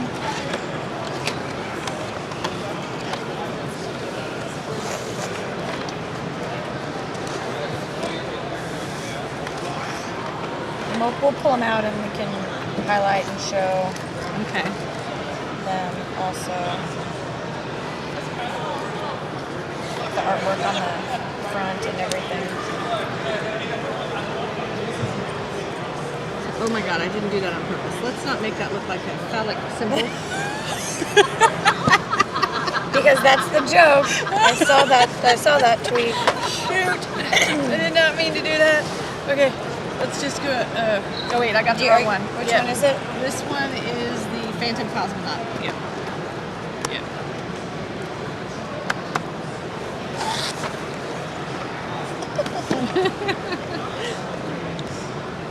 Maybe we'll have this because, like going for the. That works. Maybe works, yeah. if it can. Maybe going for this one over here. Yeah. There we go. Line it up there. Perfect. There we go. It's going for that one, and this one's going for that one.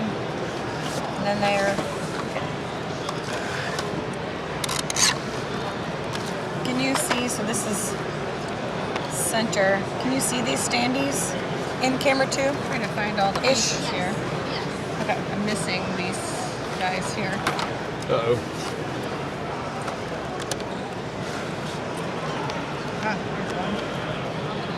Pull this out. So the start game actually has these pieces, but then you can use later on, once you've mastered the game, there's variable player powers that you can add to up the game.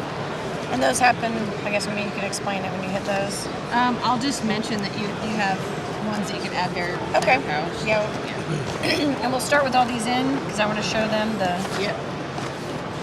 VHS thing. All the beauty. Yeah. And then we'll kind of pull them out. We can show the artwork. And so I'll tell Chris the three. Is Chris in, or does he need to move this way?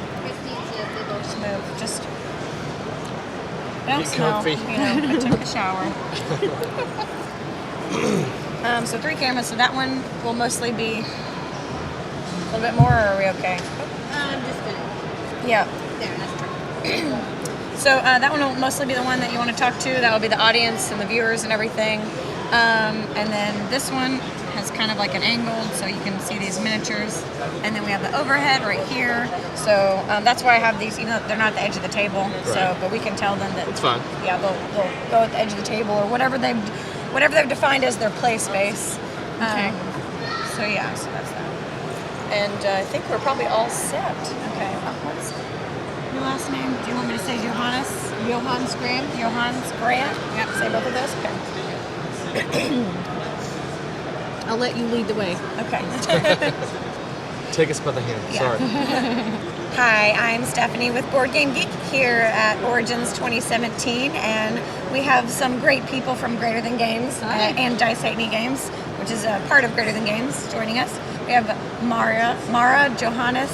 Yep, Johannes Graham. Johannes Graham, sorry, Johannes Graham. I want to keep wanting to say Johannes. Mara Johannes Graham and Chris Kirkman. And they're going to show off Laser Riders first. So this already looks cool. Laser Riders, and I just want to show this before we start talking about the game.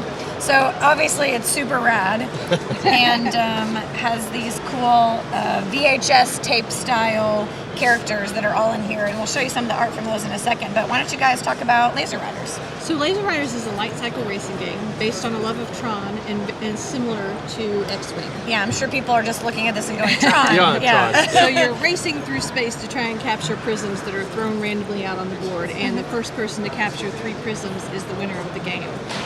To play the game, you need to be able to do straight pieces that you're racing off into space, which is a 5. You don't need to roll the dice. However, if you're going to try and attempt to turn, you need to roll the die, and you need to say, if I was going to do a 3, I would have to do a 3 or better and roll, and I actually did. And you did, amazing. yeah, that's good. The dice don't hate me. They don't hate you. So then you would be able to place that. Right, I would be to place that. Now, however, if I did not get the 3, I would then have to take this away and use a straight 3 and maybe go speeding off in the wrong direction. Oh, yeah. So you weren't able to turn. I wasn't able to turn. Too fast, yeah. This is a 6-sided die, but one of the sides has this little spin out character on it, and if I hit that one, I still can make the turn, but I spin out and I have to go back down to gear 1 and start from there again. Okay, yeah, and you can see these standees here have a track on them, so that's what gear that you're currently in. So you would have to go to gear 1.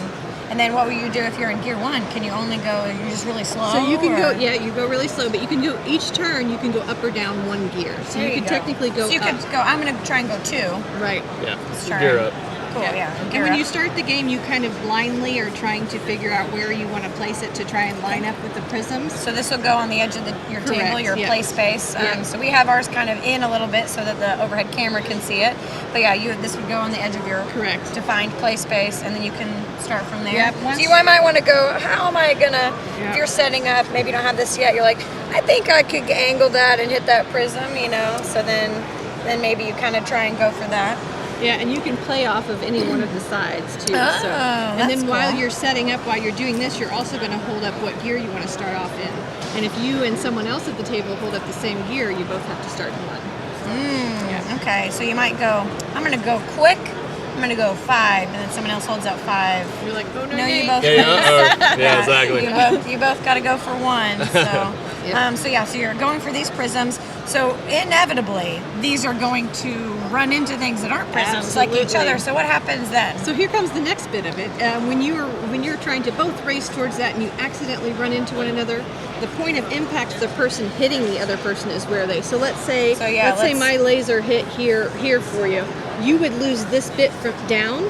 However, my entire track would explode into space. Because you hit me. Correct. Yeah, because And it's then your poor planning. Yes, exactly. Yeah, this would kind of obliterate, go back into your stack, and you'd have an actual gap, so people could race through that gap. Absolutely. Okay, so how do I start anew, or can I try? Well, you're going to continue racing with I this one, continue so you could racing even there. put that one out front here. Oh, okay, yeah. And it can be a strategic move too, because then you regain pieces of that size that you might need Right, for yeah, later because on. I guess you can't play them if you don't have them. Right. It's a limited amount Limited of pieces. pool, yep. Yep.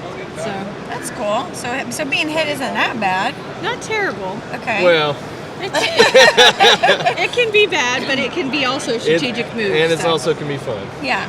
So each of these 4 VHS style containers are a different character, right? Correct, yes. So who do we have here? Who's this? This is Phantom Cosmonaut. Phantom Cosmonaut. And that is this Super one- Sheriff. Super Sheriff. So we also have Laser Shark. So I want to pull that one out for sure. So there's Laser Shark here. Let's actually just look at all of these other ones. Beautiful art. Who did the art on this? Blood and Chrome. Cool. Yeah, great name, right? Yeah. I don't know their real name, but Blood and Chrome.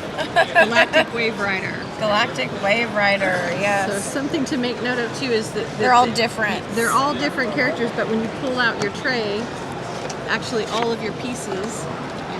Normally, Normally. we've got them all We've been, quickly, Yeah, we've been playing Yeah. around with it, but they all fit in here, and then you just sort off like your little VHS Yeah, tape. you just put it in there once you're done watching that movie. Yep. I want to see what color the shark is. Okay, so it's like a deep red, blood red. Blood red, yeah. I had to have that in there somewhere. Yeah.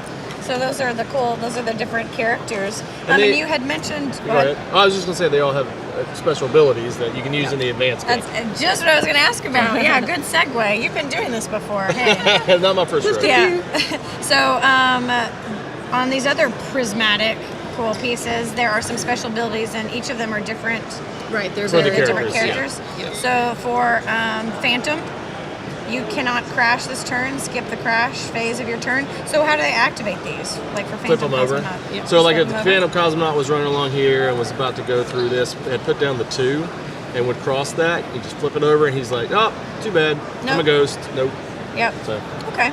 So nothing would happen to this. nope, it's just rider, like as and if it nothing would doesn't happen even to this exist. rider. It just passes right underneath. Yeah, that's awesome.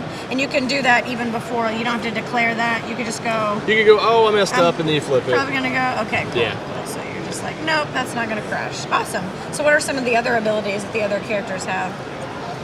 So we've got Super Sheriff. That's cool. Super Sheriff. Is he gonna arrest people or? Let's see if we can find these right off the bat. Here's a blood red one. Yes. You might. Oh, yeah, Did they that's all the disappear? They are MIA. I was gonna Oh, say. wait. Wait, there's. No, There's they're all one mixed there, together. there's one Oh, there. and Yay. I'm messing up everything. It's the advanced ones. You might have them back again. Oh, there we go. Instead of placing your normal laser piece, you may instead place 2 hard turn laser pieces of your current gear without rolling to turn. Wow. Very that's cool. flexible with its movements and I mean, things. that's the Galactic Wave Rider, so Yeah. that makes sense. He's gonna like super hang 10 Yeah. on the lasers. So let's say, for example, I was able to capture one of these prisms. Okay. I would have to go clear through it. If I accidentally hit it off to the side like this, then I just accidentally bump it into space, and it goes floating off to the side. And you don't get to. This is not a miniatures war game. You don't get to measure, right? No, you no, just no. have to kind of There are no tape measures involved so with if this. if you think that's probably gonna do it, and then Nope. that's not Yeah. it. Doesn't go clear through. Now, if it does go clear through, then you replace this with your color prism. Oh, okay. Take that out, That's goes what to those the are front for. of your line, and then if you do crash later on, that prism stays there, but people can try and steal that from you. And They go can straight steal through it? It's a safe zone. Yep, they Oh, can go right man. through it and steal it right from you. That's not cool. I don't want that to happen. There's also this, I don't know if you can see, but this die is totally far out. It's all sparkly and galactic and black. Yeah, I'm really happy with that. Yeah, one. that looks really, really, really cool. Is this the only one you need in the Yep, game, that's right? the only Just one you need. die? That's cool. What are some of these things? Is this like... So this is the what turn place order you're in? here. Okay, there so you go. I have each turn is based on the speed that you're at. So say you were at level 5 speed, then you would be first, and so on and so forth. So it adjusts. Yeah. Yep, and if Okay. there's a tie, whoever is closest to the tie to the left is the tiebreaker. So if you both were in gear 3, then Gotcha. the closest person would be Oh, okay. going next. So Cool. So I just love these pieces. They look They're completely awesome. I saw it in prototype form. You were there when it was signed. I was there when it was signed. Yes, yeah. you were. So I got to play with just little pieces that weren't this cool. They were still pretty cool. They were still weren't this pretty cool, but yeah. they weren't this cool, and we didn't have the character names yet. But we did start talking about some fun character ideas and Anthony stuff and like Nicole that. had the ideas in place, absolutely. I think we knew right off the bat that it was going to be something really cool. I mean, well, the thing is like I'd seen it on the table. You were playing. I came up when you were playing. You had to go to the bathroom and said, "Take over," and I took over and I played one round and I said, "Yep, Anthony." So Nicole, like 10% royalty for me. Yeah, maybe? sure. We'll add an extra zero to the Perfect. front of your check. And all send it. Rude. I mean, you can add it to the back. It doesn't matter. Well, Right? it's true. Front or back, it's interchangeable. Awesome. So can you get Laser Riders right now? It's on pre-order right now. It's coming in a couple weeks. Awesome. Okay, so a couple weeks. So definitely by July. Yes. 2017, people have that, and you'll have it at Gen Con. Absolutely. Yes. Awesome. Awesome. So if you're interested in that, that is Laser Riders. Cool. Sweet. Okay, let's do the next one. So is this guy down? Yeah, sorry, it's a mess. This is why we do the quick change. Yeah. Trying to we do the scoop. Yeah. The scoop and dump. You just stay put, and I do the scooting. Okay. I got you. Thank you. Thank you.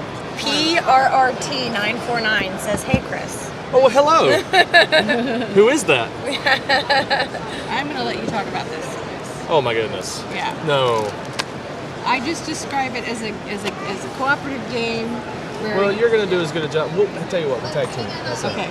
Okay, you try to put the board together, and we'll see what we got Okay. here. Yeah, I'm not even good. I wish Christopher was here because Yeah. Where is he even at the show? He's not at the show, is he? He's not. Yeah, no. I don't know. Do you want that? Yeah, You want that? Yeah, I do. There you go. There we go. Okay, so it's a modular board. It can be played Yeah, you can do solo. different. Yeah. Yeah. So.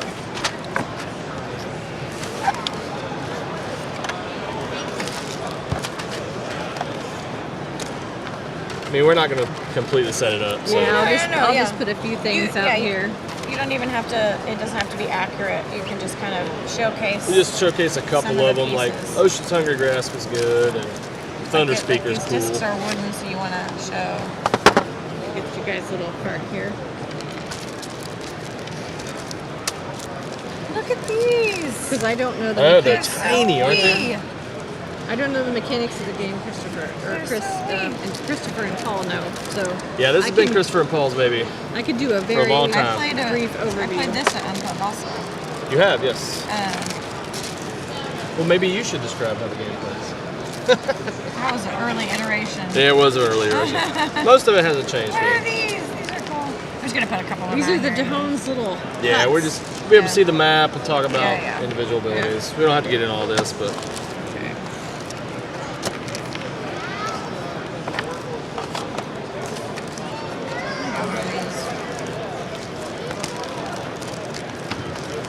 These are little fear tokens there. I gotta create fear in those. Yep. Those settlers and make them leave. do you want this is white, right? Yeah, this is Okay. like.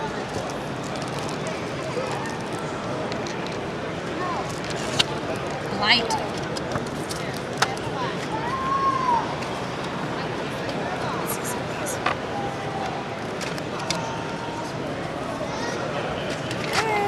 Minor powers, major powers. Hi, Tegan.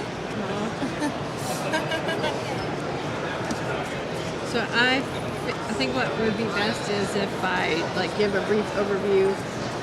Do you think Christopher would hate me if I compare it to Avatar? Because it's very much like the concept of Avatar. You know. Oh, people They'll want to. get It's it. something that's relatable. Yeah, these I are It'll think. resonate with folks. Or Fern Gully if you want to. Can I see? Just kidding. I see some of those over there.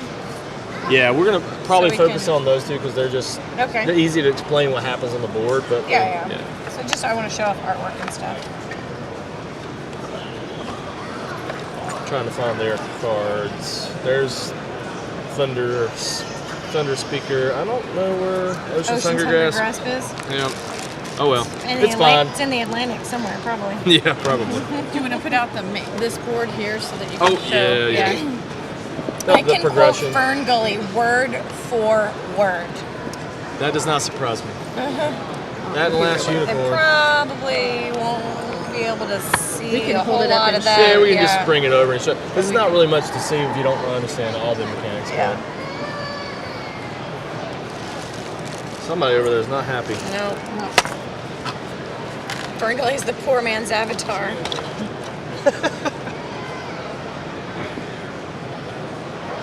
Those map tiles are the greatest things ever made. Agreed. They're pretty cool. Yeah. Good. Ready? Sure. Hey, hi, hello. I'm Stephanie with Board Game Geek here at Origins 2017. A couple of people joined me. We have Mara and Chris with Greater Than Games and Dice Hate Me Games. And we're going to talk about Spirit Island. So how do we play Spirit Island? What's this all about? This is part of the Fabled Nexus line of Greater Than Games. There are different lines, which one of them is Dice Hate Me Games, and one of them is the Fabled Nexus, which we'll talk about some other stuff from Dice Hate Me in a second. So what's Spirit Island like? People are already saying Ferngully and other things come to mind. Like Avatar. Avatar, yeah. If you keep it the thought of Avatar in your mind, like you're playing a spirit of an island and you're working cooperatively with the Dahan to try and scare off these settlers that are trying to settle your island, and so you're doing everything in your power to create fear and kill them I kind off. of think about Goddess and Black and White and those types of games where you're like a powerful entity. Yeah. And you both love and we don't adore love. the Yeah. land. Yes. You adore the land. Yeah. Because they're coming and they're blighting your land and they're creating chaos in your land, so you're doing everything in your power to scare them off and create fear. And it can be played solo, so this is a modular board. It can play 1 to 4 for the version for the base game. And it is competitive, right? This is co-op. It's co-op. Cooperative. Okay, Completely cooperative. cooperative. Okay, so it's you versus the game. Correct. Yeah. Cool. Okay. And this modular board, you can kind of break it apart so you can kind of see, and this can go in different configurations and everything. So I love this artwork on here too for the different land types and everything. And there's sort of references so that whenever you're putting it together, you know which piece is what and where it goes and stuff like that. So what's like a little bit of the feel of the gameplay? Like how does this feel? What's our turn kind of like? Well, a turn is pretty much your. You want to see one of these? One of these is probably best. There are different right spirits that are available. Yep. This is Thunder Speaker, and I'll just show off this one here. Like Ocean's Hungry Grasp is very thematic for the spirits that are being able to use. Each individual playboard is going to be a little bit different. Oh, I see that, yeah. So you'll have like Ocean's well, let's do Thunder Speaker. These will start to fill up, or they'll uncover rather. You'll have some of these covered up, and as you go through a turn, you get that. You'll uncover, and it gives you either more card draws or more plays, things like that, special abilities. But each individual. Go ahead. Here, I'll hold I was going to say, if you can match the things on each individual card, these are things that you can play during the game, and then if you can match up these little icons too, you can do their innate powers. So these are things that you can enable later too by matching up the different icons on here. And each individual spirit has a special deck they start with, which is very thematic to what they do in general, but you can also draft other major and minor power cards that will have those individual symbols that are trying to match up to power up what you're trying to do. Allow them to do some other extra things, yeah. And the phase is divided into two kind of things because there's slow powers and fast powers. Fast powers will happen first, something that will happen with the bad guys. Seems good, yeah. Yeah. They'll happen first, but then the slow powers are usually pretty powerful, which you're reacting more to what's happening to the environment around you. So like Thunder Speaker, for instance, one of the major abilities of Thunder Speaker, which is kind of cool, is to bring down like lightning. So you actually put out tokens and they just, they kind of and go you have into to make spots. that noise too. You do, you have to go. Yeah, that's a requirement. Yeah, that's, I mean, come on. That's going to be the best. And then Ocean's Hunger Grasp, one of the abilities is Ocean's Hunger Grasp can't really get in the interior island, but because it's the ocean, anywhere there's an ocean spot, it can kind of surge in and devour the stuff that's near the ocean and drag it back out to sea. And that actually powers up Ocean's Hunger Grasp as well. So it gets hungrier and hungrier. So you want to get rid of these? These guys, these are the bad guys. Okay. So thematically, the Dahan are the natives. So they're represented by wood, and they're really nice and soft and everything. So you want to protect the Dahan. I mean, well, it's weird because you're a little bit ambivalent to the Dahan, but they protect the land, so you want to protect them. So you're like, they're okay, They're but cool. these people are like wrecking stuff. They're landing. The explorers are going out. They're going into the land. They're building these big cities. They're polluting the environment. They're killing everything. Yeah, so we're just going to put them in the ocean. Right, so the ocean's going to come in and go, yeah, you guys are done. So, or pat them here and you blam, you know. So part of the way to do that is to bring them back. Do you also? So this is what I'm told is a fear token. Oh, so right. Correct. Are you trying to scare them? Yes. Yes. Okay, cool. Yeah, so you're like booga booga. yeah. And that's a viable strategy too. Like you can do something really. You can wait. You can wait. We'll cut it. Okay.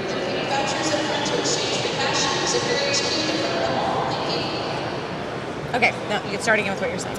So yeah, one of the viable strategies is to have a big display of power and to try to build fear up. And the more fear, it starts to scare them away and create more areas for you to have control to drive. Because like one of the viable strategies is if it gets into the interior, somebody's playing Ocean's Hunger Grasp, someone can control the interior, try to scare them out to the edge, and Ocean's Hunger Grasp grabs them and pulls them out. Good. A little 1-2 punch Exactly. there. Yeah. Okay. And by doing that, you're using these little tokens to represent presence, so you have more presence there. So if they try to hit you, you can hit them, and then they go off. Right. Yeah. Cool. So you start with a deck. You can add things to your deck.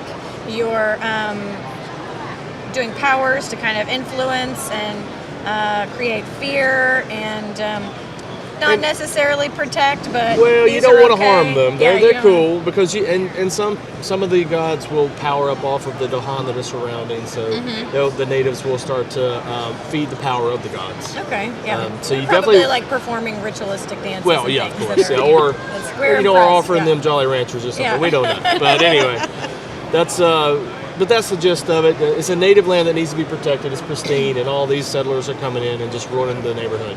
So. So I'm actually surprised to see that this is a cooperative game. That's kind of cool. It seems like a unique style cooperative game. It seems like modular board, things on a map, like that's normally some sort of competitive game. So I think that's it really looks cool. like a competitive on the table, Yeah. and what really kind of gets that people who are afraid of cooperative games or don't necessarily like them, the thematics behind this and how you use the individual I mean, there's a lot going on here. So like, Yeah. try and alpha male that, I guess. Well, you know? well, it's Yeah. exactly right. Yeah, you've got to. You're going to be controlling your own spirit because if you know the game well enough to play everybody's turn, then you're Eric Roos or Christopher Bedell. Yeah, but that's it. Yeah. But that's it. So You're the designer of the game. yeah, pretty much. Yeah. Awesome. So we also, I just want to show this off. This is another board. This is part of the game. Yeah. And so this will show, this is when we win, I guess. Correct. Right? So what happens is there's a deck over here, and each time you cause enough fear, this fills up, and once you've filled it completely up, the win condition goes down further and further. So it might be that you have to take off all of these little settlers and their cities and their towns. Yep. But the win condition might get down to the point where you only have to take away the cities to win. Oh, okay. And there are advanced So you victories, might lots win of scenarios. with different ways. Yeah, Correct, absolutely. yeah. Okay, Yeah, cool. there's And you all- don't know at the beginning of the game, like we're going to go for this win condition, we're going to go for this one. Well, It's just unless you kind set of- up a specific like beginner scenario, One you might might be a little know. easier, yeah. But there are other scenarios in the game themselves that will present more difficult challenges as you start to learn the game. Yeah. Cool, awesome. And is this available right now? Are you selling it at Origins? This or? is also about a couple weeks out. Okay. So yeah, and this will definitely be available at Gen Con. Okay. And it's on pre-order today. Okay, pre-order right now, and definitely you'll be able to get it by July 2017 and beyond. So that is Spirit Island. All right. I think we covered everything, didn't we? Yeah. Okay. They don't need It's mostly about the thematics. So. I wanted to show the other side, but then I didn't want to be. Oh, they're dumping flipping it. everything. I know the other side is cool though. Blue Sapphire says, "I love Spirit Island. Everyone should get it." Yay! Awesome. Thank you, Blue Sapphire. We love you. We love you. Sire Died 22 said, "I like this is like a co-op Euro game. I kind of dig it." Yep. Yeah, we should probably just dump and then we'll sort later, or should we? Yeah, we pick should time? just dump. Well, Yeah. Yeah. Get all this going. Hey. Yep, just Yeah. about. We're Splooty gonna said, do I the love, sweep I love and how dump Stephanie method here. answers her own questions. The old sweep and dump. Yep. The old sweep and dump. Classic. The classic sweep and dump, like the Classic. 1-2 punch. All right. So It doesn't all fit back in the box, Mara. I know, right? What did we do wrong? Thank That's you. because we did the sweep and dump. Yeah. Okay, so he'll bring over our fate of the Elder Gods. And I have the, oh, did you grab it? The expansion, is it over there? Yeah, it's too? over there Okay. too. Yeah. Watch the mic. I know you're a professional. There we go. Yep. There we go.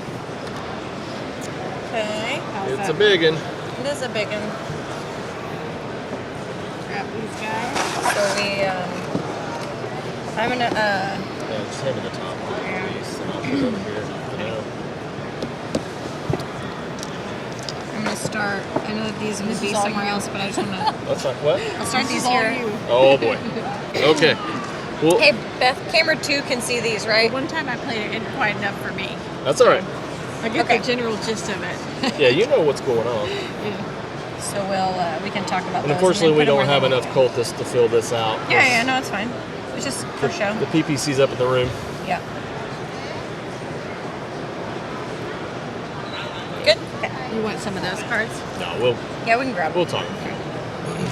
Hi, I'm Stephanie with Board Game Geek here at Origins 2017. Mara and Chris with Greater Than Games and Dice Hate Me Games have joined us to talk about our fate, which is apparently in the hands of the Elder Gods. Which sounds terrifying. So normally it's obviously it has tentacles and stuff on it. It's a H.P. Lovecraft inspired game, but you're not playing as the investigators, which is what we are typically used to doing. We are actually playing the Elder Gods, and cultists are helping us to, I guess, devour. To summon doom for all humanity, basically. Yes. Exactly. Sounds good. Okay, well let's just do that. Yeah. So how does Fate of the Elder Gods work? What kind of game is that? So Fate of the Elder Gods in general is a spell management, area control type of game. I know spell management sounds a little nebulous, but anyway. It's a little engine building. A little engine building, absolutely. So basically, in every game, this is a Fate piece, and we have the altar here, and there are 6 locations around the altar. The little Cthulhu piece. Let's look at these miniatures for a look second. at that. Let's zoom in on those minis. I can see that there. Yeah, we did a great ink wash. They turned out beautifully. Yeah, so this is actually how they'll get the miniatures in the game. Yeah, the ink wash is going to be a little more pronounced than the green one, but you can see it really nicely on the gray on the one. gray. So, yeah. Cool. They look very weathered. They look mad. They look very angry. You'll get to see the monsters in a little bit, and they look even more angry. Okay, so that one will go around. This, so basically, you Doom choose clock. in a 3 or 4 player game, you'll have 1 Fate piece, and a 2-player game, you'll use 2 for blocking. Okay. So But essentially, what you'll do is you'll have a hand of spell cards. Normally, you'll start with 3. Let's do something like this. So, hands of spell cards. They match 5 different astral symbols around the board. There is a 6th astral symbol here in the other worlds, but we'll get to that in a second. But you'll start with a hand of spell cards, and they match symbols on And the the back. back of them are actually the symbols. Yes, Yeah. exactly. And you can also see on the front. I'm not sure which camera to show to. Okay. So right here facing us. Yeah. Okay. Like this. Like that. Like this. Okay. Like that. There we go. Okay. All right. So you also see that the symbol here matches what was on the back. Yep. And along the top, you have things that are which you'll need in the astral columns to ready those spells. Okay. But the first thing you're going to be playing a spell card for is to move around the board. So let's say that I wanted to go to the museum. So I would take this card, I would put it face down in this astral column, and I would pick up the Cthulhu piece and move to the museum. Okay. And I would take, let's say I was And playing you do yellow. that. You drop it off where you were. Yep. And then you move to the symbol, which is right here, or Yes. you Or know, on the same back. thing Yeah, on the back. It matches, and you go to that place. So that's why you moved that one to the museum. And let's just say that I was playing yellow. I would drop one of my cultists off in that location, and because I'm doing something nefarious, an investigator would come along and say, "Hey, what are you doing in the museum?" raised some Right. Well, eyebrows. they're You raise some investigating. eyebrows. We're Yeah. investigating. That's what they do. That's what they live to do. So you would check if there, before you went there, if there are 3 or more investigators, you're fine. Otherwise, the investigators would go to your lodge, and they start to cause trouble there. So the investigators come along, then you're going to activate a basic ability there, which the museum allows you to take. And each one has a different ability. Exactly. Yeah. The museum for instance, would allow you to take an artifact. Yeah. Seems good. Seems Yeah. good. So you got the See, this one seems really good. The Well, that's Necronomicon. one of the best in the game. You do become cursed when you take it, which we'll talk about curses in a minute. Yep. But Necronomicon, you would take that, you put it in front of you, and during the game you get special abilities. Necronomicon you can tap to actually help you cast spells, so on and so forth. Okay. Then you also check for control. Now, control means that I would have 3 of my cultists in that location and more than any other cultist. And if that's the case, I can activate a control ability. So you would not have control if That is correct. there were 4 there Yep. from some of the other places. Exactly. And so each individual location also has a control ability in addition to the basic action that you can enact. And each individual, like for instance, one thing that's cool about the game, obviously, is the elder god that you're serving, your ancient one that you're serving. So it has up here the dark gift. So like Nyarlathotep has the dark gift of masks, which allows you to destroy a cultist from each other cult's lodge and then place an investigator on each other cult's lodge. So they're really pesky. And that's activated by going to the ceremony, which activates your dark gift. You perform some sort of ceremony, and you can see that it's got this symbol Yep. that matches the dark gift there. Exactly. So essentially what you're doing is you're exerting control over locations. To activate some of the control abilities of the locations, you're going to have to sacrifice cultists. So for instance, if I was at the ceremony and I had control and I wanted to activate the control ability, I would sacrifice those 2 cultists to the Abyss and I would raise one on my summon track, which is one of the win conditions. Right. So, and this is the summon track. So Yeah. you want to get here? Well, you start here and you want to get to the 9. You want to get to the 9. Okay, I forgot to put the summon tokens out, but you'll move your summon token around the track until you get to 9. Okay. One of the other win conditions in the game is actually you losing. So when I mentioned the investigators, Yeah. they can sometimes come around and they will raid your lodge. They will come into my lodge. Yeah. And in that case, if you have 5 or more investigators, we'll pretend there's like 5 Yeah. there. Yeah. Okay. If you have You will 5 take or more. dice equal to the number of investigators there. You'll roll them, and for every elder sign or elder star that you roll, you'll get an elder sign on your summon track, which are these little things Oh right yes, here. and those will start to block off. Yeah. They start backwards and start filling in.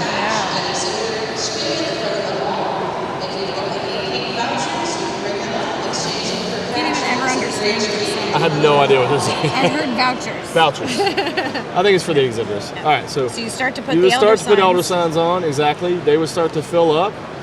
And if they ever fill all the way up to the top and the entire thing is filled, your elder god is sealed off for all eternity. You cannot win, you have lost, and whoever has the fewest elder signs in the game wins. What happens is someone else won Arkham Horror whenever you Right, did that. exactly. The investigators won Arkham Horror, the other ones are like, Yeah, I live yeah. to fight another day. Yes. Yeah. So that's the main gist. Area control, but also you can lose control by having to sacrifice doing different abilities. Mhm. Streets of Arkham really quickly allow you to tattletale on everybody else. So they'll go and tattle, whisper in the ears of investigators and send investigators to other people's lodges. Yep. The Gathering is how you get more people out of the Abyss back into your lodge. The library, you can gain even more spells and add them to your hand. And normally you can only ready 1 spell a turn, but at the library, if you're able to ready 2. And if you have control here, you can cast a spell for free. And the other worlds is where you will actually get the most summoning points. You're actually throwing cultists into the Abyss for all eternity, and so you can gain favor with your Right, elder god. right. Yeah. And so the spells actually kind of, you can build an engine with these, right? Yes, So absolutely. once you have them, then you can use them as a symbol to help ready another Yeah, spell. like Is that right? Yeah, like for instance, after you ready the symbol, they'll go in front of your spell reserve. You can hold it to 3. And now, the way you would ready a spell is like, for instance, we have like things that fill up into astral columns. Yep. And you'll look at symbols depending on what's on the front of spells. And then you will have also these symbols here that match what are on these, and Right. that allows you to ready them and put them in your spell reserve. Mhm. And you can use them to generate more and more spells. Yeah, yeah. And at any time during the game, unless specified on the card, otherwise you can always just flip it over and cast the actual spell for it. You would discard it at that point, but as long as you still have it in your readies and reserves, you can ready more spells. Yeah, awesome. So I just want to show off some of the artwork is amazing. I remember you teasing this on Twitter, kind of the artwork that you were starting to create for the game. So I want to, we've seen Nyarlathotep there, but there's Cthulhu and some of the other ones. Yellow King there. Ithaca. Wow, yes. He's fun too because he gets individual like squall tokens he can put on locations, and when people, it freezes people and things. It's not so. just a university in New York. Yug Sothoth there. Oh, you know. Atlaknaka. Just your regular old common house spider. So Bakrug, and we can probably talk about curses with Bakrug, which is one of the most fun. Well, Sithagwa was my favorite, but anyway. That's So terrible. Bakrug is cool. Yeah, he's terrifying, right? So Bakrug is cool because sometime during the game you're going to get cursed. And Seems like that would be good. well, no. So either by getting elder signs or getting cursed by Bakrug or something like that, you will gain a curse, and the person to your right looks at the curse card, and it has something along the top there is a trigger. So for instance, it says when the cursed cult readies a spell or uses an artifact, then you'll read the bottom. Mortals can only control arcane magic for so long. Discard the spell or artifact without effect and become cursed. So you're going to discard it, and you're going to gain another curse on top of that that'll trigger later as well. Yeah. Okay. So being cursed is not good. Okay. It's not good, but it's fun. So, when can we get this game? Can we get our hands on this? When can the fate be ours? So this looks like about the end of August for us. Okay, end of August 2017 for this. There's also, just real quick, we'll talk about this. This is an expansion already for it, and this is Beasts from Beyond. What's included in the expansion? Well, you get a lot of critters. Okay, a bunch So, of critters. So yeah, here's bunch of some critters. Go miniatures. We'll ahead. just kind of take some of these Yeah. out. There's a Shoggoth and Dark Young, so you can see the wash that we've applied to the minis on that, so they look really sharp. We've got Deep Ones and Goat Spawn, Hound of Tindalos, Byaku, Yeah. Hunting Har, and my favorite, the Migo. Yeah, the Migo. And so you can summon those as a part of the expansion. You'll get spells that will enable you to summon these to do different abilities during the game. Also, Shub is in the game, and Gautanathra is in the game, so they can control individual monsters as well, and things like that. So Yeah, that's also yeah. terrifying. So will that be also be available? Just a little scarier. Yeah, also, yeah, exactly. Also available Yep, end of same time. August. Yep. Okay, cool. So that is the fate of the Elder Gods. Cool. Baller. Turned out really well. Yeah, no, it definitely really good. turned out beautifully. We're really... Yeah, we'll just take this whole thing. Watch the mic. Hoster, best god. I don't know. Maybe. Well, maybe. Hoster's an annoying god in that game, I'll tell you that. We made sure that all of them What were pretty about annoying. what about homebrewers? What about homebrewers? So they're asking Leah. Leah. Okay. You can check out the State of Games podcast for more information on homebrewers and other great Dice Hate Me products. Thank you, guys.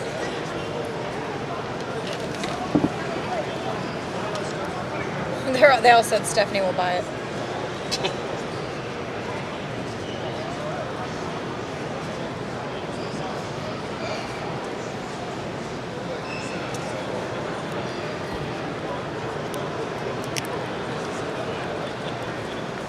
What's happening, Steph? Hey, hi. How are you? Good. Let me set things up. Do I need to do I need to do it on the crazy board, or can I just set up? I have one thing.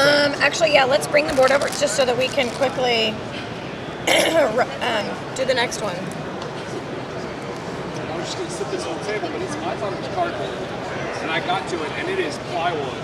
Well, it's Because it's heavy for sure. y'all are professionals, and I am a ranked amateur. Professionals. C. Oh, watch yourself. I won't be able to eat until 3. I just realized that. I'm sorry. It's okay. There's a whole presentation to this. Okay, so I don't think that we'll be able to get all of this. It should be facing us. Okay. All of this on, but there we go. I'm okay with that because it shows the sheer size of it. Yeah, there we go. We can get that Nice. on. Okay. So is this the one I'm supposed to be in? What? Is this chair or am I supposed to be in one alone? Yeah, we can. I didn't know if this was the extra, like this was the normal chair and this is the guest No, chair. no, that's good. That's good. I'm gonna bring some of those out. Yeah, let's bring some of this stuff over because it really deals with the other side. Yeah. What I first wanted to show. This sweetness. Yeah. Okay. Yep. I know, right? That's good. Do you want to go and take some of these out? Sure. Let's take the Elvis board out. So you just want to show this, then we'll flip it and we'll Show. put- Yeah, I just want Okay. to show that this exists. Okay. And then flip it over and really show what I think is the super cool stuff. We're not showcasing this in Wagers. Showcasing Wits and Wagers Las Vegas. Vegas Wits and Wagers. Yeah. Hashtag Vegas Wits and Wagers. Okay. That's got to be a lot of fun. Did you hear that? That pop? Did you hear that? I did not. I couldn't over the sound of announcements. Good. We're so much crazy hair in one place. I know. Look I know. at I us. know. A lot. We're awesome. Okay. Right. Yep. Hi, I'm Stephanie with Board Game Geek here at Origins 2017, and Bruce Vogt of North Star Games is Hey. going to show us Wits and Wagers. Yes. Vegas. So this is Vegas Wits and Wagers. It's going to be a giant mat. This is a 2 foot by 3 foot mat. This We is a can giant barely mat. fit it into the shot. You could clothe someone with it. Yeah. You absolutely could. What I keep saying is you could swaddle like a medium-sized dog in it. Okay. And I really believe that is genuinely possible. Or this could be a welcome mat, and people would say, "Why is your welcome mat so big?" Why is it with some wagers? Exactly. So this side, it is neoprene material. This is the real mat. This is not like a stunt double. This is the thing that will be in our Kickstarter on the 19th of August, which is the Saturday of Gen Con. Okay. So this side is deluxe Wits and Wagers, which you have seen before if you've seen Wits and Wagers. And that's what it's going to be. This is fantastic for a party. If you're doing the large parties with like 20, 25 people, this really takes up the whole space and makes you feel like you really are doing a game show. Yeah. But wait, there's more. Oh, wait, there's more.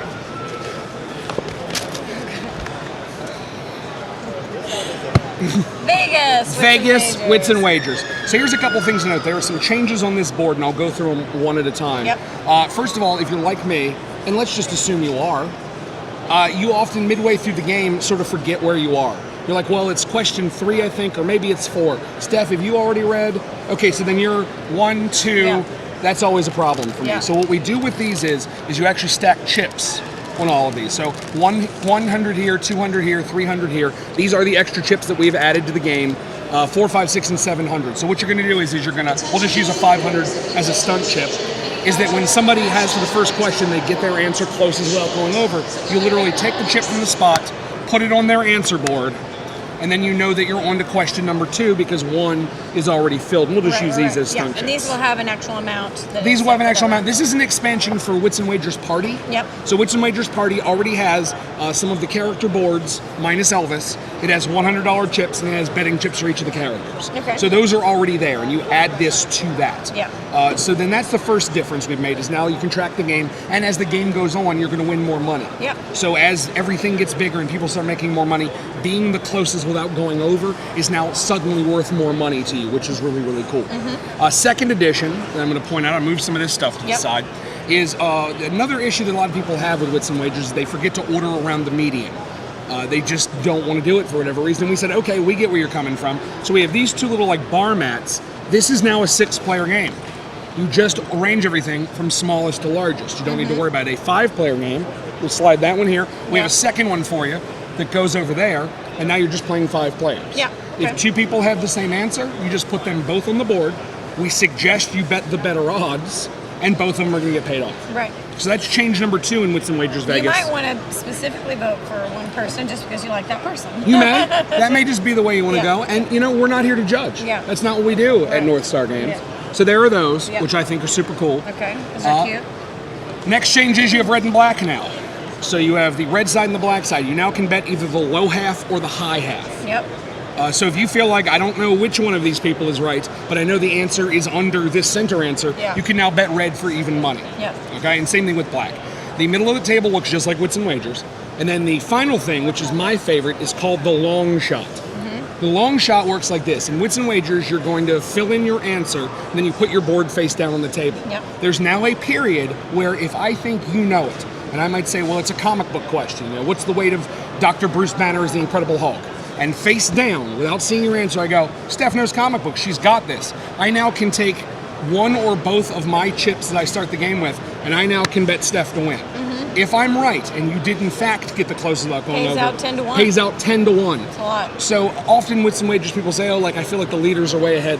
No one's that far ahead in this game. You can always get back in now. Plus, it's a lot of fun to just, there's also that sort of double think that, you're not going to drink the wine in your cup because it's, you know that I know that you know comic books. So you know that I'm going to bet on you. So you tank the answer, which is not suggestible at all times, but if you think that's the dynamic. But the answers go down and then you bet. So we now have that crazy long shot bet, and it's a super cool mat, and it comes with all these chips. And if you think nobody knows if you think nobody knows what they're talking about, the lowest is always available, smaller than the smallest guess. And then with Vegas Wits and Wagers, one of the things I love to point out to people is we put the dice in, we put roulette in with the colors. If you take a look at the actual colors of these, I don't know how well they're coming up. You can see them. The hearts and diamonds and clubs and spades, yeah. and then the card backs here, Yep. and then the iconic Vegas sign up there, and of course the king. And then the Elvis card. Yes. Which, and this now makes it so that your party game your party Wits and Wagers was 6 players. It is now 7 players. 7 And that player makes it so it's 7 players for that side of the mat and 7 players for Vegas Wits and Wagers. So this is really, it's all about bigger bets and having a big presence so that you have a big party. You can really make this the centerpiece of your party. Seems very Vegas. Yep. Yeah. Can people get this now?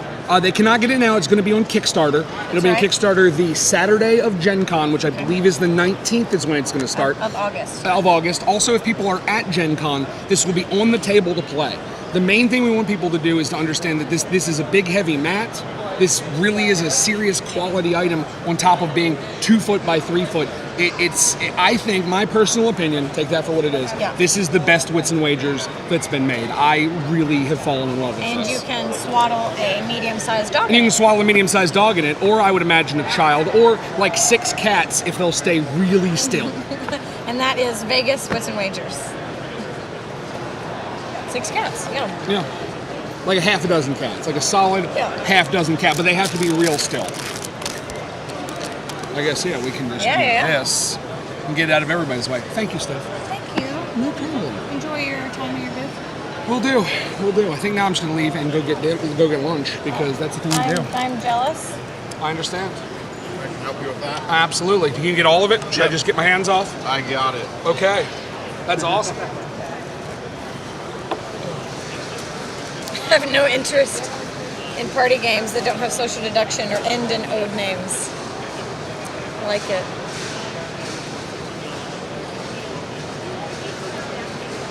Apparently I decided for you and decided you wanted to finish with an audio. That's Oh yeah, Now we need the box. How are you? Hi, Sean. How are you? Good. What's new? Oh, you know. Don't forget you're always live. Yes. You're That always only live. happened like once in the 90s. One time in the 90s, he forgot he was live. Did we even have live streaming in the 90s? Helionox. Helionox. The Last Sunset. That sounds terrifying. It does. It sounds ominous. I would prefer if there were more sunsets. But what if the sunsets didn't What want if to be? they stopped? What if the sun stopped? What if they stopped? What if they were like, screw you guys, I want to go home. Uva does not forget that he is always live. Uva just doesn't Who care. just doesn't care about being alive. Except for one time. In Essen, Uva would, I shouldn't tell that because we're live. Yeah. Just kidding. Remember? No, yeah. Down. Okay. Down here, this way.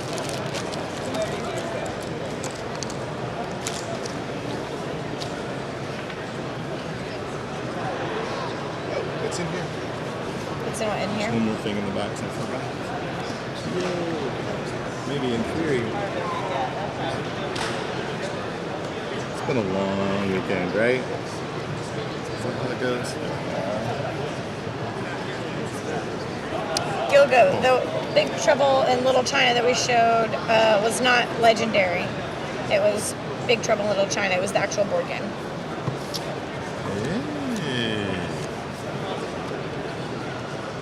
This is like a restaurant where people keep serving you new games on a platter. Yep. It's the new game platter restaurant Yeah. place thing. We good? Okay. Hi, I'm Stephanie with Board Game Geek here at Origins 2017, and Sean Brown with Mr. B Games Howdy. is going to show us Helionox, The Last Sunset. That's pretty good. Wow, that's a bummer, but let's see what we can do Well, before that last sunset. Before the last sunset. Not get a tan, I guess. So the reason I chose to bring this one to talk about is we did this game about a year ago as a small 2-player game that could expand to 4 players.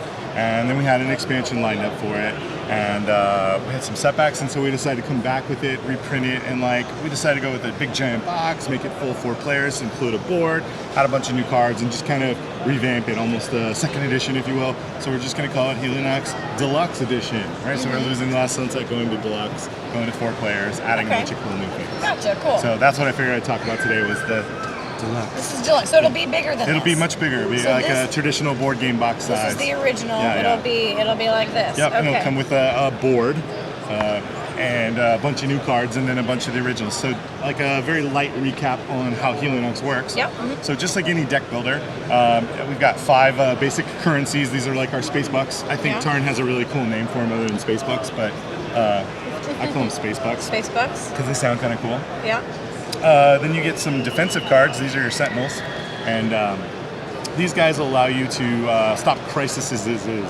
that happen on your planet. So you would just take all these, you'd shuffle these in, and then what's cool about this one is each player gets 2 cards that are themed. They're like unique. So I get these. I'm a transportation based deck. So these cards will actually help me in movement. And I actually went ahead and threw 2 defensive cards in for you, so you'll be better at defending things off the bat. Fight me. Right, so there you go. So then, of course, you would shuffle this up. Now you have a 10-card deck. So I would shuffle up. I would put these. Those 2 in with your sentinels and your 5 materials. Yep. And then my 5 materials. So I would shuffle these up. What's this? I start with this. Is this me? Everyone starts with one of these. This is in the new expansion. Okay. So this is something new. This is your carrier, and this is where you're going to put all your cargo. Okay. So one of the cool things about Helionox originally is that it was a movement-based deck builder. So some similar to like Star Realms or whatnot. Yep. And so I've got a ship here on Earth. I could, a lot of times you get extra money and you go, oh, I buy something for $3 and I have $1 left over. Oh well. Well, in this one you could use that $1 to like fly to an adjacent planet. And each planet has an extra benefit that you can use while you're visiting. Okay, cool. But those benefits can go away if we're overrun by these events that start happening. So at the beginning of every turn, an event comes out and it lands like this. Okay. And while it's on this side, it's inactive.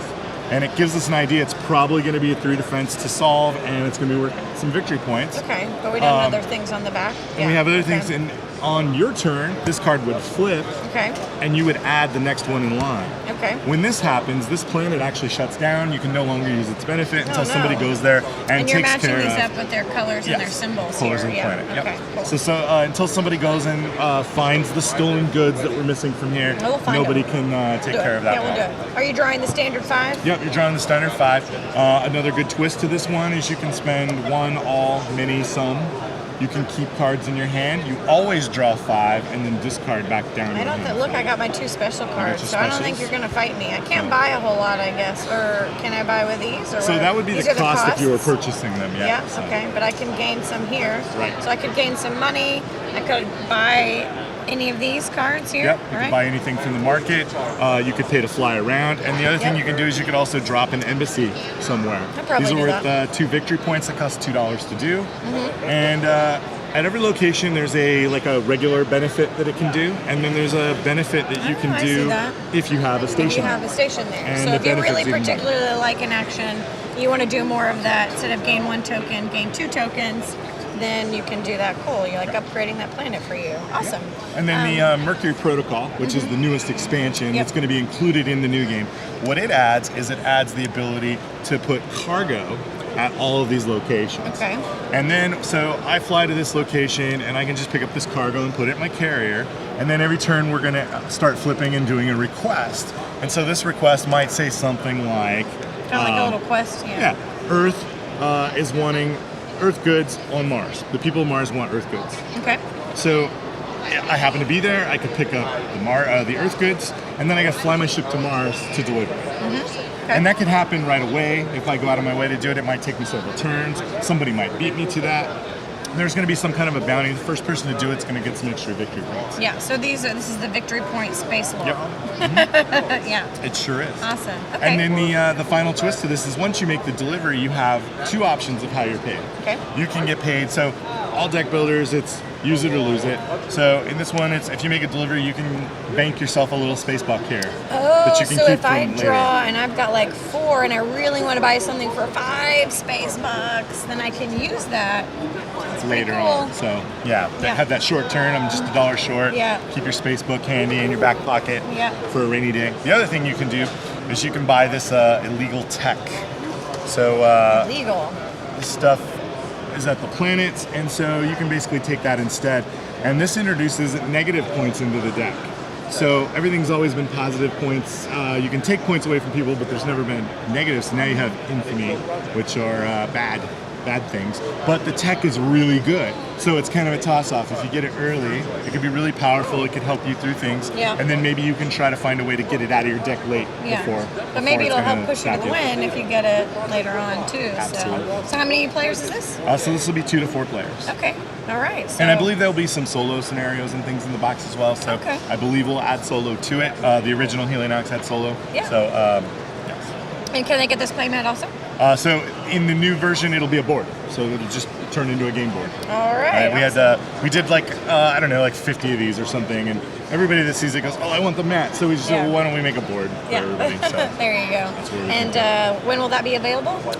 So there's actually a Kickstarter going right now, believe it or not. Okay, Kickstarter right now for Helionox. For the next like 2 weeks. Deluxe. And for the deluxe edition. And then we're going to target the holidays or early January or something like that. These things are moving target. So Q4 2017 or early 2018, you'll be able to get Helionox Deluxe, and it will be this plus the new stuff, bigger box, a game board, and everything, and that's coming out by Mr. B Games. Thanks, Sean. And we're not live anymore, so I can We tell you are about still that live. time. We're still with live. Uva. But I want to tell you about that time when I think it looked like you were going to have a heart attack. I know. You're like, no. Everybody really wants to know about what he did in Germany, though. It was so funny. It really wasn't. I love you, though. Not true.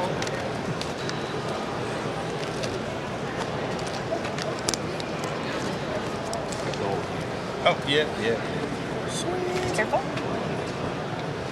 See ya. Bye. We should be on. Did you need him? So now we're back on schedule, right? I thought we're early. Oh no. Here is a thing.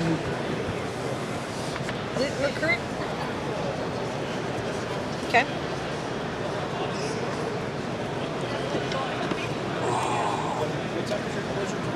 Oh, 2:30.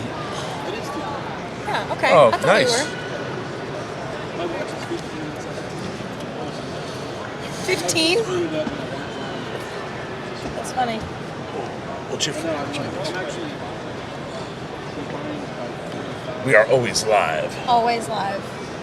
Hi. Hi. How are you? Good, how are you? I don't want to talk about it. Oh no. Oh, I'm just tired. Bless your heart. So let's. You're messing it up. No, I could, but they can't see it. Well, that's fine, but you have to. If you're doing it right, you have to do it that way and that way because these are two totally separate hands. Okay. These and these. Yeah.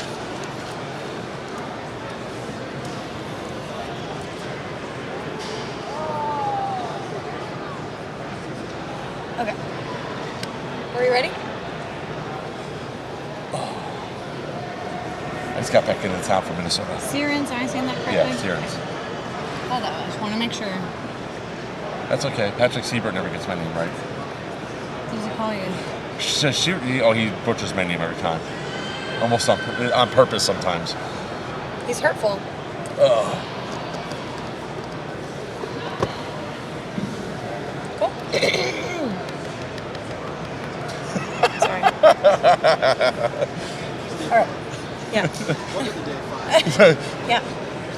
Hi, this is Stephanie with Board Game Geek here at Origins 2017, and Mark Sirens from Vile Genius Games is going to tell us about Loot and Recruit. But before he does, look at this cool. Is this the thing that they'll get? That's the $99 deluxe tier where they get everything in the box, but not signed by Timothy Zahn. That's my Timothy Zahn I was box. going to say, including. Don't get Mark's signature. That's not mine. That's Timothy Zahn's. I know what I'm saying, but don't get Mark's signature. Why not? I don't know. Ruin the game. No, I'm just kidding. I'm just kidding. So he's the one that did the box and everything. No, it's just I was just there. I saw him. I was like, "Can you sign So you this?" just had him I was sign. fanboying. Okay, awesome. Yeah. Why not? So this is the deluxe version of Loot and Recruit, and this is everything that will come inside it. Minus one thing. Here's the pleb box. Yeah. What? Minus one thing what? There's a playmat that this all goes on right here. Yeah. That also has a score tracker that goes around. So That will also be in this one. yeah, we're missing ours. We don't know where it went. That's okay. Well, someone loved it so much that they decided to give it a new home. So Yes. how do we loot and then also recruit? Okay, so the Goblin King is retiring, so we're trying to figure out who's going to be the next Goblin King or Probably Queen. me. So, gauntlet throw, challenge accepted. Okay. So, and the way that we do that is that we're going to be making Goblin stacks to score victory points. So this is a deck builder. Yep.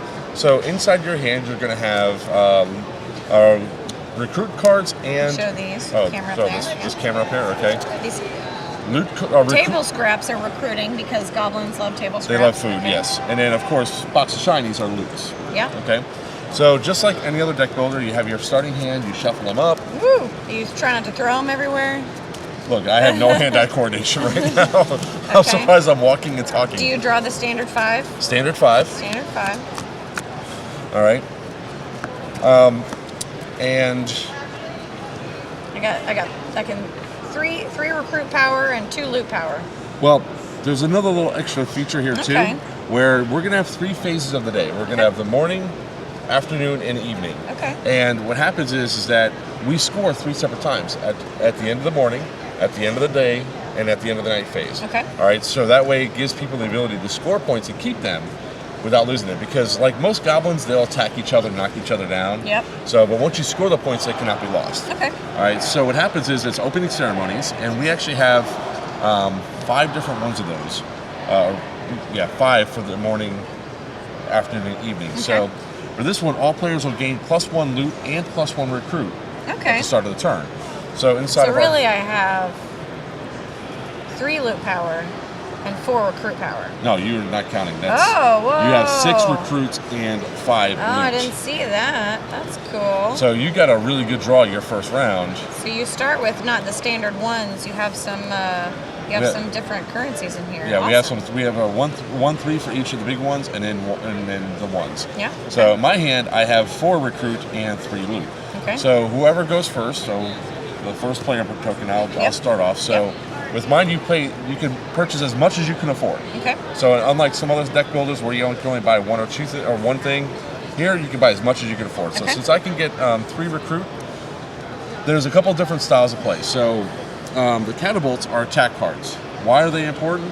Because all the goblins down at the bottom have a value. They have Okay. a shield, which is their defense, how tough they are. Yep. The star is how many victory points you're going to score. Yep. And then the food thing is their cost. And they're recruit. Yeah, they're recruit. So what happens is if you have your goblins like stacked up like this. Put them in the center. So yeah, sorry. You have them stacked up like that. Mm-hmm. Whatever you take out everything above it. Okay. So if I were to take out the 3, you'd also lose the 5 as well. Okay. So some of your stronger defense belongs should be on the bottom. Okay. So All I right. should probably do this. You should probably do that if you're buying the goblins because you want your strongest defense at the bottom. And you can make up to 3 towers. You can go as high as you want, but you can only have 3 wide. Okay. All right. So I'll buy with my 3 loot. I'll buy my my catapult here because I just like to blow things up.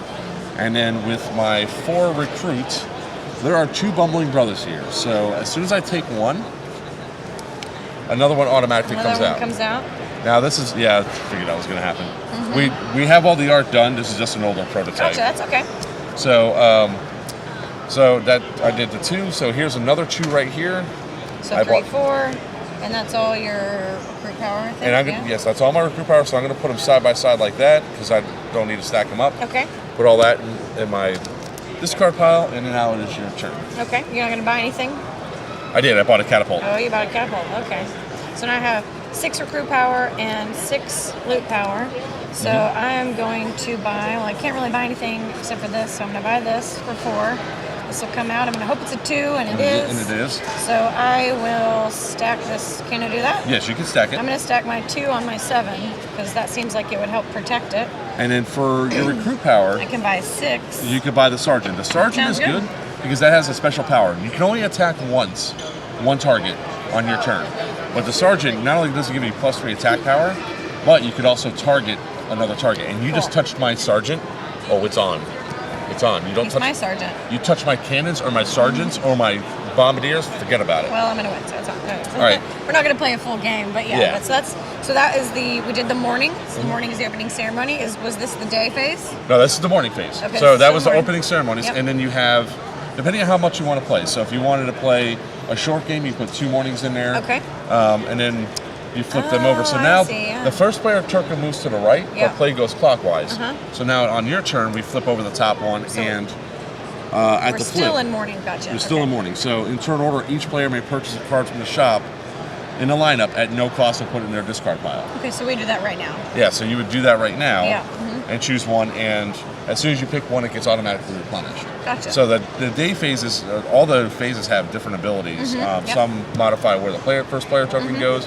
Others allow you to get stuff, trash to piles, and all that. So it's a So ton when of fun. when is game end? Is it whenever these run out, or When morning goes out, we score.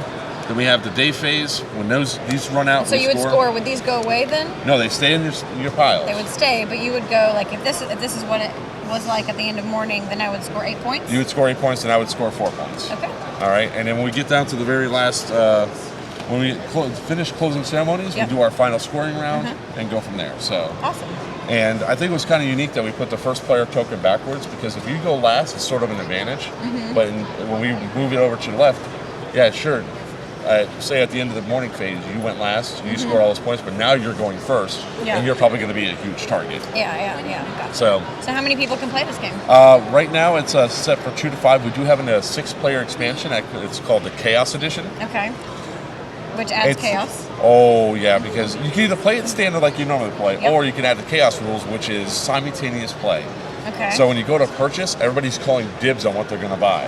Okay. And then once the So like I would call dibs and get the sergeant before you. yeah, whenever it's like people one of can those get things. It's like whoever's first player says, "All right, 3, 2, 1, go," and you're yelling at the dibs trying to get Okay, your card. cool. That's kinda cool. Same thing with attack. At attacks, you're going to have a set of cards that everybody places face down on who they're going to attack, so you don't know who's going to get attacked. Yeah. And all of a sudden, everybody flips it up, and then next thing you know, all of a sudden, 3 people might be attacking one person. Yeah. So it's very chaotic. And the great thing about the game is people that don't like deck builders, that everybody that says, "Well, I typically don't like deck builders, but I love this game Yeah. because of the interactions that go on." Yeah. Me personally, I just love to destroy towers. That's my gameplay You style. just love to destroy things, yeah. Yes, burn it down with fire. So this is, as you had mentioned, this is like one of your prototype versions, and that's why Yes. there's not the art, but everything, art is final, Art's and all all- that. Art's all done. Is this available for purchase right now? It's or- on Kickstarter right now. We On have 2 days Kickstarter right left. now? Okay. That's where the awesomely cool deluxe box is at. So if they're watching this later, when can they actually purchase this game? We're going to be doing, after the Kickstarter ends, we're going to be doing one of those campaigns on Indiegogo, the in-demand campaign, so Yeah. they can do the pre-orders up until it comes in. Yep. We're hoping to we always want the games in as quick as possible. Yeah. We're hoping to have it in by the time BGG Fall comes out. Yep. But that's ambitious. Okay. But everything will be on our website, vilegenius.com. Okay. Also, and we'll also be doing it on our. We'll be doing a bunch of updates on our Facebook page, Vile Genius Games. So you're hoping for Q4 2017? Well, more likely. Oh yeah, we'll see. Could more be like- early 2018. Yeah, it should be. It'll definitely be here before June of 2018 for sure. So. Okay, awesome. So if it's not a BGG fall, it'll be a BGG spring. And that is Loot and Recruit by Vile Genius Games. Thank you very much. Mark, this looks cool. It's a ton of fun. It does. It looks really cool. Yeah, this is actually going to be the actual game box size. I like that they're. Oh, it will. Oh, okay. I should Yeah, say that was. That's okay. That's fine. It's going to be that size because everything folds up and all that. So. Oh, cool. Yeah, we'll sweep When are you this out up. of I leave tomorrow. Sorry. That's okay. Well, maybe we'll catch up and you can actually get a chance. Oh man, I should have mentioned the boss card. Oh well. That's okay. Oh yeah, I saw those at the bottom, but that's Yeah, okay. the gauntlet thrown challenge. You've been challenged. Thanks, Steph. Thanks, everybody. Yeah, I'll see you later. Bye, Callie.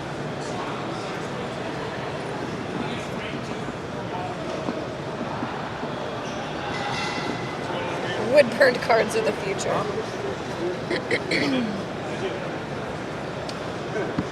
It's our last one, right? Yes, and then apparently someone is going to go get something that we can. Are we gonna do it? Are we gonna do it? Are we gonna do it? That was what we talked about. I don't know it. But we gotta. Are we gonna do it? Yeah, Chad said he. Chad should get going. Wait, Is Lincoln gonna do it? need Chad to go. Chad said he was gonna go do it, but he's gotta get ice cream. We gotta work. This is work. I think we deserve ice cream. That's right. Yeah, after he sets up Morgan.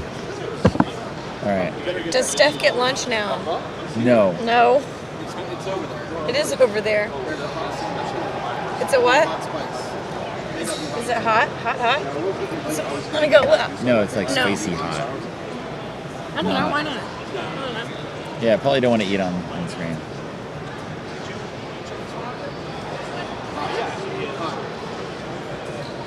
It says hot on it.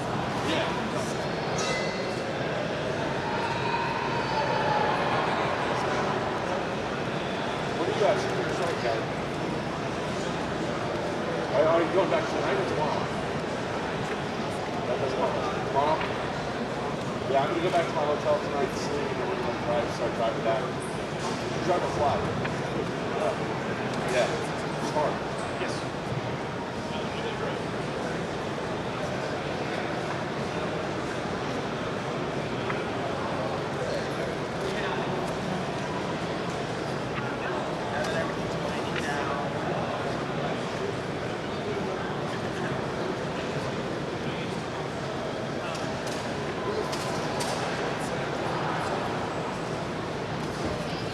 So, chat.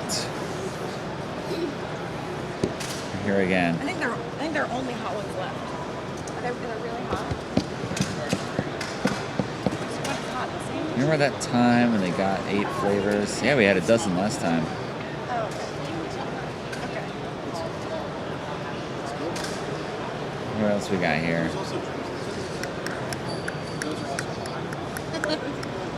I do. Yeah. Blah, blah, blah. Blah, blah. Yeah. Blah, blah. Oh, yeah. Okay. That's a lot of talk about that game. So, we have one more demo, and then we...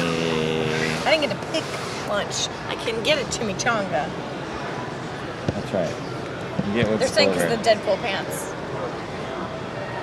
Also, comic book earrings. Did you see these? Oh, yeah. Play game. And then. I know Bane. Looking at Legendary X-Men earlier. Gloomhaven is only $80 for pre-order at Miniature Market. Yeah, that's because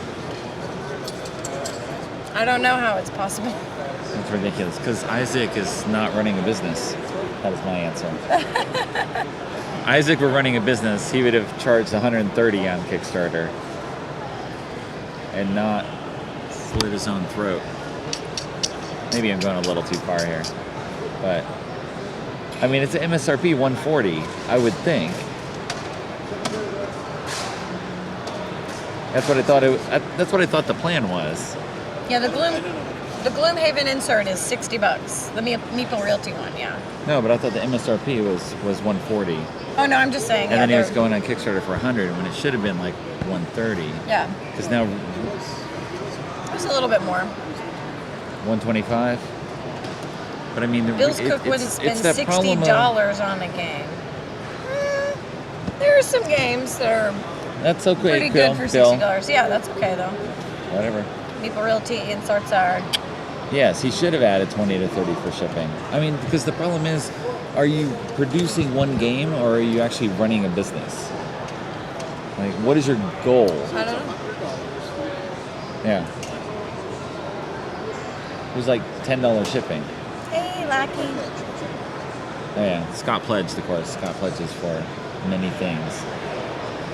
What about here?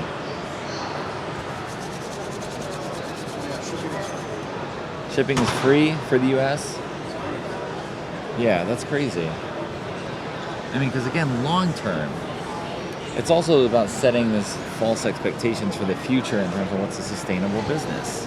Yeah. You cannot make a decent profit margin on that and continue to do that. If you want to do that full time, you gotta make some money on it to pay for your work. You would think. You would think. So, I don't know.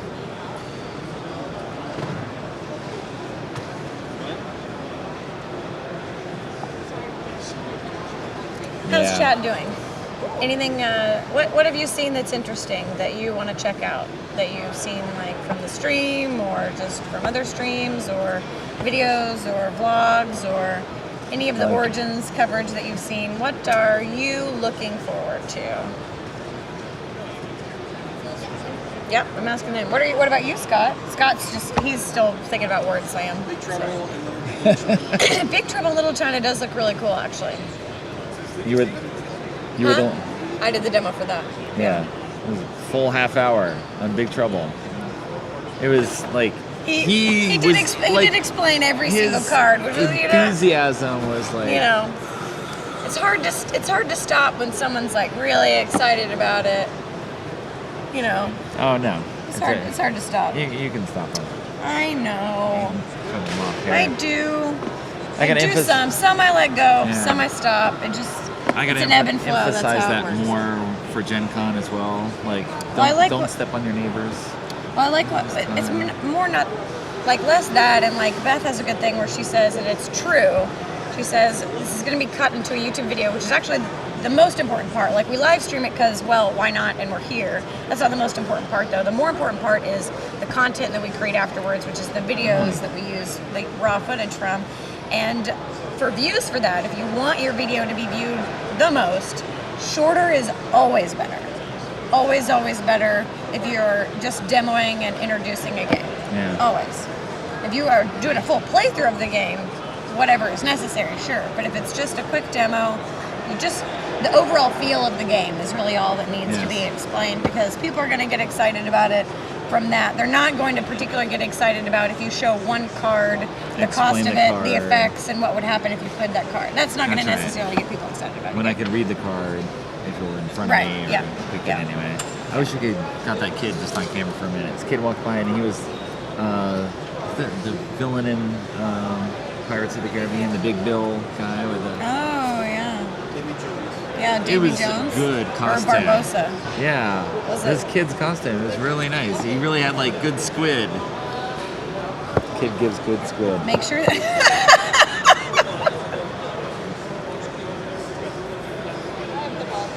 I'm broken. Make sure that Chad goes to get Jenny's. Yes. Yep. Yep. 420 game.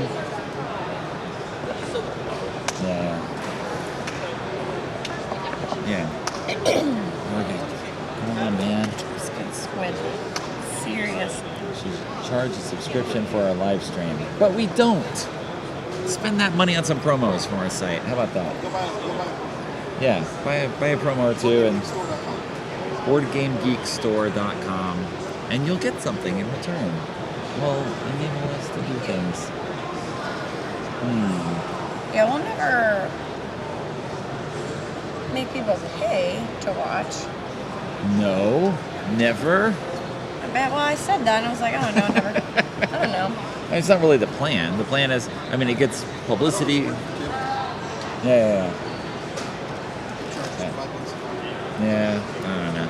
I don't think you want a gateway, like, you don't want to gate your content like that. All right. Well, a lot of it is also just the relationship with publishers. All right, publishers, come on, hey, we're glad to work with you, and we'll do this, and show off your thing, send us our info, use our site, put our games in, put your games in our database, right? What do you got here? We're here.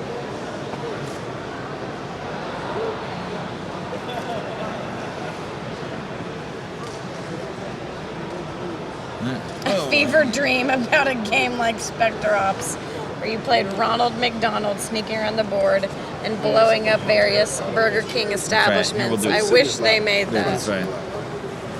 Yeah, that is I one kind of way wish it they works. did too. It's not very good because your legs aren't really clear well. Hi, Morgan. Hi, how are you? Good. Good. How's your show been? It's pretty good. Yeah, It's been pretty good. it's almost over. It is. How do we, how much of this board is in here, Scott? So, Can you zoom out?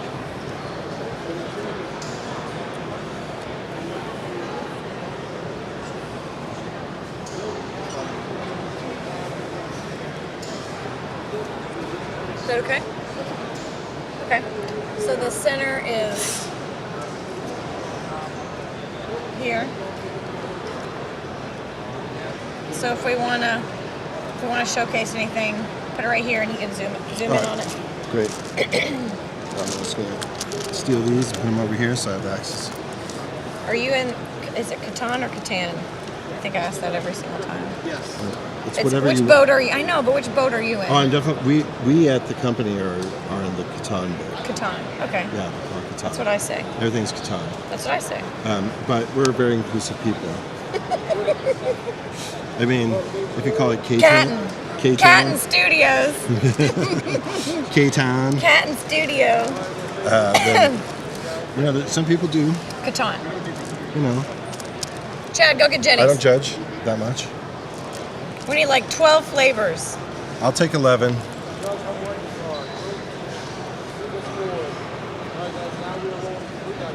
Yes, sir. Yeah. Hi, I'm Stephanie with Board Game Geek here at Origins 2017, and Morgan with Catan Studio is going to show us The Legend of the A Sea Catan Robbers. game. Legend of the Sea Robbers. It's a Catan game. I'm from Catan Studio. It's not Awesome. surprising that. Legend of the Sea Robber. That's correct. Is there a story Robbers. behind Oh, there's multiple Oh, yeah. robbers. Look Okay. out. Just Look when you out, think look you've seen out. one. Don't enter the sea, or there are robbers there. It's a new kind of scenario pack that basically is a giant campaign scenario that builds off of. I mean, this- everyone's the doing sequence. it, so we need one. Yeah, we need one well, for Catan. It's a little different in the sense of it's not a legacy game. Right, yeah. It's more like a campaign scenario. I don't want to rip up my Catan tiles. No. You know, we want people who buy it to go Keep back it. and play it. Yeah. So there's 4 interlocking scenarios, and Okay. depending on how you do in the first scenario, the next scenarios change. And there are things I like these helpers that you can get depending on what you do. I'm going to show those in the middle Right here. here. Let's do Cool. them facing us. So Oh, yeah. these are some of your helpers here. Right. Basically, you know, there's in the beginning of the story, there's a shipwreck, and there are people who are castaways on this island, and they need your help. So you're going to send crew over to these little things. You want to set up little campsites and crew over. Little campsites. Yeah. And crew, but in order to get there, you And have they're to. over here. This is where they're cast away Yes, these guys are. See these on little this guys. island. Yeah. Yeah, Oh, I see. These are the castaways. Yeah, they're by the fire. They're Yeah, in bad that's right. shape. They're trying to keep warm. Yes. Okay. And you're trying to get some of their luggage back. You know, Oh, so it's they- out here floating in the sea. Yeah, like they have coach bags. Okay. and- Do they? Okay. really, really nice. You don't want it to be eaten by sharks. So anyway, so that you're going to build ships to come out and then try to put your little campsite down there. The first one out there gets these little helper cards, and the helper cards give you powers throughout the course of the entire campaign. So we're going to start here. They're where- over here. We're going to start wherever these little Where things these are. little boats are, and Yeah. then we're going to build ships to get this and come over here. Right, just Okay. pick up stuff along the way, and then they're going to start help you mining. So Okay. then you're going to send crew to help mine, and depending on how you do in the scenario, then the next scenario, which is you find out more about these people and who, why they're shipwrecked and who they're running from. Is and, one of them like, yeah, it's totally loco. Okay. No, then there's a neat little story that goes along with it where Cool. there's so you're trying to push it affects all the different parts of the island in real Yeah. micro levels. So this is mostly for people who they play Catan but they want some more story to it, and they played they played Seafarers and they like it but they want to really That is one of enrich my favorites, they actually. want to enrich their experience. Yeah. And I really enjoy it just because every scenario feels very different from each other, but everything that you've done previously kind of accumulates, and it's not just about victory points. Everybody has objectives that It's you're trying always to. just about victory points. Oh, you said that. But everybody has objectives, and depending on how the victory points pan out, then when you go into the next round, you have it's all cumulative. So you get some points based on the actual VPs, but you also get like points based on like campaign points, effectively based on whether or not you're able to achieve your scenario. So is it an objective something like pick up 4 cargo pieces? Or just like if you can save a certain number Save of a these certain people number. before the game ends. Okay, cool. And then that would either empower you to be able to do more things in the next board, or weaken you because then whatever antagonistic forces come into play, you won't have as much support from the people that Yeah. do the same. And I see that this is still in the game, Longest Road. Is that your favorite? I mean, it's very satisfying. It's very satisfying. Are you the queen of the road? To get the longest road. It depends. If I know I'm not going to be able to get it, if someone's really fighting me on it, I'm just going to abandon it. But I'm glad that that's in there because that's kind of like a staple for me. Oh yeah, That's a all the classic. classics are there. Yeah. So as the game progresses, they're gonna you're gonna mix things up quite a bit. There are tracks where you're trying to accomplish certain things, and there's a race to try to get certain characters on your side because these characters last from round to round. And so after four scenarios, then you look at your complete score from all of your games. So it's a really rich experience, and it's the kind of thing that if you want to play, a legacy game, but you want to be able to replay it with your friends. So, Right. I mean, for me, Because I guess you could pick a scenario. Could you play it you again can if play you just wanted to? play scenarios Yeah. individually, and you can decide how you're going to run it. You also, but for me, a lot of this is just like I bought legacy games and then I don't play them because we're trying to wait for the perfect crew to play, and then that person's not available, and so then you start without them, and then they get upset, and then you're like, Yeah. So you can always start again and play forward or record where you want into Yeah. it. So it's really nice. It's very flexible. Will these tiles change based on the scenario? Oh yeah, or- this is just one scenario, and then it gets mixed up. Mix things We, up. you add like pirate ships as they come in. Oh, no. Or the sea robbers, right? Oh, the sea robber. and I then do you kind of. build- I am curious about the robbers and how that's going to happen. They have catapults. Like you're trying to go out to the sea, and there are robbers that are all out in the ocean, Yeah. and then you try to go and fight them.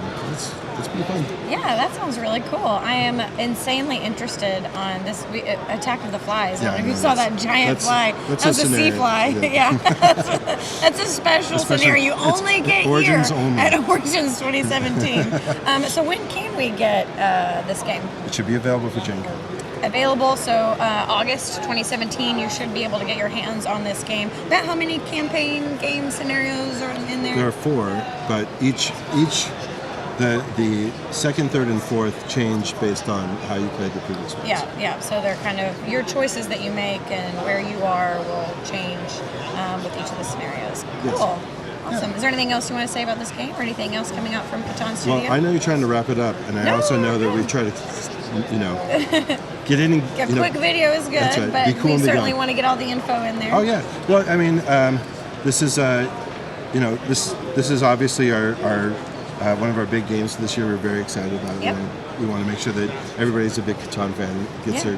their teeth into this. Yeah. So we'll be showing it off at Gen Con as well. So anybody who wants to check it out, please come by. Other than that, we're just working on a very big new project that I can't talk about, and unfortunately, and then we also have we're working on a new geography for Hawaii. Oh, okay. Yes. Cool. That will be fun. Cool. So Very that's working. interesting. Awesome. The other thing too is that we wrapped up the Catan tournament this year, and we're now in Origins is doing all our Catan tournaments for the nationals here in the U.S. We have Toronto doing our Toronto Fan Expo for Canada, UK Games Expo in Great Britain, and then we have partners in South America. South Africa, Australia, and New Zealand. So if anybody has any questions about that, they should totally get in contact with us internationally. And we're definitely going to try to push the tournament as much as possible. Yeah, check out the tournament. If you think you've got what it takes, I think that we have enough of a fan base. get to the Catan Studio tournament. Sure. Yes. Excellent. So Did you have any questions for me? No, I think that sounds good. Perfect. Thanks, Morgan. That is Catan, Legend of the Sea Robbers. Legend of the Sea Robbers. Yes. All right, thank you. Thanks, Morgan. This really does seem cool. Yes. I want to play a Catan campaign. Sorry, I know you're wrapping up this. Oh, no, you're totally fine. Yeah, you're good. You got this? Just watch the mic. No, I think you were great. I thought it was great. I think you're great. Oh, you're the best. Chad isn't even back yet.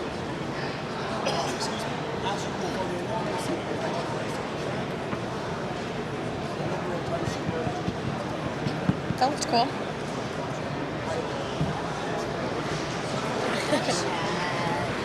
Yeah, we'll chat. We'll chat about Chad.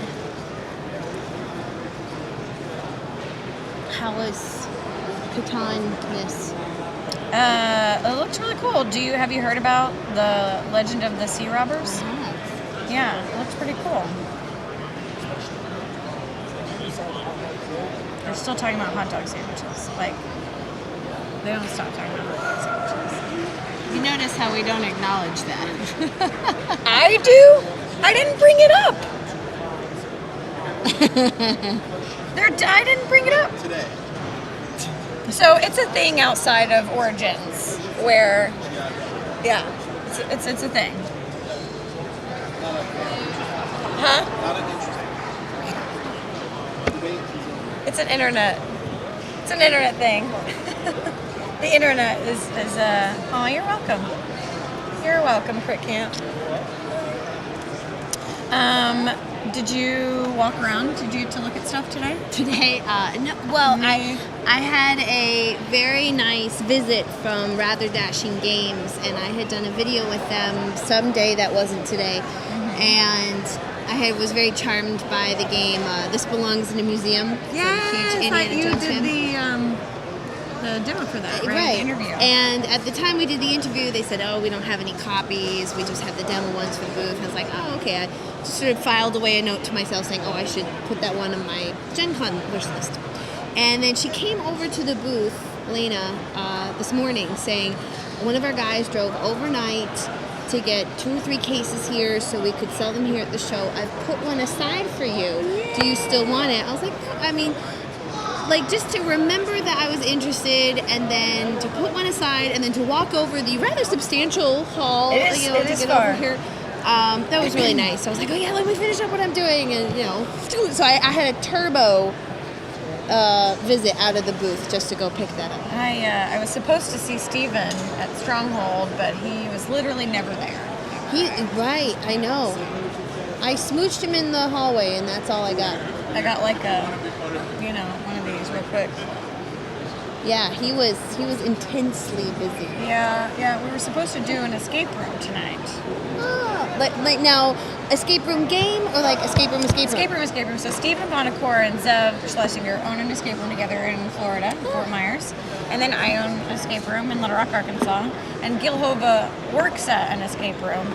And so we just kind of try and find time to do an escape room whenever we get together at conventions and stuff. For fun or for professional curiosity? I mean, it's for both.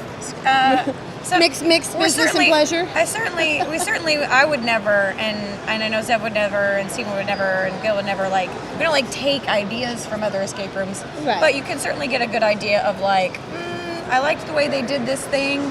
I didn't like the way they did this thing. Like, I didn't like the way they explained the rules or something like that. Like, let's never do that. Right, You can get more like info on best business practices and how to handle customers. And bye, Morgan. Thank you. Lovely to see you again. Yeah, me too. Lovely to see you. Yeah, so you could get kind of Ventilator. Ventilator. I know. What's a ventilator? Morgan and I had the same word in Word Slam, and we had to call time. It was impossible. Ventilator. Yeah, there's nothing with air or wind. It needs an expansion. Is there? It needs an expansion. Yeah. I guess there's sky, blue sky, in building. Maybe. We have you heard of Boda Borg? Boda? Boda Borg. B-O-D-A. Does that have anything to do with wine? No. No, nor does it have anything to do with Star Trek villains. Okay. It is an escape room in Malden, Massachusetts, which is right outside of Boston. And they are a warehouse that has, I think it's like 17 different escape rooms in the warehouse. You buy a pass for the day. You can do as many as you want. And it's a physical obstacle course combined with a escape room challenge. So like when you do, let's say you go into the rats room, and it's all themed that you're climbing through mouse holes and jumping up on countertops, and you don't know what you have to do to solve But it. you also got to do something with like cheese or Exactly, and each challenge is only supposed to be 3 to 5 minutes long, and you get a buzzer and a red light. If you mess up, you leave the room immediately, and you have to cycle back and start at the beginning. So that way they can churn people through this, because at most you're waiting 5 minutes to come into the next room, and another group could be in the room ahead of you. And the challenges are between 3 and 5 rooms long, and they have measurements of what kind of physical challenge it is. If it's green, it's just dexterity. If it's red, it's going to be some crawling and some jumping, a little balancing. Okay. If it's black, it's going to be all those plus a lot of strength moves, wall climbing and stuff like that.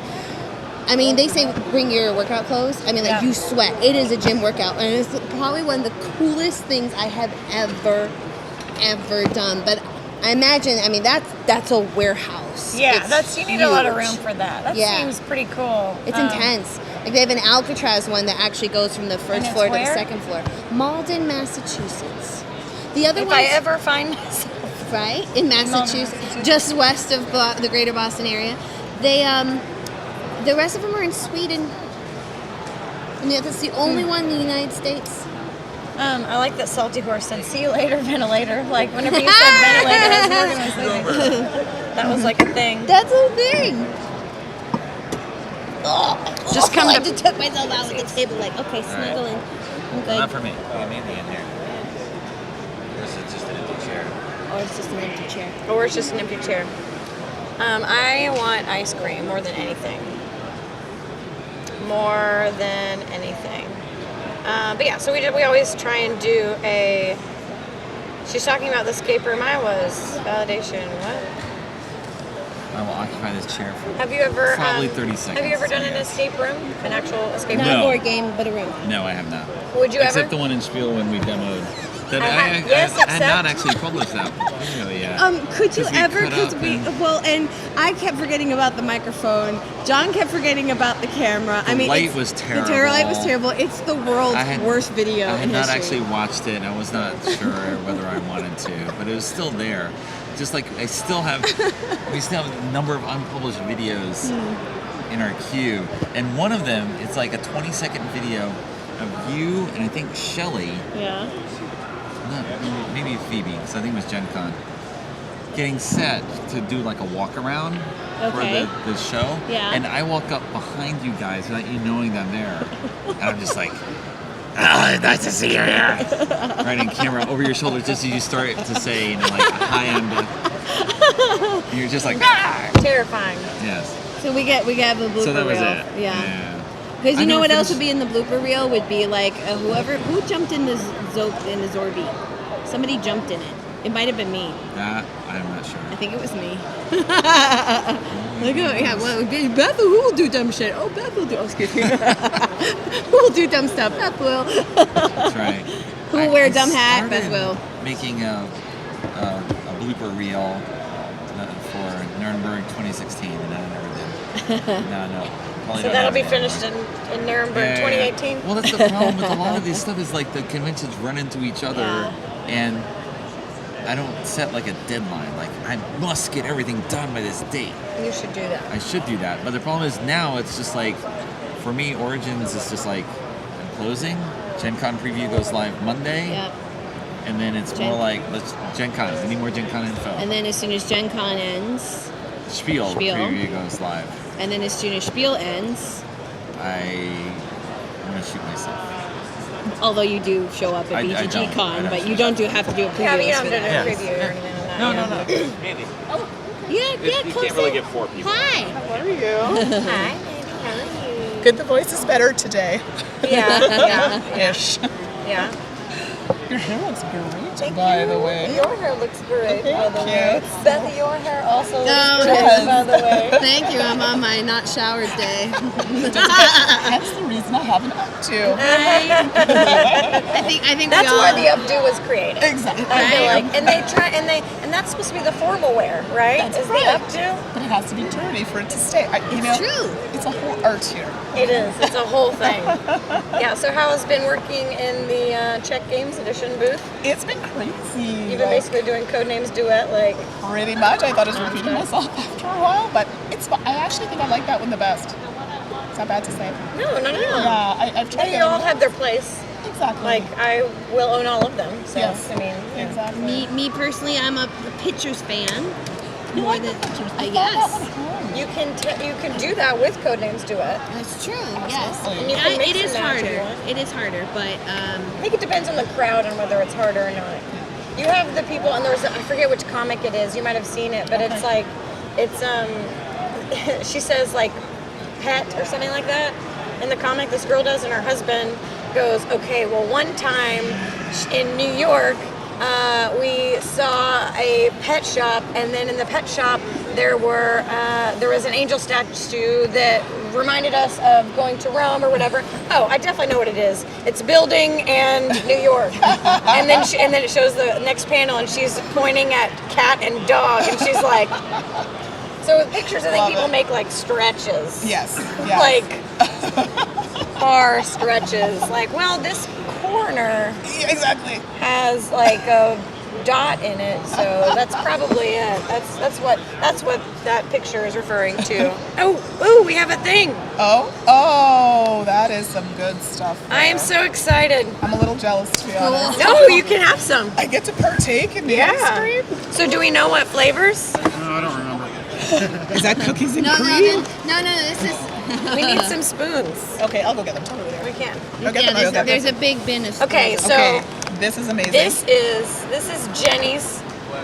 Oh, It's okay. Sorry, That's what I Mike. had. Sorry, Okay. Mike. Okay, so this is Jenny's. Oh yeah, that's a good idea. Oh yes, thank you. Yeah.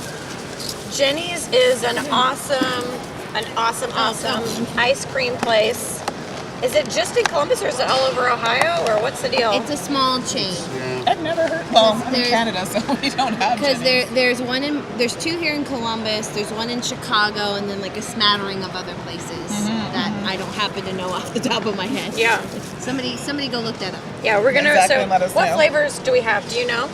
I know that's cookies and cream. I had it. 12 of them. Hey, do you know at least the names? There's Brambleberry Crisp. There's one cookies and cream.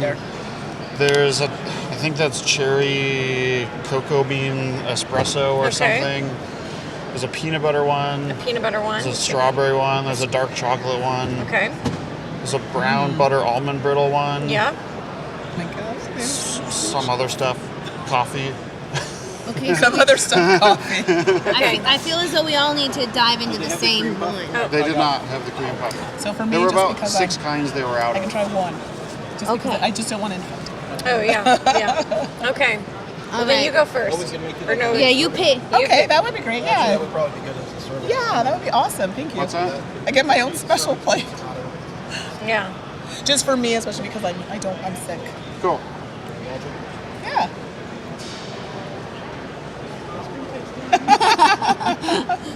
Oh, it's so good. Okay, I don't know what this is. Everybody Oh, say- there we go. Bowls. Oh, Okay. fantastic. Everybody say like So this would be the serving spoon. There's a serving spoon.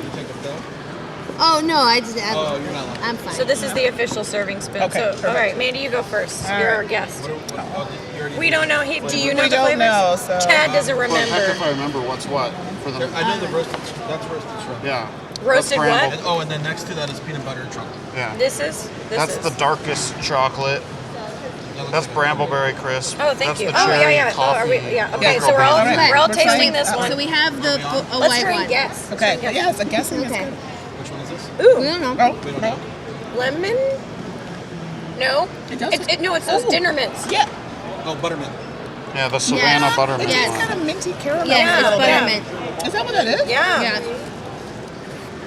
Okay, I like. Word slam. We're doing that. That was excellent. Buttermint. I think Yeah. so. Yeah, but I kind of remember I'm that. liking the taste. I'm not liking the texture. I like That it. is amazing. It kind of reminds me of You're not liking the texture? Oh, I like it. If it's gonna be, buttermilk in it. Is that what that is? Yeah. Okay, it feels like caramel. Yeah. see, if I want something that creamy, I want it to be totally smooth. Right. I like it.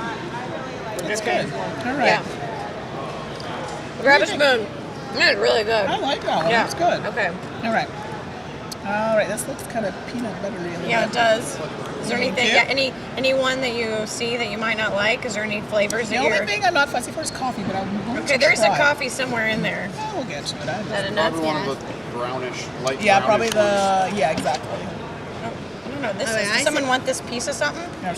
Yeah, it looks like toffee maybe. Yeah, there you go. Or chocolate. Okay, see, I say you serve out 3, and then let them.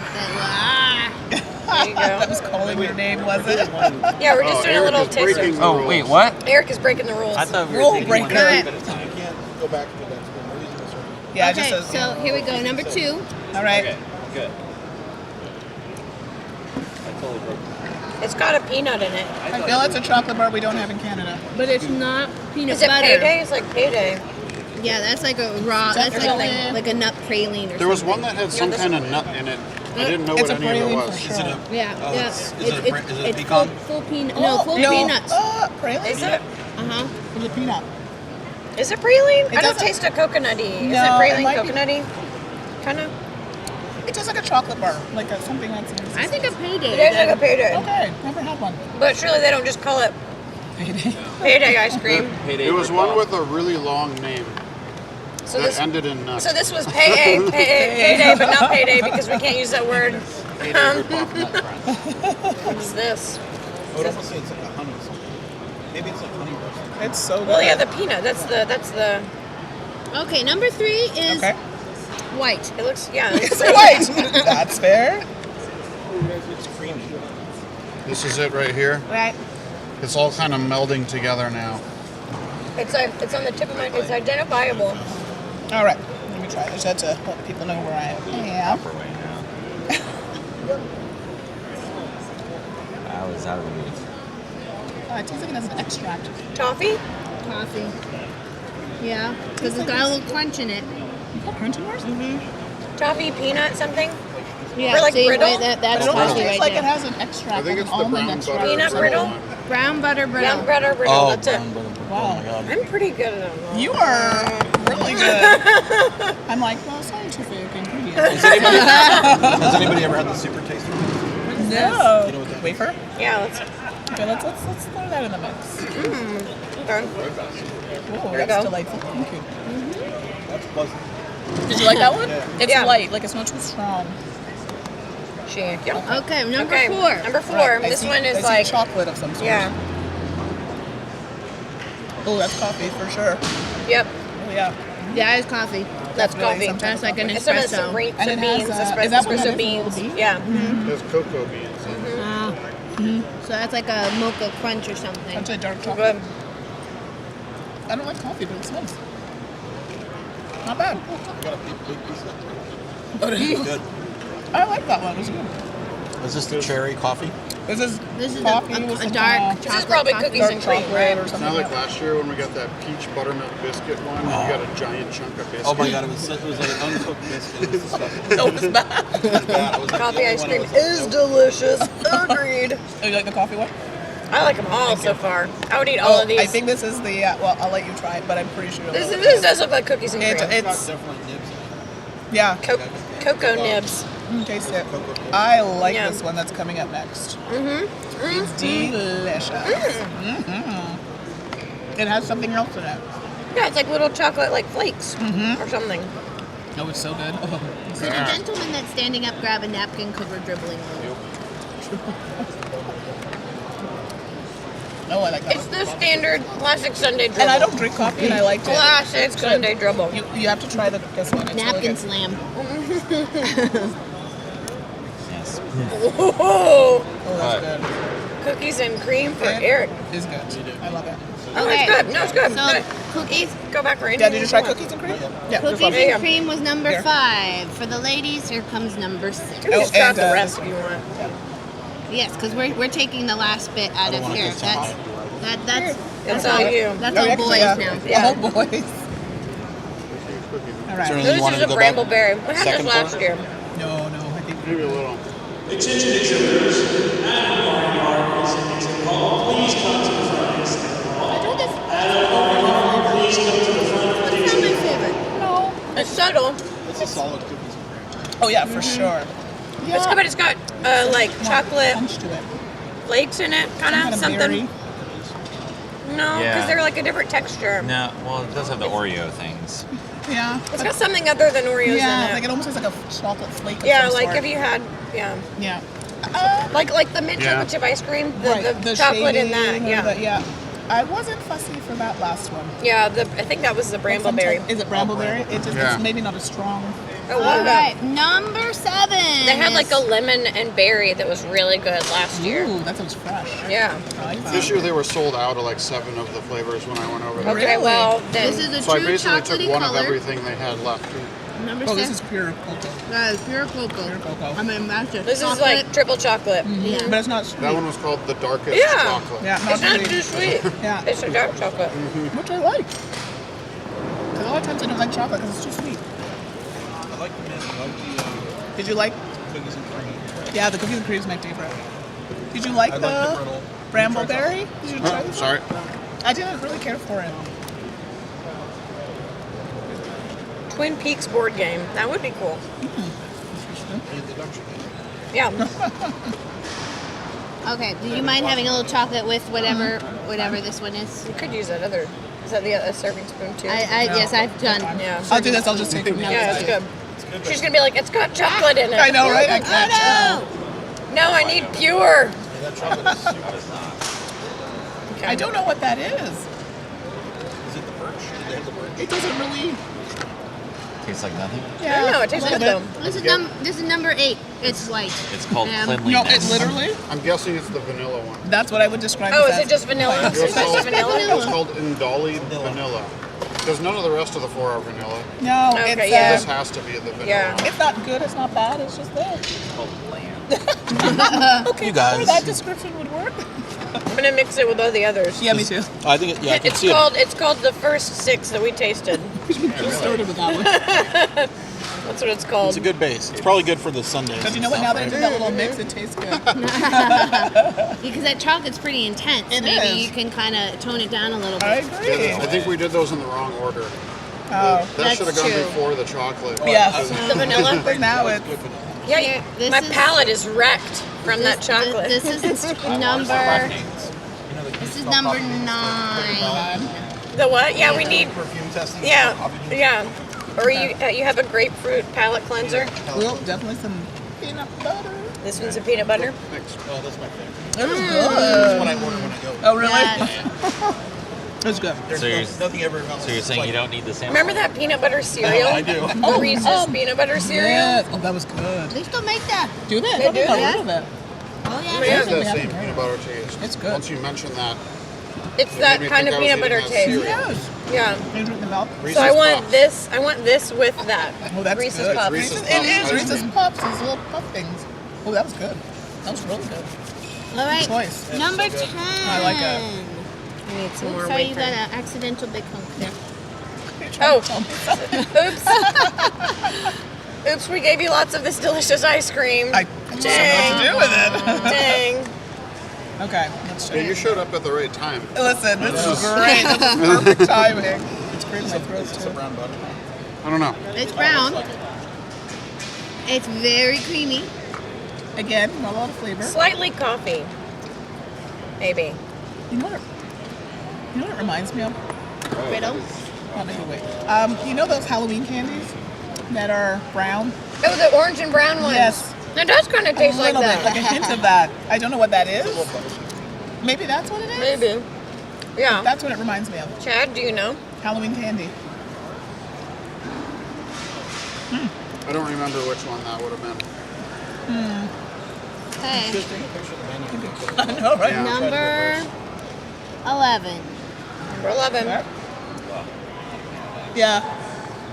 Here we we go. It tastes like Halloween candy. You know the brown Halloween That's the one I would have thought was the brown butter one when you get from old people. I thought that, but the other one, it had brown butter and other stuff in it, didn't it? Oh yeah, those candies in wax paper. Yes, that's what it tastes like. Come on, am I wrong? No. Exactly. This also tastes like coffee to me. Yeah, that one doesn't taste One that of them different is from the other one. Oh yeah, that is. I think it might be this one. I think it's number one one. Yeah, espresso and yeah, one- the one we just have. Yeah, this is very coffee as well. Classically coffee. Yeah, it's it's a bit later. This one, Later there's no flavor. way it's not the coffee one. Yeah, for sure. Ooh, is this the I final? like this one. This I'm is gonna the forget this one. the final ice cream. I don't like coffee. Yeah. I like that. I like them all. Oh yeah, this They're is all delicious. obviously this one is identifiable, right? Some kind of cherry. What did you say it was? Cherry, strawberry. Oh, roasted strawberry. Hey, see you later. Oh, strawberry. Roasted strawberry, says the man. You know what would be nice if they put those like dried strawberry bits in? There's probably real strawberry in it somewhere. It's just like oh, maybe we just didn't get in blended. that piece. Yeah. You know what I mean? Those like frozen dried ones. Yes, it's They have really the best good. strawberry ice cream. That's I quite do good. have the best strawberry ice cream. That was delish. And now we have dishes of mixed up, mashed up, just do whatever. Yep. That's not a terrible thing. Exactly. It could be far worse. I'll just I'm getting some more. I'll just take a scoop out of there. Yep.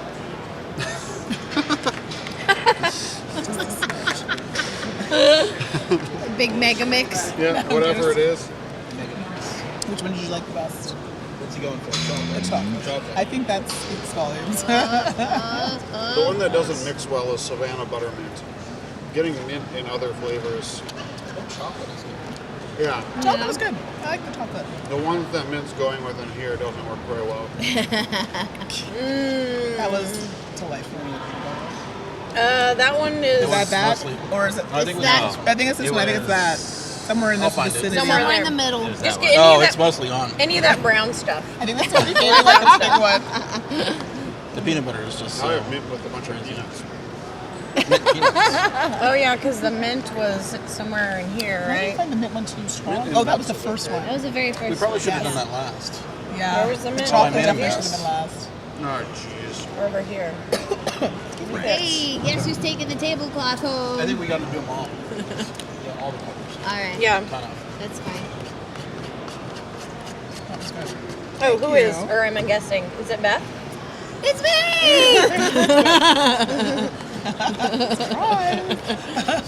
Oh, I'm officially on They just asked tablecloth if you wanted washing to duty. order. Fair enough. Fair enough. Because since I'm in They kept Chicago, trying to I'm convince me to drivable order to both here differently. and Gen They're like, we Con. have these packs. So It's like I am 12 also scoops of the same grocery flavor. shopper.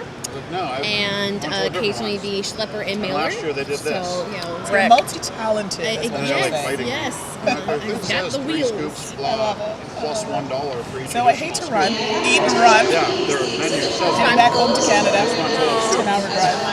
Yes, but I'm glad I came now. Yes, you are.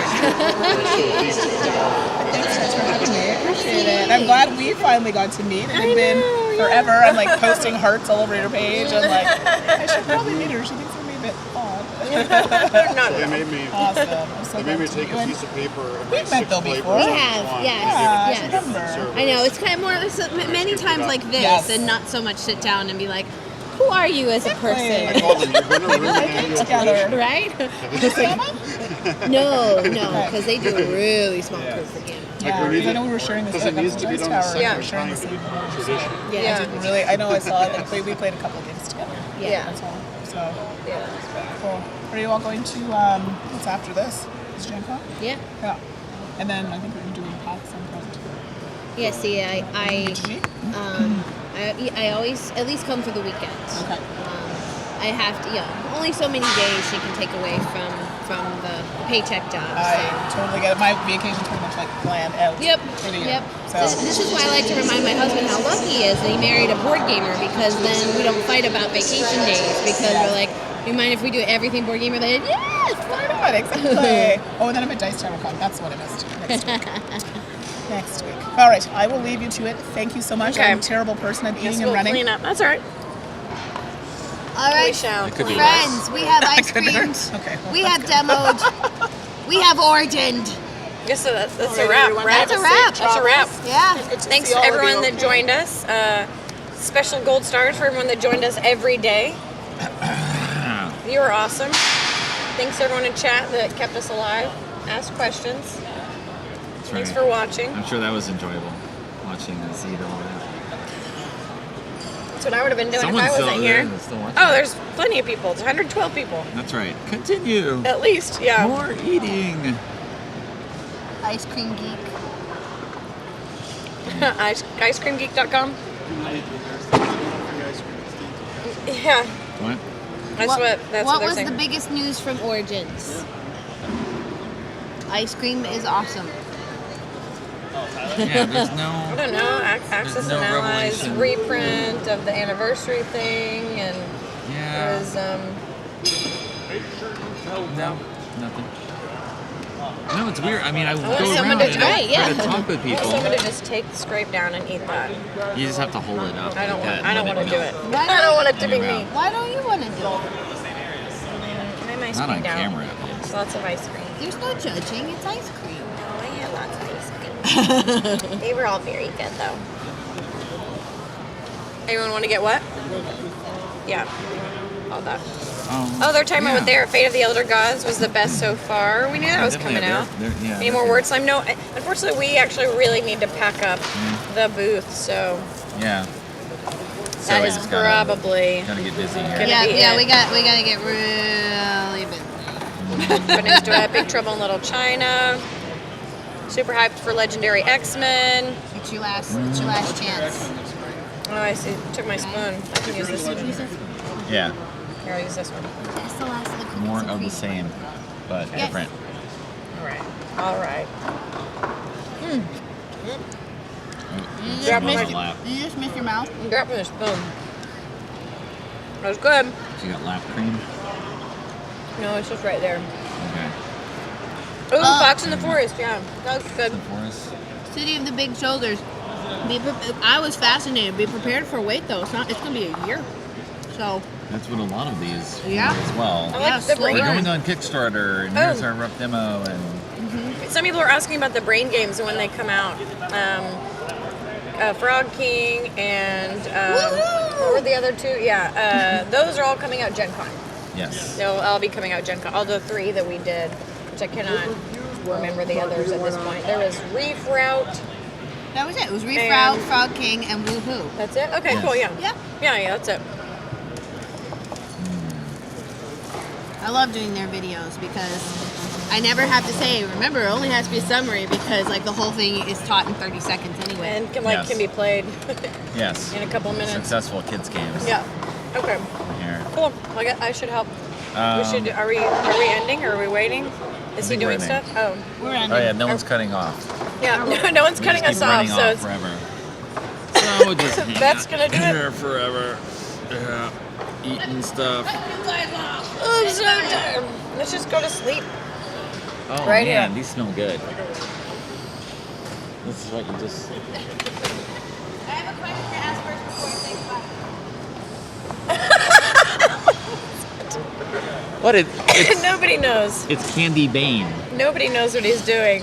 Oh, bad. You must taste my ice cream, Raph.